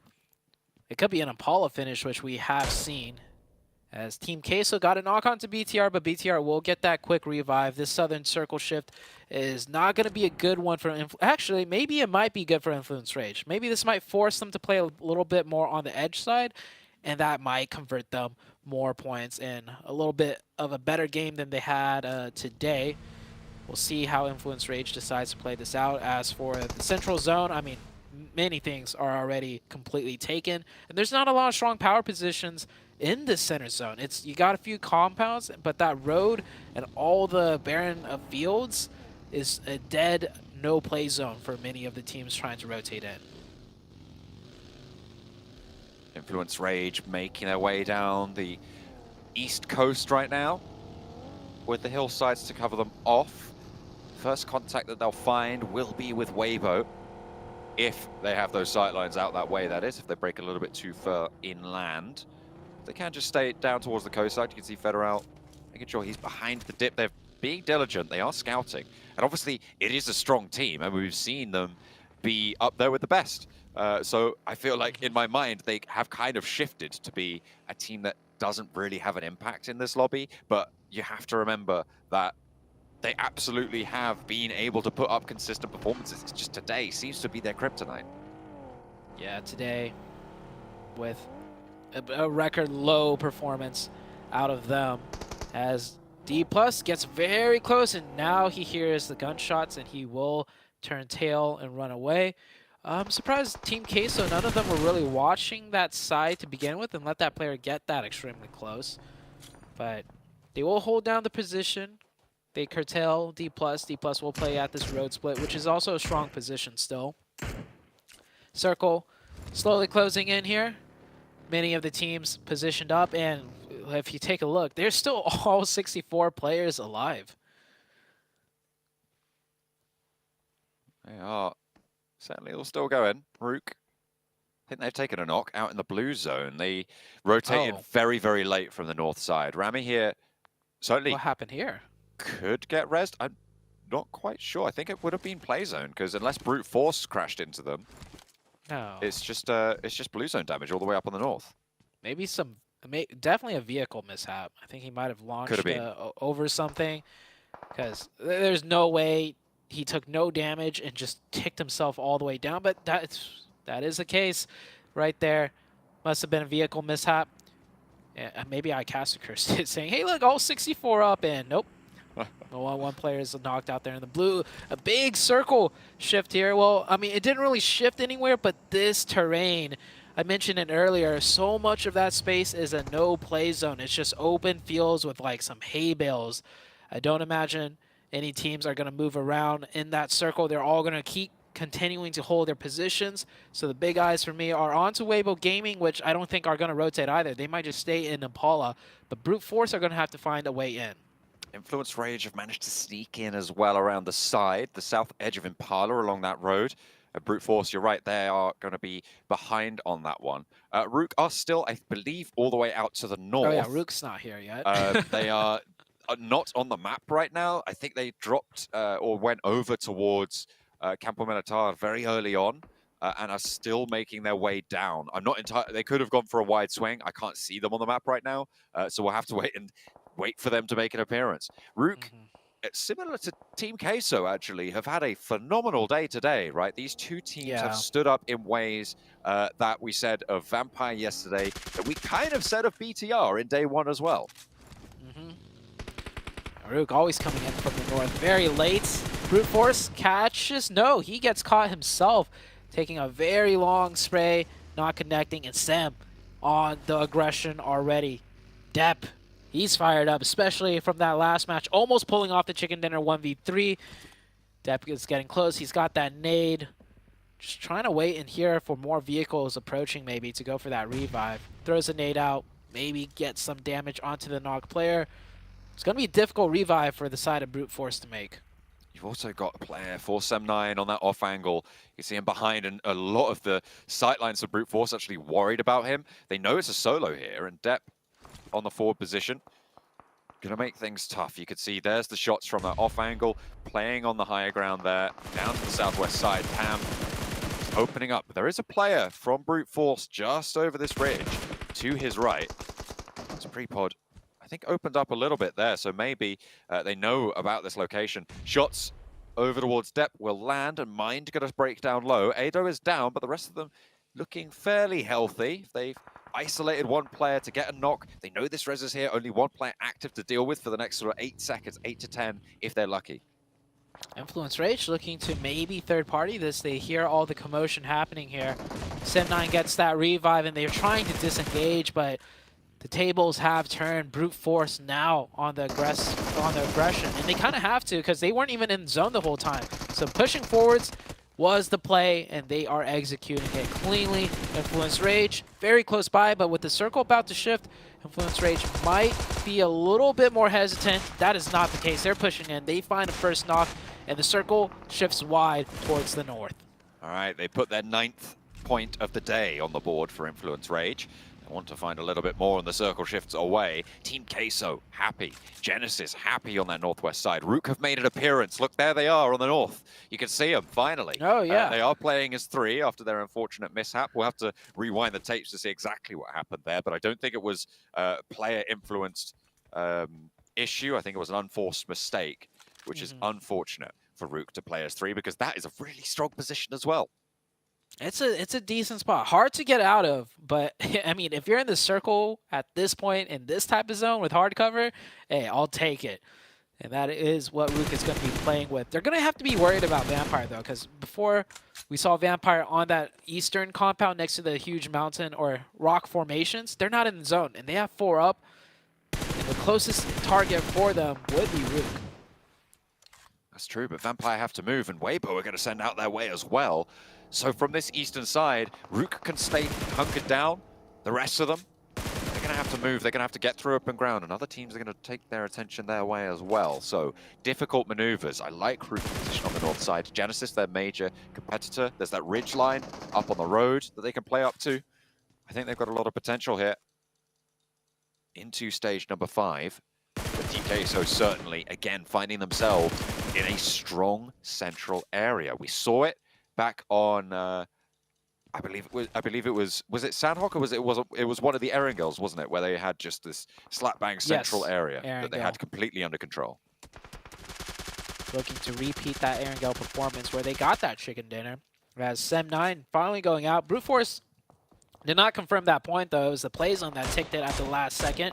And here's that wide swing to the northeast that you mentioned. Weibo Gaming meeting some opposition in the form of Vampire. So they'll just be happy with the edge zone, but I don't think they're going to stay happy much longer because this position offers them no control. To the north, Vampire. To the south, Influence Rage. Weibo Gaming, I don't think they navigated this circle very well. Bino Stormer there as well. Influence Rage, they've put their 9th point up on the board, sure. They're taking nade damage from Weibo in the meantime. Bino Storm just a little bit ahead of them. Nades downhill. Genesis holding out on this northwest point. You've got Smile as a backstop. They're playing nice and reserved here in the compound to the north side. No team's really looking to push into them just yet, except for De Muerte. Maybe a chance that DRS try and third party onto this, try and swing through that La Bandita crater. We'll have to wait and see. Major Pride holding out on the south in the meantime against Brute Force, who are going to go all the way out. Influence Rage do spot Sook on the off angle, so Weibo a little bit dismounted there, but Lil Boy close forwards. Gap goes down on the rotate forwards, but there is answers coming through from Weibo. However, Vampire are chiming into the backlines. They have got sightlines here. Only one player for Influence to 4, and they put their 10th point of the day on board now. Yeah, Weibo Gaming forced to make a bad push because they were sandwiched. They might have been forced to make a bad push, but earlier they could have set up way better. A huge mistake out of Weibo Gaming for the last match of the day. Vampire holds strong, and Vampire is going to continue to pressure this. And I think at this point, Vampire realized they're just high enough in the leaderboards that they can shoot for that top 3, but they're low enough that they're going to need to pick up a lot of elimination points and do it in a huge fashion as the team rolls up and immediately gets cut down. And Influence Rage down to just a solo player. Bino Storm heavily damaged as well. Vampire should look to get very aggressive here. It's 4 points for Influence Rage when they go down. You're right, Vampire can get aggressive, but D+ going to start to circle out wide as well, so they have other fish to fry. They might have to chill out a little bit. Influence Rage, 4 points. It's their best game today, but it's just not going to be enough. I mean, that puts them up, I believe, to 12 points on today's matches. Again, if they repeat their performance, I don't think they're going to be safe. So they have to do more tomorrow. A disappointing result for the Brazilian team. I just recalled how many points you've told me that they've gotten today before these points, and they got 5 of those in Sandhawk, if I remember correctly. Oh, maybe it isn't their best game today. Yeah, so they got absolute zeros in between Sandhawk until now. I think they may have picked up a point or two, but that's not my concern right now, as this is Influence Rage out, and the other teams are still fighting here. IHC on the south side, not in the zone, and I don't think they'll find any decent cover coming into that circle on the south side. Vampire still alive, still trying to finish out this fight with Bino Storm. It was kind of short-stopped with the potential interference from D+, but D+ have gone back to that roadside. Bino Storm swinging out very wide, just looking to see where they could play at.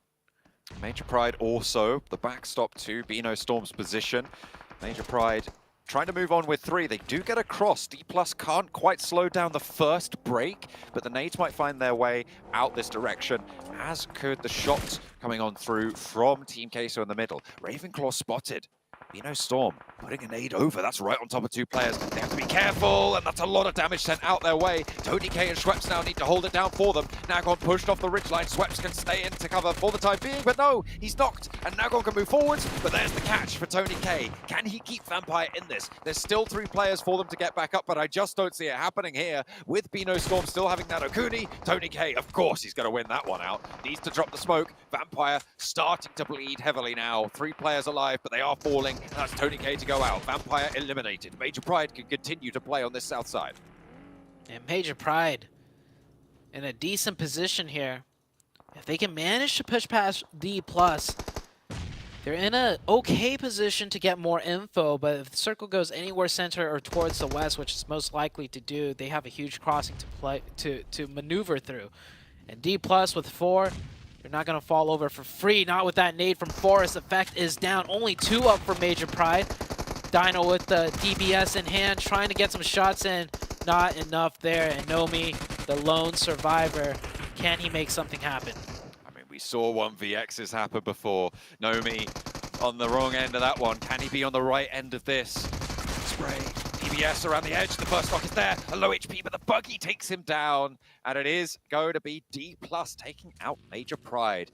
4 Miracle Vibes, they're in the field. They have taken a knock, but they are in a position in the next circle, looking to try and keep the edge of it. I think they're just cutting with the next zone with them, weren't they? They managed to stay alive in the foothills underneath Genesis as well. Yeah, they're at a, right now the Vibes team, 4 Miracle Vibes, just trying to stay alive through the use of smokes. They're at one of those little shacks right there, or not really a shack, but a mix of hay bales. And yeah, as soon as those smokes run out, I don't think they're going to be able to keep all 4 up. They're in a very compromised position, especially from Team Queso's Fortress, just to the east of them. They'll be able to outlive IHC though, as IHC forced to come in, and it looks like the smokes are starting to run out, and yeah, major damage being taken here. Miracle Vibes right on that 3rd place bubble, being eaten alive out in the fields there. 1 point on board. I think they'll get at least 1 placement so far as well. But they will be looking to try and keep up with BTR, who just sit ahead of them right now. The question is, can a team like Rook, can even Team Queso put a big enough dent to go into tomorrow with a chance of laddering up into that 3rd place? Rook with 2 players alive. Team Queso probably the most likely to get a high-value match out of this one. Queso only with 1 point so far, though. But with the next circle shift, I think Queso will have to push out, and maybe they could get more. And man, Vibes here just, they're a pincushion for everybody. Everyone just taking some pot shots there, knowing there's points to be had. IHC, Zayol on the outside, and IHC out-survives the side of 4 Miracle Vibes. Not enough smokes right there, and too much focus with 4 players up. Everyone wanted a piece of that pie. And hey, look at this. The bottom of the table's very, very alive right now. 11 through 15, all still in action. Some decent points potential for a lot of them as well. Maybe less for IHC as they do go down and out, so they will be staying on their points total, but you still got Muerte, you've got Genesis over on that north side, you've got D+ as well, looking to navigate over on that east, moving up the roadside to play close there. A battle for the bottom bubble as well will still continue to rage on as Rook are eliminated over on the north edge. Teams are posturing up for the final zone here. The biggest fight here on the northwest near this compound. This compound has, you know, that deep dip to the west and east, so it's housing 3 teams here. The last 2 other teams a bit more further away and separated, also isolated. Demorte get a crate drop. That could come in handy here. As we head into the next zone shift, who is it going to favor? Will Queso get a little bit of this favoring down there, isolated on the south? The fighting is going to bring out here. Genesis gets the first opening, does almost get that second one, and they do. Now, the side of Genesis looking to be in the advantage at this fight. The high ground position on the roof just not really coming into effect on the Smile's position. He has a third challenge as well over on the sidelines. In the meantime, they have to displace the top of the roof position, and Smile might have just misstepped a little bit too far, but he makes it to the wall. Knows there's a player on the outside, wants to back up his team, but no, it doesn't matter. Ichi is there, is knocked, but can he stay alive? Can he get back up before Demuerte go for a third party? Capitalizing on the chaos, it's D+ to move across a little bit of open ground up into a ridgeline to give them a chance. DRS are eliminated, but Genesis looking to try and keep it together. Demuerte want to eliminate them because nobody's in this zone except for D+ moving forward. I think Queso might be in the zone just slightly at the previous compound that they've been holding, so that's a good circle for Queso. Queso also have one of those hay bales in front of them if they were to do a 2-2 split. D+ moving on to the northeastern edge. Demorte tries to go for that third party, got third party themselves as they were crossing over into the open. They're going to be forced back into the ditch, which was in the circle. Maybe a little overzealous there out of Demorte. But with the solo, Malloy, yeah, he realizes he has to leave that ditch too because the full 4-man team of Genesis are going to crest over. He's going to see if he can find some special spot in the center that's going to give him cover from all sides. Might have found it. We'll see how long he lasts there. Not very long is the answer. Big Milo able to pick up that point. Team Queso, 5 eliminations now on the cards. Duarte still have a 4 elimination, 4th place, so a decent run from them. And be able to survive underneath Genesis. As D+ seemingly starting to execute quite nicely here. The flush taken away, and that's actually Potro nice. To be able to tap away with the Mini 14, denying the point to D+, and adding it to the Team Queso bank. 6 elimination as they move up the wheel, keeping Fabian safe for now. And this zone is playing out perfectly for Queso to maximize their points towards the end game too. D+ with just, D+ with 4 players, 12 nades, no smokes though. That's going to be very favorable for Queso. Genesis with only 4 smokes in that ditch. They still get the circle, and there's going to be one more. Let's see who it favors this time around, and it goes up, but Queso already has a forward position in play. Artur's in the zone. He does move away from them. The question is how many of those sort of positions are available, because it's very unlikely you want to stack up all fully on that area. It's tricky. Yeah.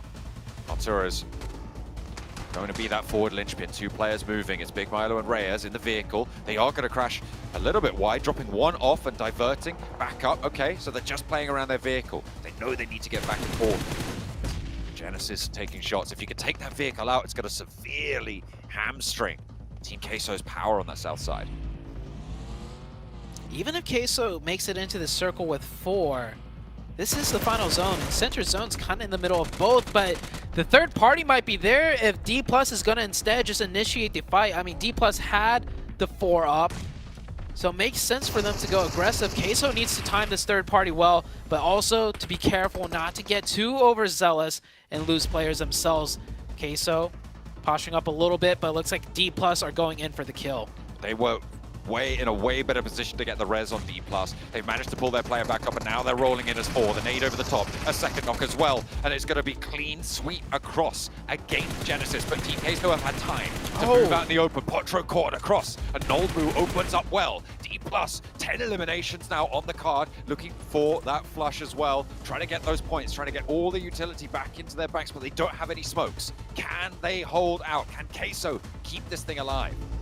Queso's gonna have to be playing with 3. That first player that got knocked from Queso, maybe he thought he had more time to get an off angle, but D+ finished that fight way too quickly and he gets caught with his pants down. Poppy Potro will not be involved in this final fight, and it's a 4v3. D+ with the man advantage. And honestly, with the way this zone is, I don't even know if Queso has too much of an advantage with the blue pressing on the backs of D+, but that's a good knock. Did it come out too early though? Because I think the revive could still go through. Might just be able to, but that slows down the pressure, right, from D+. It forces them to take a little bit of a breather, take a little bit of a pause, and that means that they're going to have to mount up, and they do have to move first to D+, especially with the blue zone now. With that extra little bit of time to move forwards, they have to go for the crash. Here they go, no smokes in tow, and they will not be able to find much, but they managed to make it up to a hay bale. Nades in hand for every single one of the Team Queso players right now. They know the value of them. They're going to try and extract it from this lobby. Forrest is forwards. Hasn't taken damage just yet, but the nade over the top tickles him down to half. Another to follow it up, a third as well from the back lines of Reyes. They continue to lob them forwards, and it's Big Milo to go down first. This is a good start for D+. Reyes is low as well. He's been spotted over on the off angle. Can they get the res? I don't think they have time. It's done. D+. D+ are going to take this 4v1. Arturos gets 1, gets 2. Hold on, it's not done. Oh. It was close. It got close, but what a huge win out of D+. They controlled that roadside, and they controlled it very well. They lost the zone towards the end, but that final decisive, not the final push, but that decisive push onto the side of Genesis was really what stood out for me for D+. They went aggressive, they went for it as 4, and then they won the 4v4, air quotes in the 4v4, because I think Queso kind of threw one of their players away, but they still close it out. Big game for D+. Especially when you consider how close they were on the bubble. They were 11th place before this as well. 88 points at the start of that. I think they got something like 10 or 12 eliminations. That's going to put them over the 100-point mark and in a good position for tomorrow. Korean teams seemingly continuing to do well. We obviously saw Nongshim Red Force top the tables back in their group. This time around, D+, they've kind of been a little bit missing in a lot of these matches, but it's great to see that they have got this in their wheelhouse. They have done so well in that match, you're right. They had the most difficult rotation, I think, of the lobby to make, and they made it work. Yeah, they controlled it very well. They took a fight with Major Pride too on that road on the south, and then they took out Rook on the north. And they also timed a nice kind of like third-party feint attempt towards Vampire, if you recall, and that forced Vampire in a difficult spot that made them a non-threat later on. So D+ really just doing a masterclass of the way that zone played out for them. Queso got heavily blessed, and I think they should have definitely taken the match with 4 players there, but they lost one early. It still would have been close, seeing how the lay of the land worked out for D+ in that 4v4 if Queso kept all 4 up. Still could have gone either way, but Queso still picks up a decent amount of points on the most important day, right? The day before the last day, to really show where you will fall on the leaderboards and what you need to aim for. Yeah, with a lot of those teams towards the top not having the greatest final match of the day, things are starting to heat up. A lot of resurgences over the course of today, and to close it out, the final one will be the team from Korea, D+. Man, I don't know how to feel about D+ today, to be honest. Their aggression has worked for them, like you're seeing here in this match, and it has worked against them, thinking back to that 4v2 up against Major Pride. It's been an up and down day for D+, but Karen brought up a good question. Is tomorrow the day we see D+'s final form? Yeah, I mean, I think it was Seven that brought that up, but I appreciate you. You get the credit of it. Forget Seven. I will take the credit. 100%, I'll take it. It's a really, hard answer, to be honest, because we're all liking, I can speak for all 3 of us, that we're all liking that compared to the previous days, D+ are going for more things. They're going for more opportunities.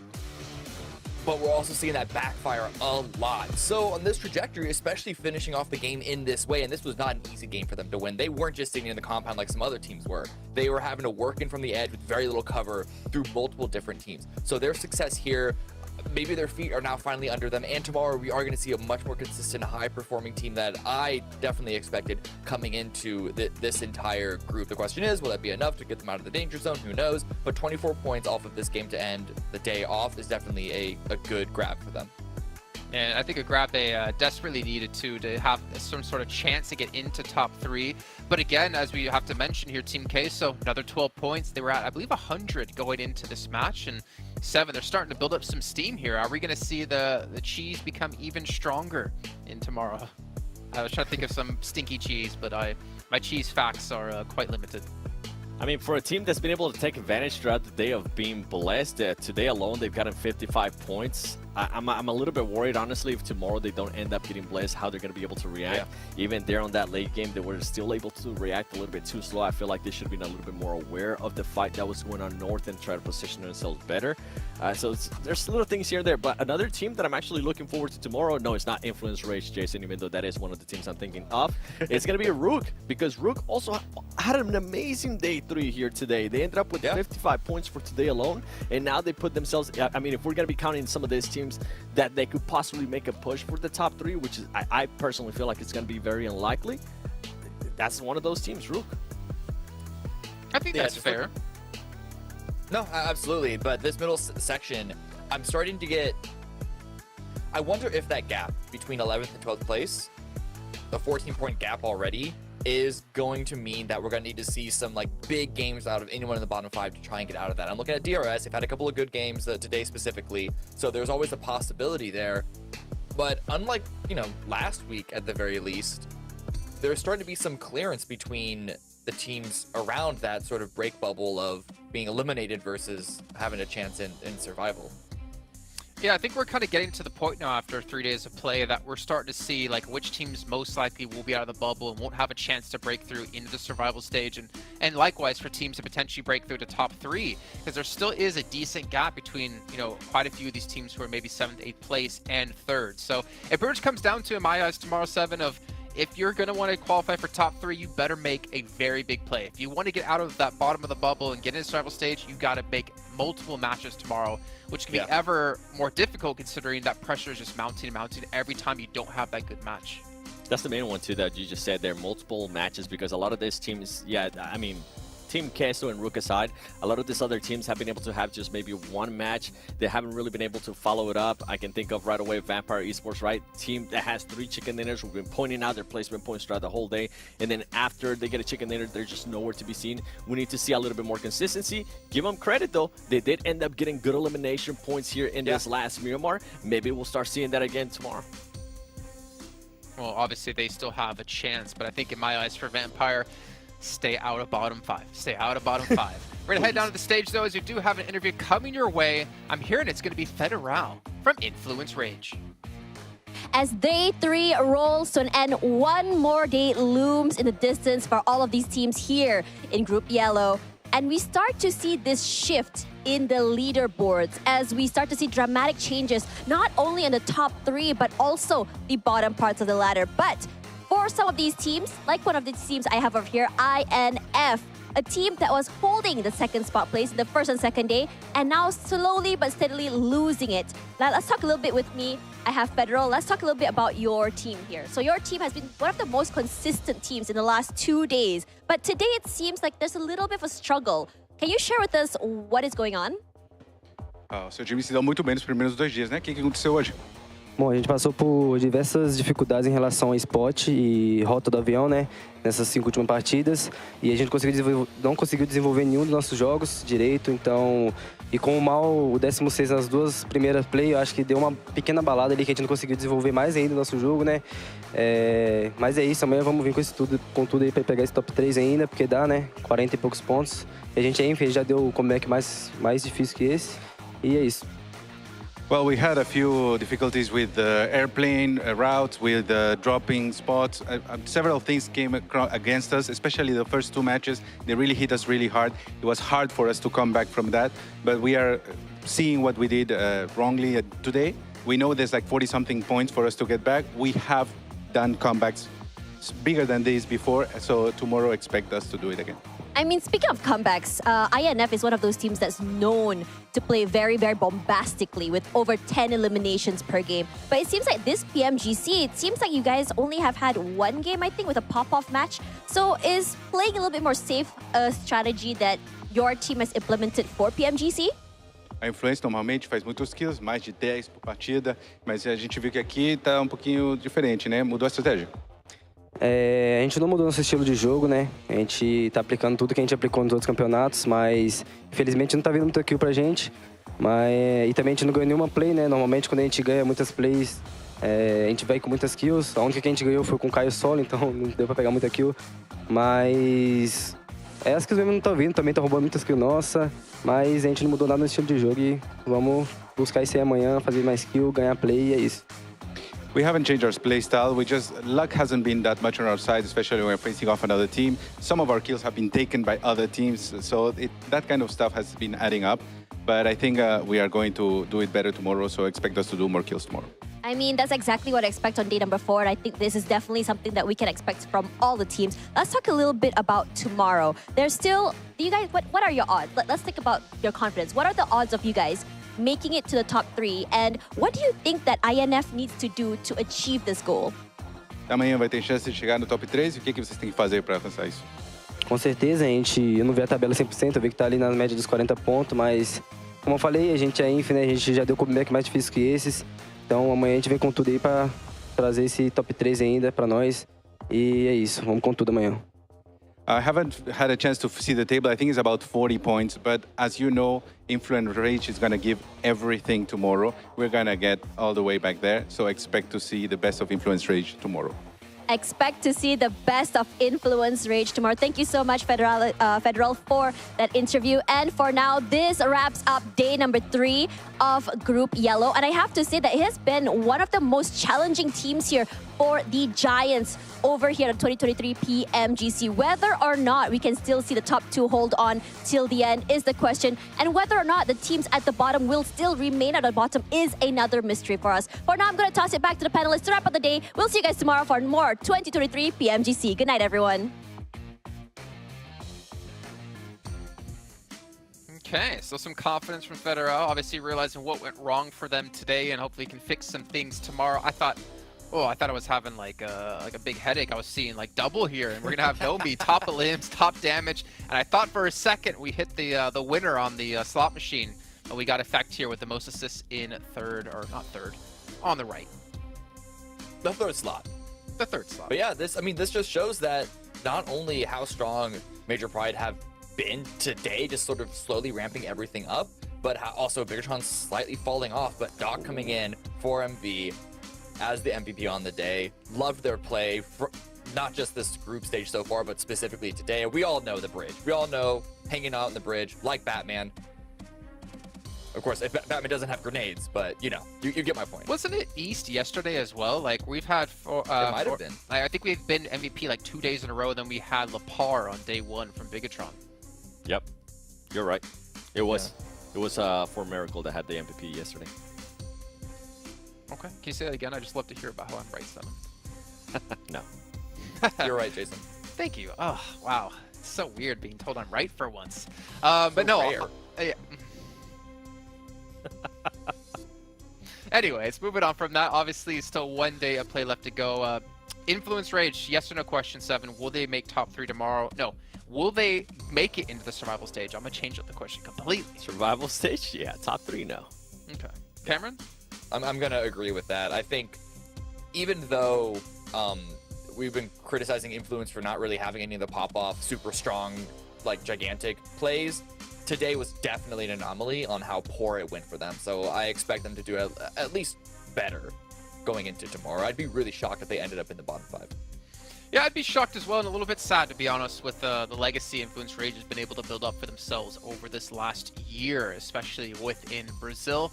But unfortunately for them, they need to prove it tomorrow, because people aren't going to remember the end. They're not going to remember everything you've done before this. But that does mean we're pretty much done with the day. But before we end things off, hopefully you guys at home, 7, I'm pretty sure I've seen you ordering one of these bad boys, the Infinix GT10 Pro, because it was not only born for professional gamers, but also born for people of your stature, 7. Yeah. Interesting take there. I think stature is one of the safest ways. But you know what? I've seen you dominate lobbies, and I can only imagine those bold Gameplay, actions. that's what you meant to say. Yeah. Yeah, those bold Skill. actions. I saw you in person in Poland. I can only imagine what you do with one of these devices.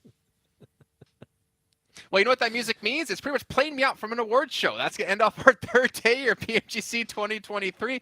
We'll obviously be back tomorrow for a final day of action in Group Yellow. We're more importantly going to find out which 3 teams will get straight through the Grand Finals and which teams will survive to fight another day.